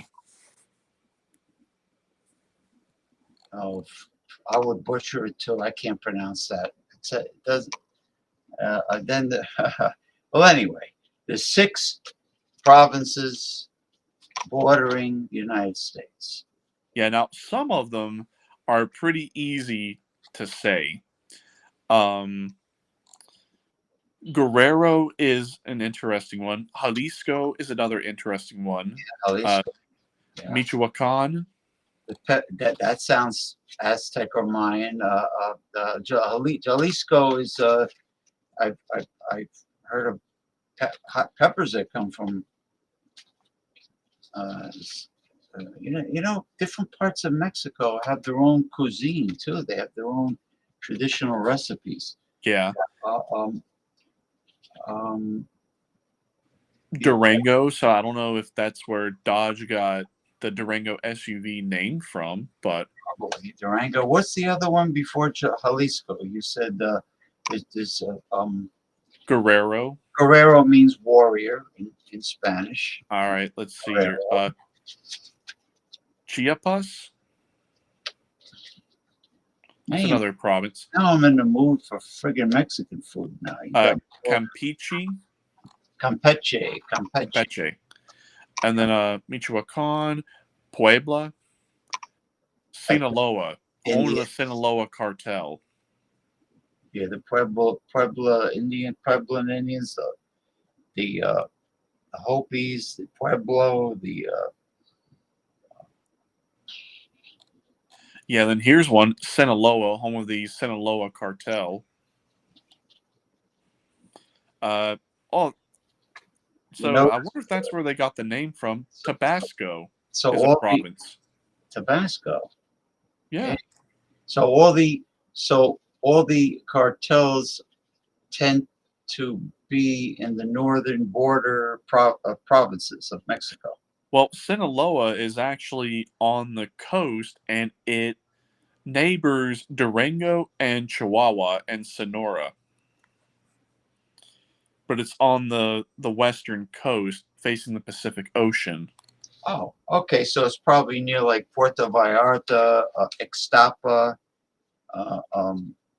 those Pacific Ocean coastal towns. Right. And then Veracruz, that's on the eastern side. Is Monterrey is on the Gulf on the eastern side. Yeah. Monterrey, Mexico. So let's see how many provinces there are in Mexico. There's 1, 2, 3, 4, 5, 6, 7, 8, 9, 10, 11, 12, 13, 14, 15, 16, 17, 18, 19, 20, 21, 22, 23, 25, 26, 32. 32 provinces total? Yeah, that's it. Yep, 32.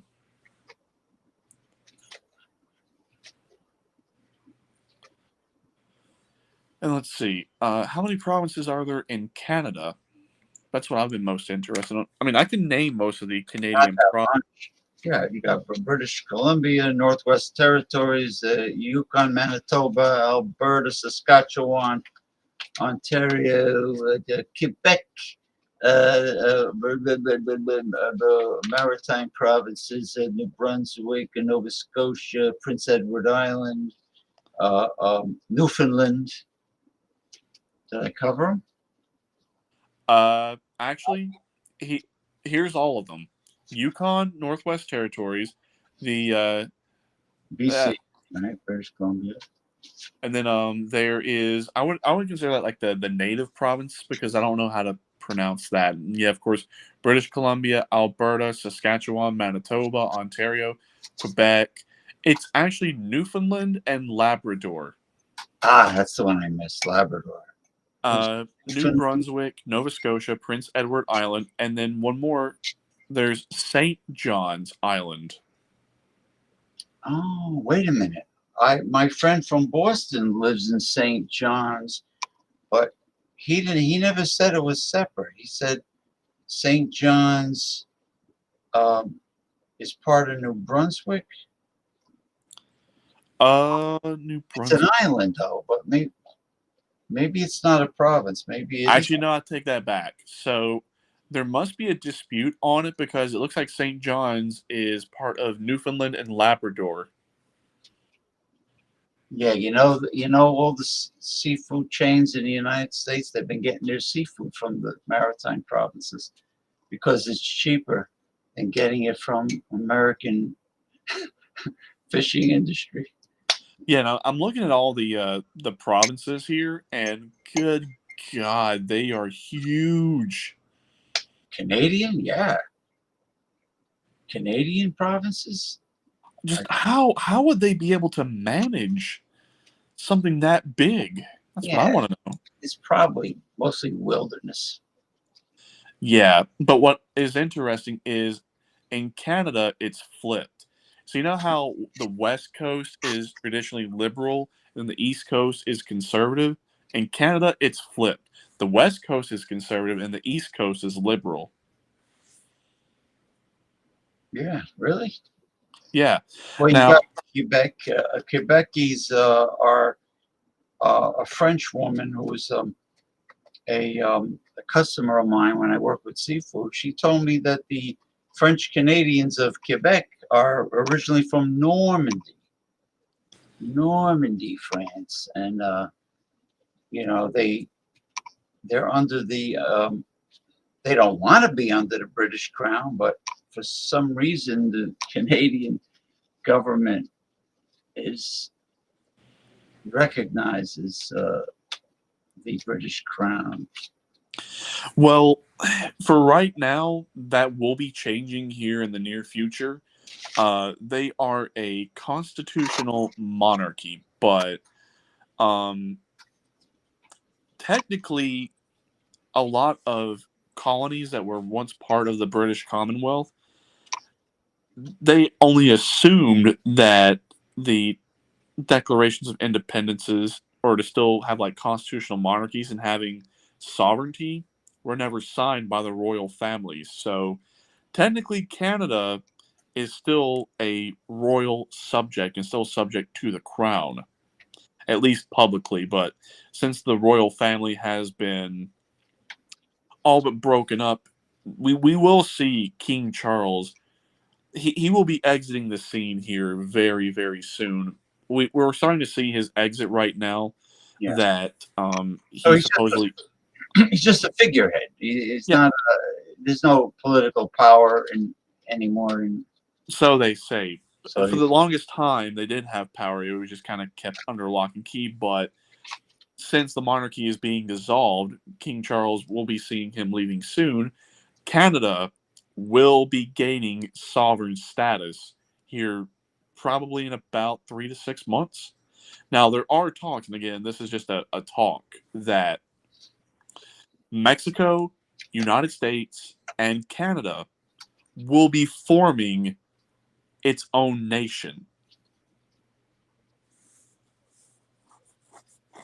I've not really heard a whole lot about that, but apparently it'll be like a North American Union that they'll still remain sovereign countries, but it will be like an umbrella federal republic to where it will be like all incorporated into the United States, and it will have like the United States Constitution, but there will be like extensions of the United States to where you could travel to Canada and Mexico without a passport because it would still technically be a part of the United States, but still technically its own government, so to speak. it's funny you say that because any of the times I went to Cancun, Mexico on vacation, nobody asked to look at my passport. Nobody. Well, they're much more laid back about it down in Mexico, but again, that'll be changing here very, very, very soon. But the only really big difference between Canadians and Americans is only one thing. So we both still come from British heritage, but there's only one thing that separates us. So after we won the War of Independence in the 1700s, all of the loyalists that still remained loyal to the crown all went to Canada. That's the whole reason why Canada exists, because all the British loyalists just went north. That's it. That's the difference. And the British colonies were every part of Canada except Quebec. Yeah, so that's why I say if Canada was to become a part of the United States, but like still remain in like its own separate country, that really would not be too far out of the question, and probably that might be good for both of us, to be honest. I was in Montreal. I liked it. They were nice to me. They were not shitty to me. They were nice to me. But my Colombian girlfriend, they were not nice to her. I guess I looked French to them or something, or you know. Yeah, they were. She walked into the hotel and they said, "No vacancy. We have no vacancy." And then I walked in later on and they rolled out the red carpet. But it was interesting. You know, there were these really cute young blonde-haired girls squeegeeing windows at the traffic light. Right. It's compared to the squeegee people in my area. At that time, there were squeegee people. At that time, Right. but they were like college girls, you know.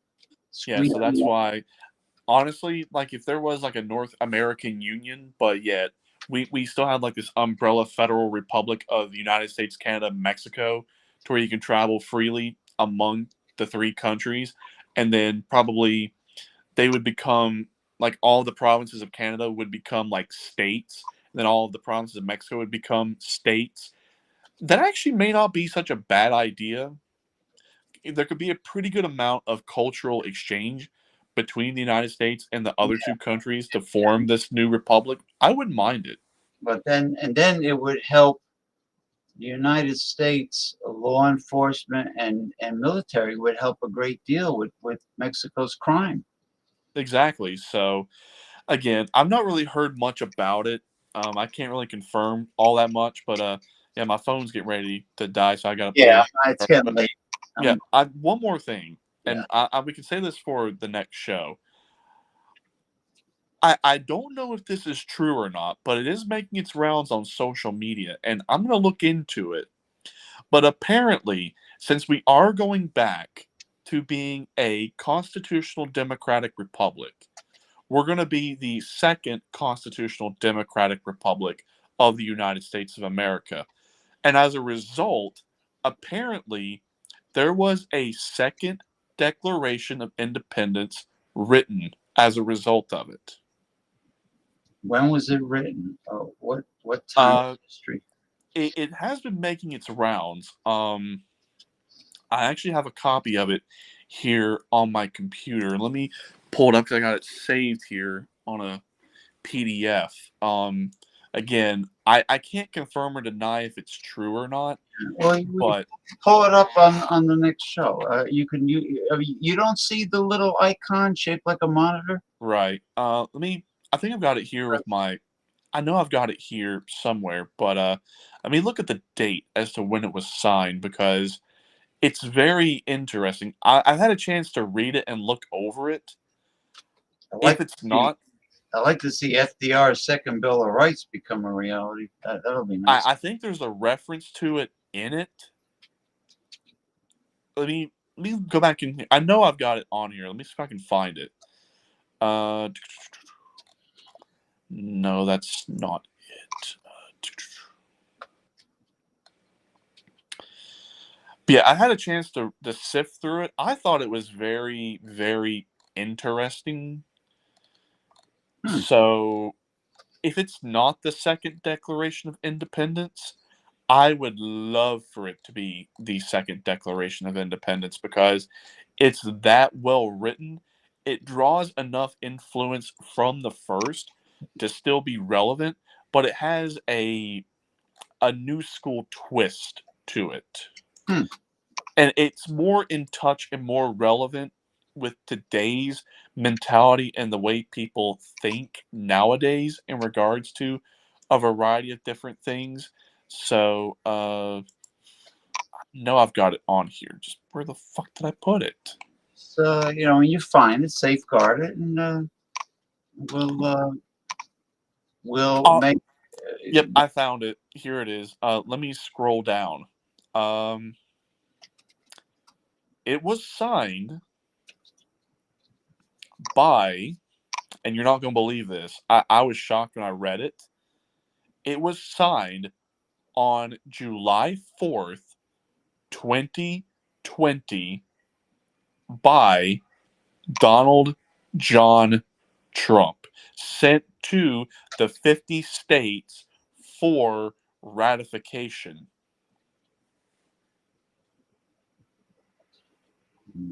Sounds really, that's strange. Well, when I read through it, it makes a lot of references to the United States Corporation, the Act of 1871, the Organic Act of 1878, and also references the Federal Reserve, its establishment in 1913. Now, I don't know if that actually really was signed by Donald John Trump on July 4th, 2020, but it does say that it was sent to the 50 states for ratification. So I don't know if he wrote it himself or if someone wrote it and then he signed it. That could have been it. But which I find very interesting is, yeah, we can do a reading of it on the next show. And I could try to find where I found it online. But again, you might be able to find it. It is making its rounds on social media. So, or do I actually have I think I may actually have a video link here somewhere where someone actually reads it and you have a PDF version in the description below. Maybe did you check it with your program for authenticity? Well, since it's making its rounds on social media, it's not in like an official document format. That it doesn't look like it was actually signed on any official paperwork. That's why it's like I'm a little skeptical. I can't really verify its authenticity. So it might be real, it might be fake, but if it is fake, I would love for it to be the second declaration because I can tell you Donald Trump would not have written this. He would not have wrote this himself. Now, would he put his name on it? It's positive. Probably. Everything in it is positive. Right. So whether Donald Trump be involved or not, it still would be great to become reality. Right. Because it does also make references to stuff that's more relevant today, like orientation, class, and different things like that. Something that was not in the original Declaration of Independence. Yeah, well, you know, the founding fathers were the elitists at the time, and you know, there were rich white landowners that had slaves, and they were the only ones that called the shots. You know, and they were I guess at that time. I'm not going to say oligarch because actually the British Crown was the oligarch at that time. Right. But I also found as I was scrolling through my stuff here, my proposed constitutional amendments that I wrote a couple years ago, and I forgot where I put them, but hell, I found them.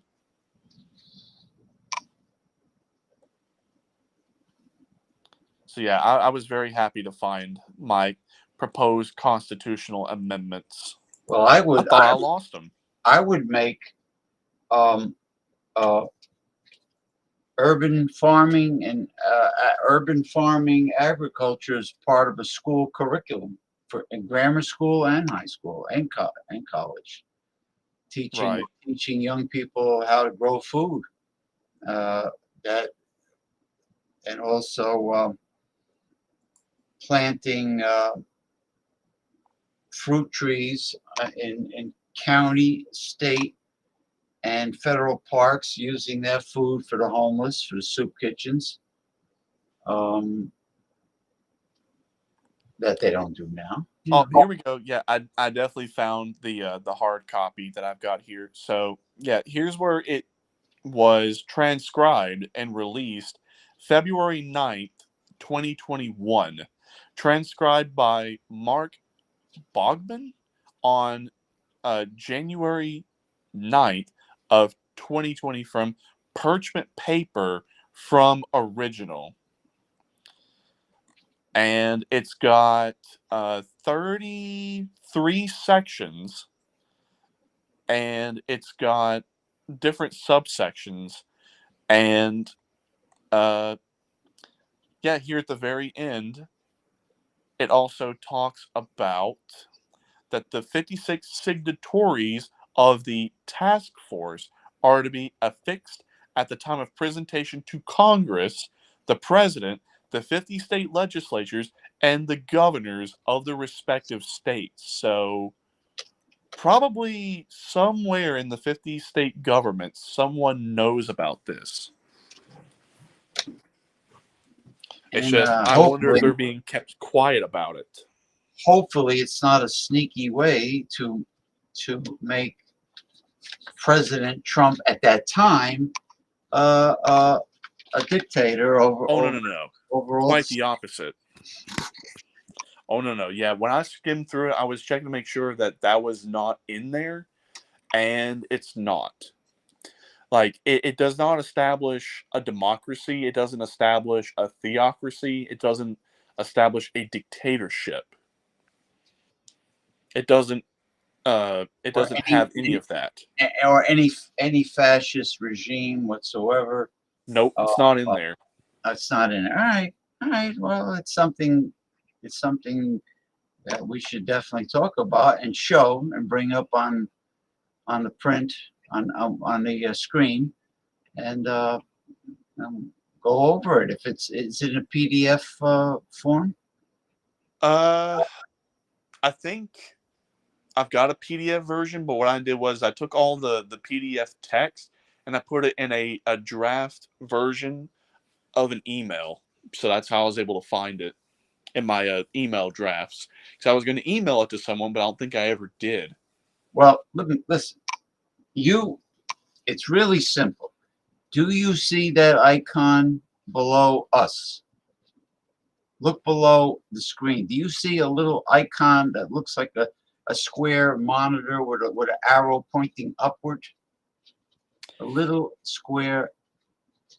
It's square with an arrow in the middle of it. Okay, let's see what it does here. Okay, so put your cursor over every icon that you see, and the one that you need is called share screen.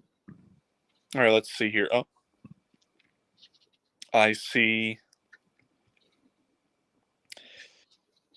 chat, private chat, and then I can see myself with my mic. Oh, wait a minute, you're on the phone. Yeah, I'm on my phone. Oh, that's why you see. Okay, I'm sorry. I'm on a desktop, so you're on the phone. Oh. Right. But there should. You know what? When I'm on the phone, I can't find the icon to share screen either. So but I see it on the desktop version. It must not exist on the mobile. Yeah. You know what? Don't worry about it. Just, I don't know. Send it to me on Messenger and I'll. Yeah.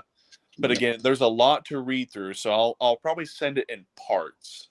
So that way it's not just in like one big ass long message. Because like I said, there's 33 parts and then a subsection Like it's got A, B, C, D, and F subsections on top of the 33 parts. So like it's much longer than the original Declaration of Independence.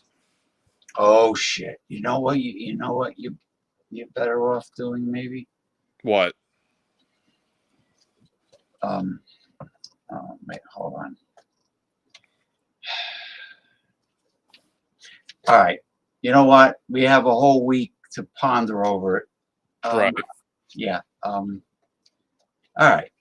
Sounds like quite a task if it's that big.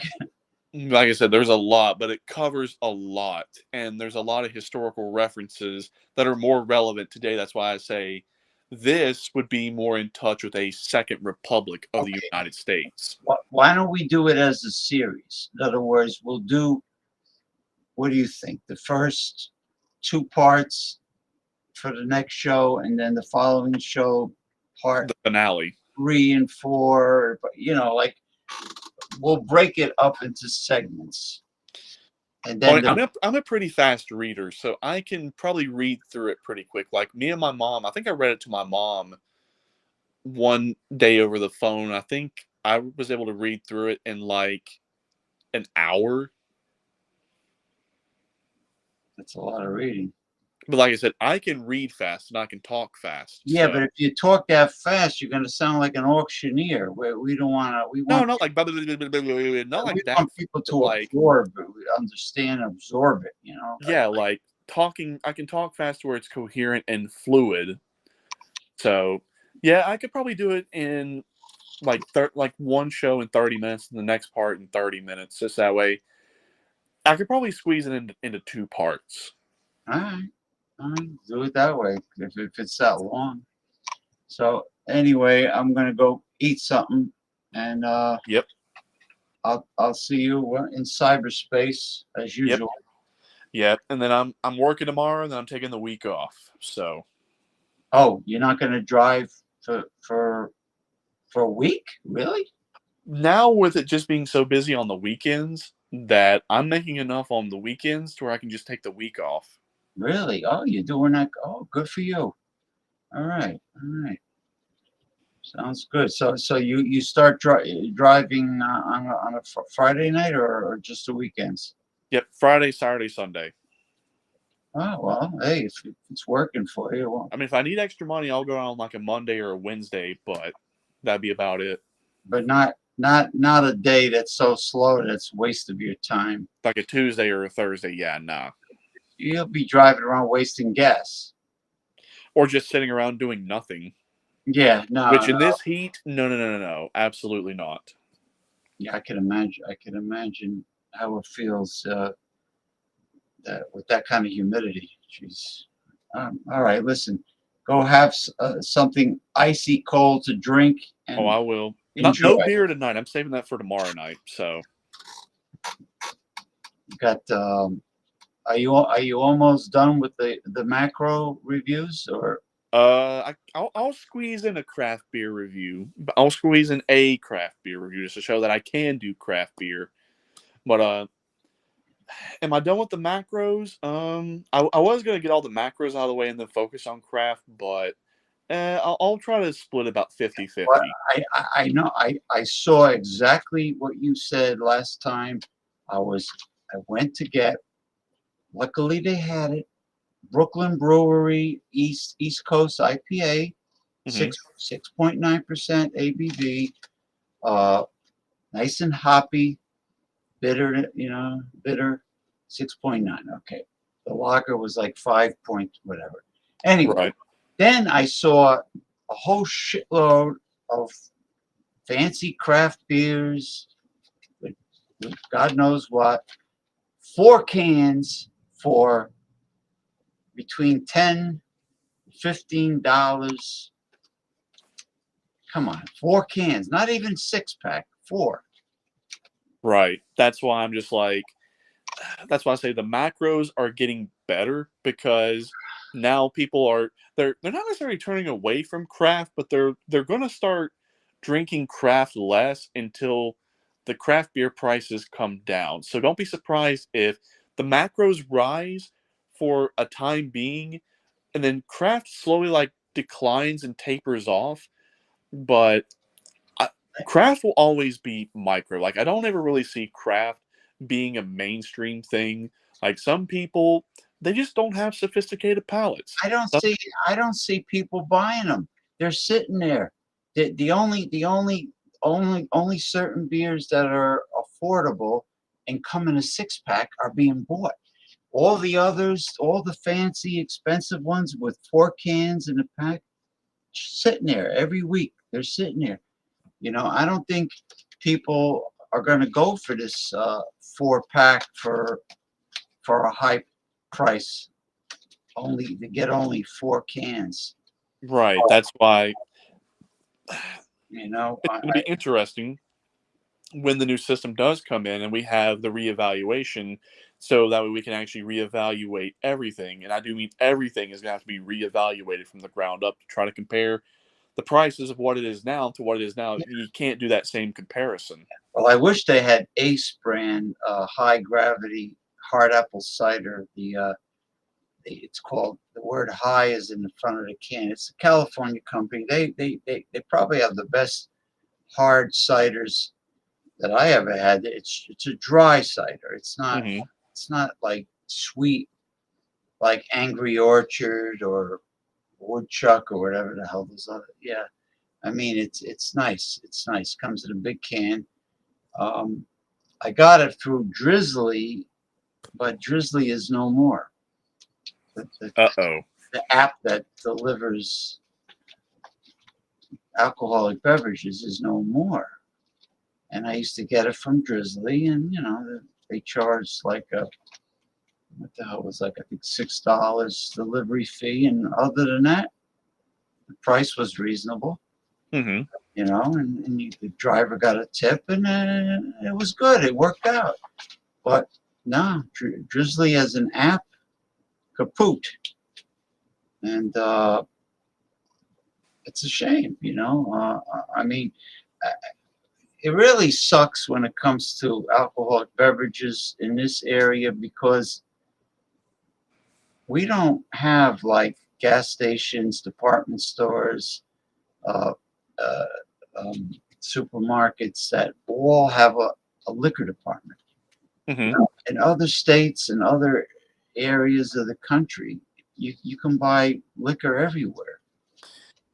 I think that's actually going to be changed here in Tennessee to where you can buy beer, wine, and liquor all in the same place, because it's always been a monopoly for the ABC stores or the liquor stores to only just sell liquor, but they can all be taxed and regulated the same way. Now, when I was giving you the brief history lesson about malt liquor, how it's just a made-up term, well, I found proof that that statute no longer exists on the federal level.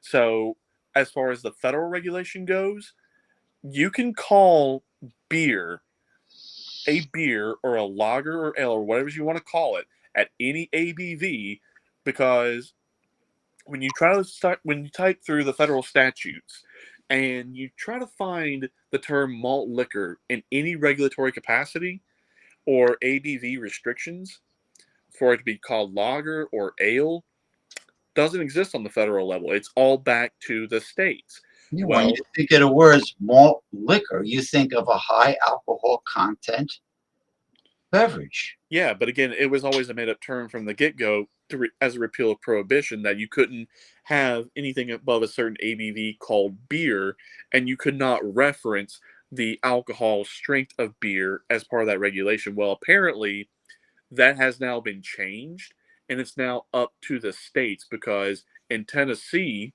as far as beer is concerned, beer is only sold in 2 categories. Regular beer is 10% and below. Really?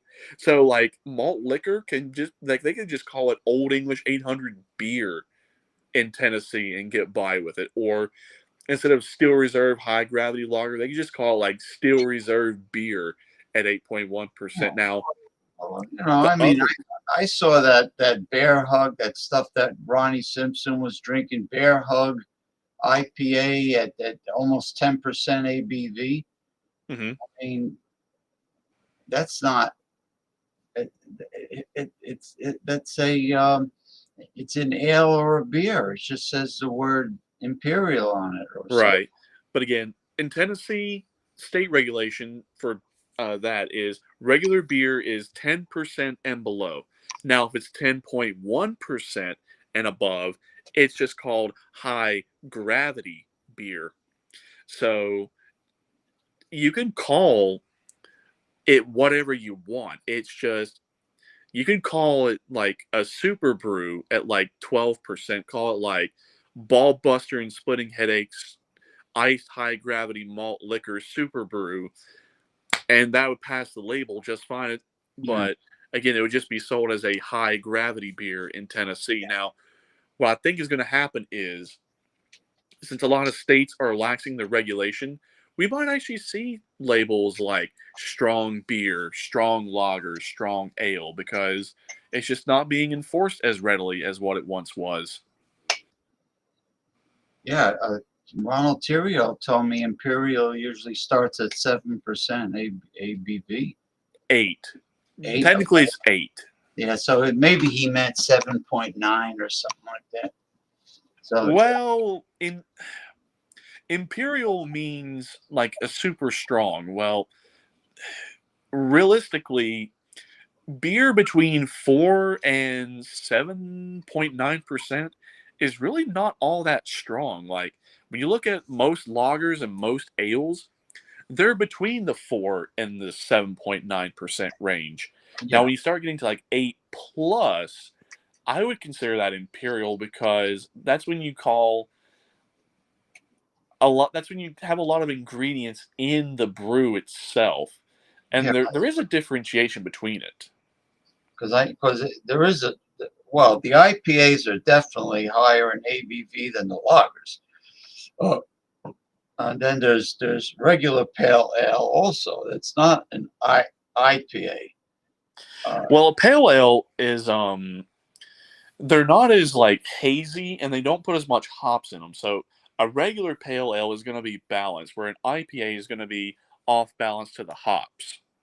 It's going to be a hop forward. The IBU is going to be significantly higher than a lager or a pale ale. Yeah, so a regular pale ale like the Sierra Nevada pale ale, which is the tried and true classic of all the pale ales, it's 5.6% ABV, but the IBUs are only like 30. Huh. But again, 30 IBUs for a 5.6% beer, that's actually going to be pretty balanced. You're going to get a nice malt flavor, a nice yeast flavor, and a nice hop flavor. So it's going to be pretty well balanced, honestly. Yeah, just like the tastes I got from the lagers. A good lager, it's balanced, except for the Marzen. Except for when I got the Founders brand Oktoberfest Marzen, it was sweet. It was, more malt prominent. Oh, I see. So malty. Yeah, last thing, and then we can probably just go ahead and hop off for the night. So the reason why Euro style lagers at the same ABV as what we would consider a malt liquor here in America, where they don't use adjuncts and stick to the Reinheitsgebot German purity law, where there are no adjuncts to soften the malt, that's why the higher ABV brews that are all malt are going to be much sweeter and much more malt forward, and sometimes they can even have like a malt burn or a barley burn. It's not the same as a high ABV burn. It's a completely different burn. It's like it's sweet, and it's almost like, how can I describe it? It's like it's not like the high ABV stuff. It's not like a pink bubble gum or some like really weird sugary sweetness, or just like a straightforward burn. It's, if you were to like chew on barley that has been dark roasted and you get like that charred, burnt, bitter taste, that's kind of like the barley burn you get in the all malt higher ABV brews. Now, the way to balance that is ales are much more forgiving and can hide the ABV much better. Now with a lager, lagers do not hide alcohol that well. That's just not their characteristic. That's why you got to really be careful whenever you have a lager that's high in ABV, to where you want to balance the malt, the grains, the hops, and the yeast, and the alcohol. So if you have like that Still Reserve that's 8.1, yeah, it's strong and it's got a lot to it, but it's balanced, and they have brewed out the high ABV characteristic. Like, it's there, but you get a smooth burn to remind you to, yeah, it's a lot, but don't chug it. Yeah, you chug a Still Reserve, you'll get fucked up. No lie, you will, and you will feel terrible later. Yeah. All right, Chief. I'll talk to you. Thanks everybody for So y'all